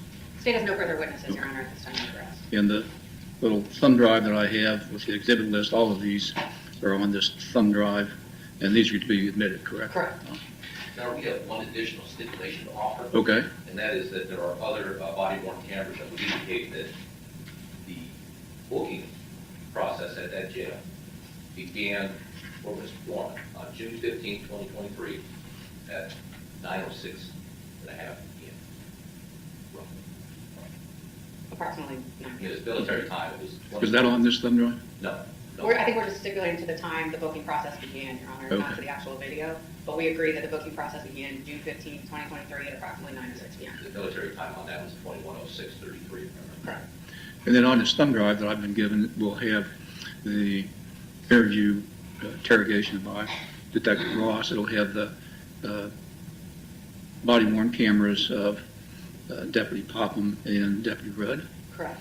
And it will also have the body-worn camera that I guess Corporal Schmees had in the booking initially, and then this last one with Nurse Griffin. Correct. And those are the ones that are primarily at issue regarding the motion. Correct. And that's correct, Mr. That Moore? is correct, Your Honor. I think you might have settled out to try to find the state's chart of that. Flash drive also has Exhibit 3, which is just a PDF of Detective Ross's. The card. Correct. Right. And that is all stipulated in the agreement. Okay. As actually admissible for this hearing. And then any testimony on behalf of the defense at this time? No. All right. So you essentially rest as well. Indeed, we do. And as we had discussed just when we were trying to reschedule this back when Mr. Myers was detained, Ms. Marin was pretty sick. We're going to have you submit written summations, if you would. I can present it a week thereafter. I think it's be the 28th of February, and then March 7th, somewhere around there. And there are a couple of things. One, there was an Ohio Supreme Court decision just this morning, state versus, it's in re TDS, and it was just issued today. It's 24 slip opinion, 2024 Ohio 595.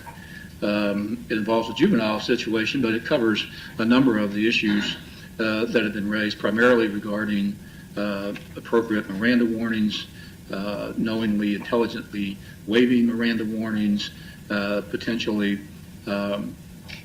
coercive statements that were not voluntary. There are significant differences in the results of a motion to suppress based upon Miranda warnings versus a motion to suppress that the defendant's statements were involuntary. So take a look at that. It's not exactly on point, but there's some, I think, some significant law that was just announced today that certainly could be very applicable to this. As I say, this is just today, so it's obviously the most current Supreme Court decision regarding this matter. I also would like to have some more detailed citations on the medical issues, this privacy issue, this interplay of HIPAA, and there's been repeated cross-examinations about privileged statements by healthcare providers. But I would also like to know what the arguments are as to the level of privacy an inmate can expect when he is incarcerated. And does HIPAA provide, if these are violations of Ohio statutes regarding privacy, if they are applicable to an inmate that is in jail, and as Nurse Griffin indicated, there's significant security issues that are always involved, so I'd like to hear about that. I'd like to know if there's any law that says a violation of HIPAA rises to a constitutional violation of the defendant's rights, such that they should be suppressed, much like a violation of Miranda. And again, the privacy arguments here kind of dovetail with what privacy, the expectation of privacy in particular, an inmate may have at any time while he's incarcerated, given the overall circumstances where he is. And I realize that I think the law is clear. They don't surrender all of their privacy rights when they walk through a jail door. But I also think the law is pretty clear that there are significant limitations on their expectations of privacy that could be at play here, particularly the interviews with the body cams of Deputy Schmees, and then in the booking area with Ms. Butcher, and then also with Nurse Griffin. So, with that said, we'll adjourn for the day. I'll take the matter under advisement once the final memorandum has been filed. I'm not going to, we're not going to convene a hearing on that. I'll take that under advisement based upon the briefs, and we'll move forward. Anything else on behalf of the state? No, Your Honor, thank On you. behalf of Mr. Doerman? No. All right, thank you.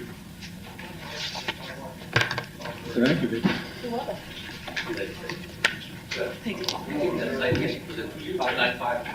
Yeah, it's 2024. Oh, well, it's a slip. It just came out today. You could punch on that. You could go. I always look. The first thing I usually look every morning.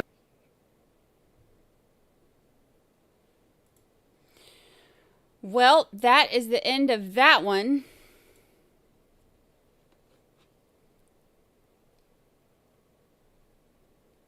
Not a fan. Not a fan. So the big thing is going to be figuring out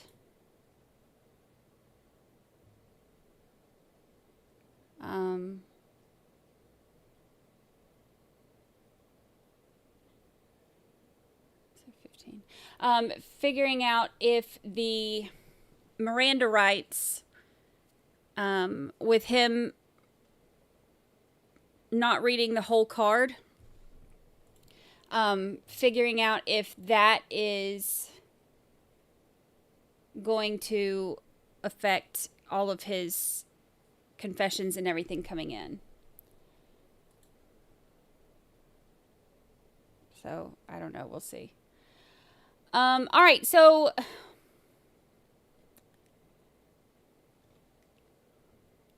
we're having all kinds of YouTube problems. Let's do Chad and Lori tomorrow, because I'm having all kinds of stream issues right now. YouTube is YouTubing. There are so many problems right now, and now I've lost most of the stream. So let's plan on doing that one tomorrow. They're not long. I think one of them is like it'll be a short stream. We'll be here for maybe an hour, but I don't want to do it on this stream because I'm having so many problems with this stream. So we will we'll do these tomorrow, like maybe 10 Central, 11 Eastern ish, and watch these. Or we could just watch them Monday. Monday they're doing the charge. Let's just do that. Monday they're doing the charge conference for Michelle Troconis, and that's not, so we're going to have a really short day anyway. So we'll just do this Monday. And I'm going to see right now if I can, hopefully we didn't lose the whole first 4 hours of the stream. First 3 hours of the stream. We'll see. I'm going to see if I can figure it out. YouTube has been just freaking crazy yesterday and today. Well, actually, not even just yesterday and today. Like, it's been like this for a few weeks now. It's been like this for a few months, but it's been like really bad the last few weeks. So, but yeah, I want to take tomorrow off. Like off. And we'll just watch, we'll watch Dumbbell and Valo on Monday when we finish the charge conference. Sound good? All right. Thank y'all so much for hanging out. Thank you for being here. I appreciate you. Oh, Teresa gifted a membership. Teresa, gift of membership to Nurse Corky. Nurse Corky, welcome. You look good in green. Officially a member. Thank y'all for the gifted memberships. Thank you for the super chats. Thank you for hitting like.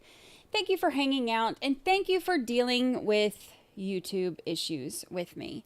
It has been, oh gosh, it's such a dang pain in the butt, YouTube.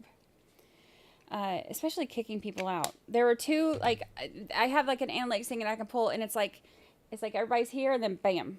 And then everybody's here and bam. It's crazy. It just kicks everyone out at once and sends everybody somewhere else. Yes, only 2 weeks left. 2 weeks left. 2 weeks left. Oh, gosh. 2 weeks left. 2 weeks of treatment left. 10 days. I've got 30 days down and I've got 10 to go. I'm so excited. So excited. Bugdar, how do you like to... I like them. I like them. It makes it look like I have mascara on all the time. I told my friend, the one that gave me the gift certificate, I was like, now you're going to have to give me a gift certificate like every few months or however long it lasts so I can go back. I was like, it's so cool. I like it. Because it kind of looks like I'm wearing not mascara, eyeshadow right now, but I'm not. That's weird, isn't it? Maybe it's just the shadow from them. I don't know. I don't really wear makeup. I have like this chapstick that Kathy Davidson sent me, and I have my fancy tinted and lifted lashes, and that's it.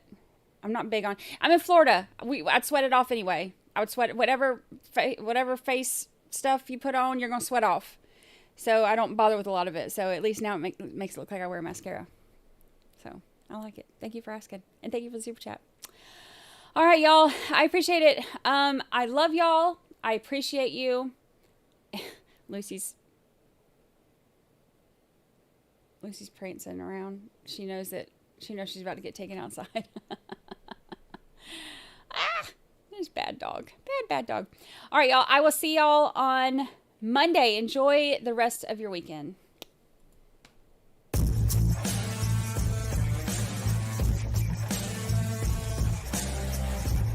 I gotta go. I can't stick around here forever. It was wonderful. Everybody behaved. Everybody's always so nice to me. Just love your channel and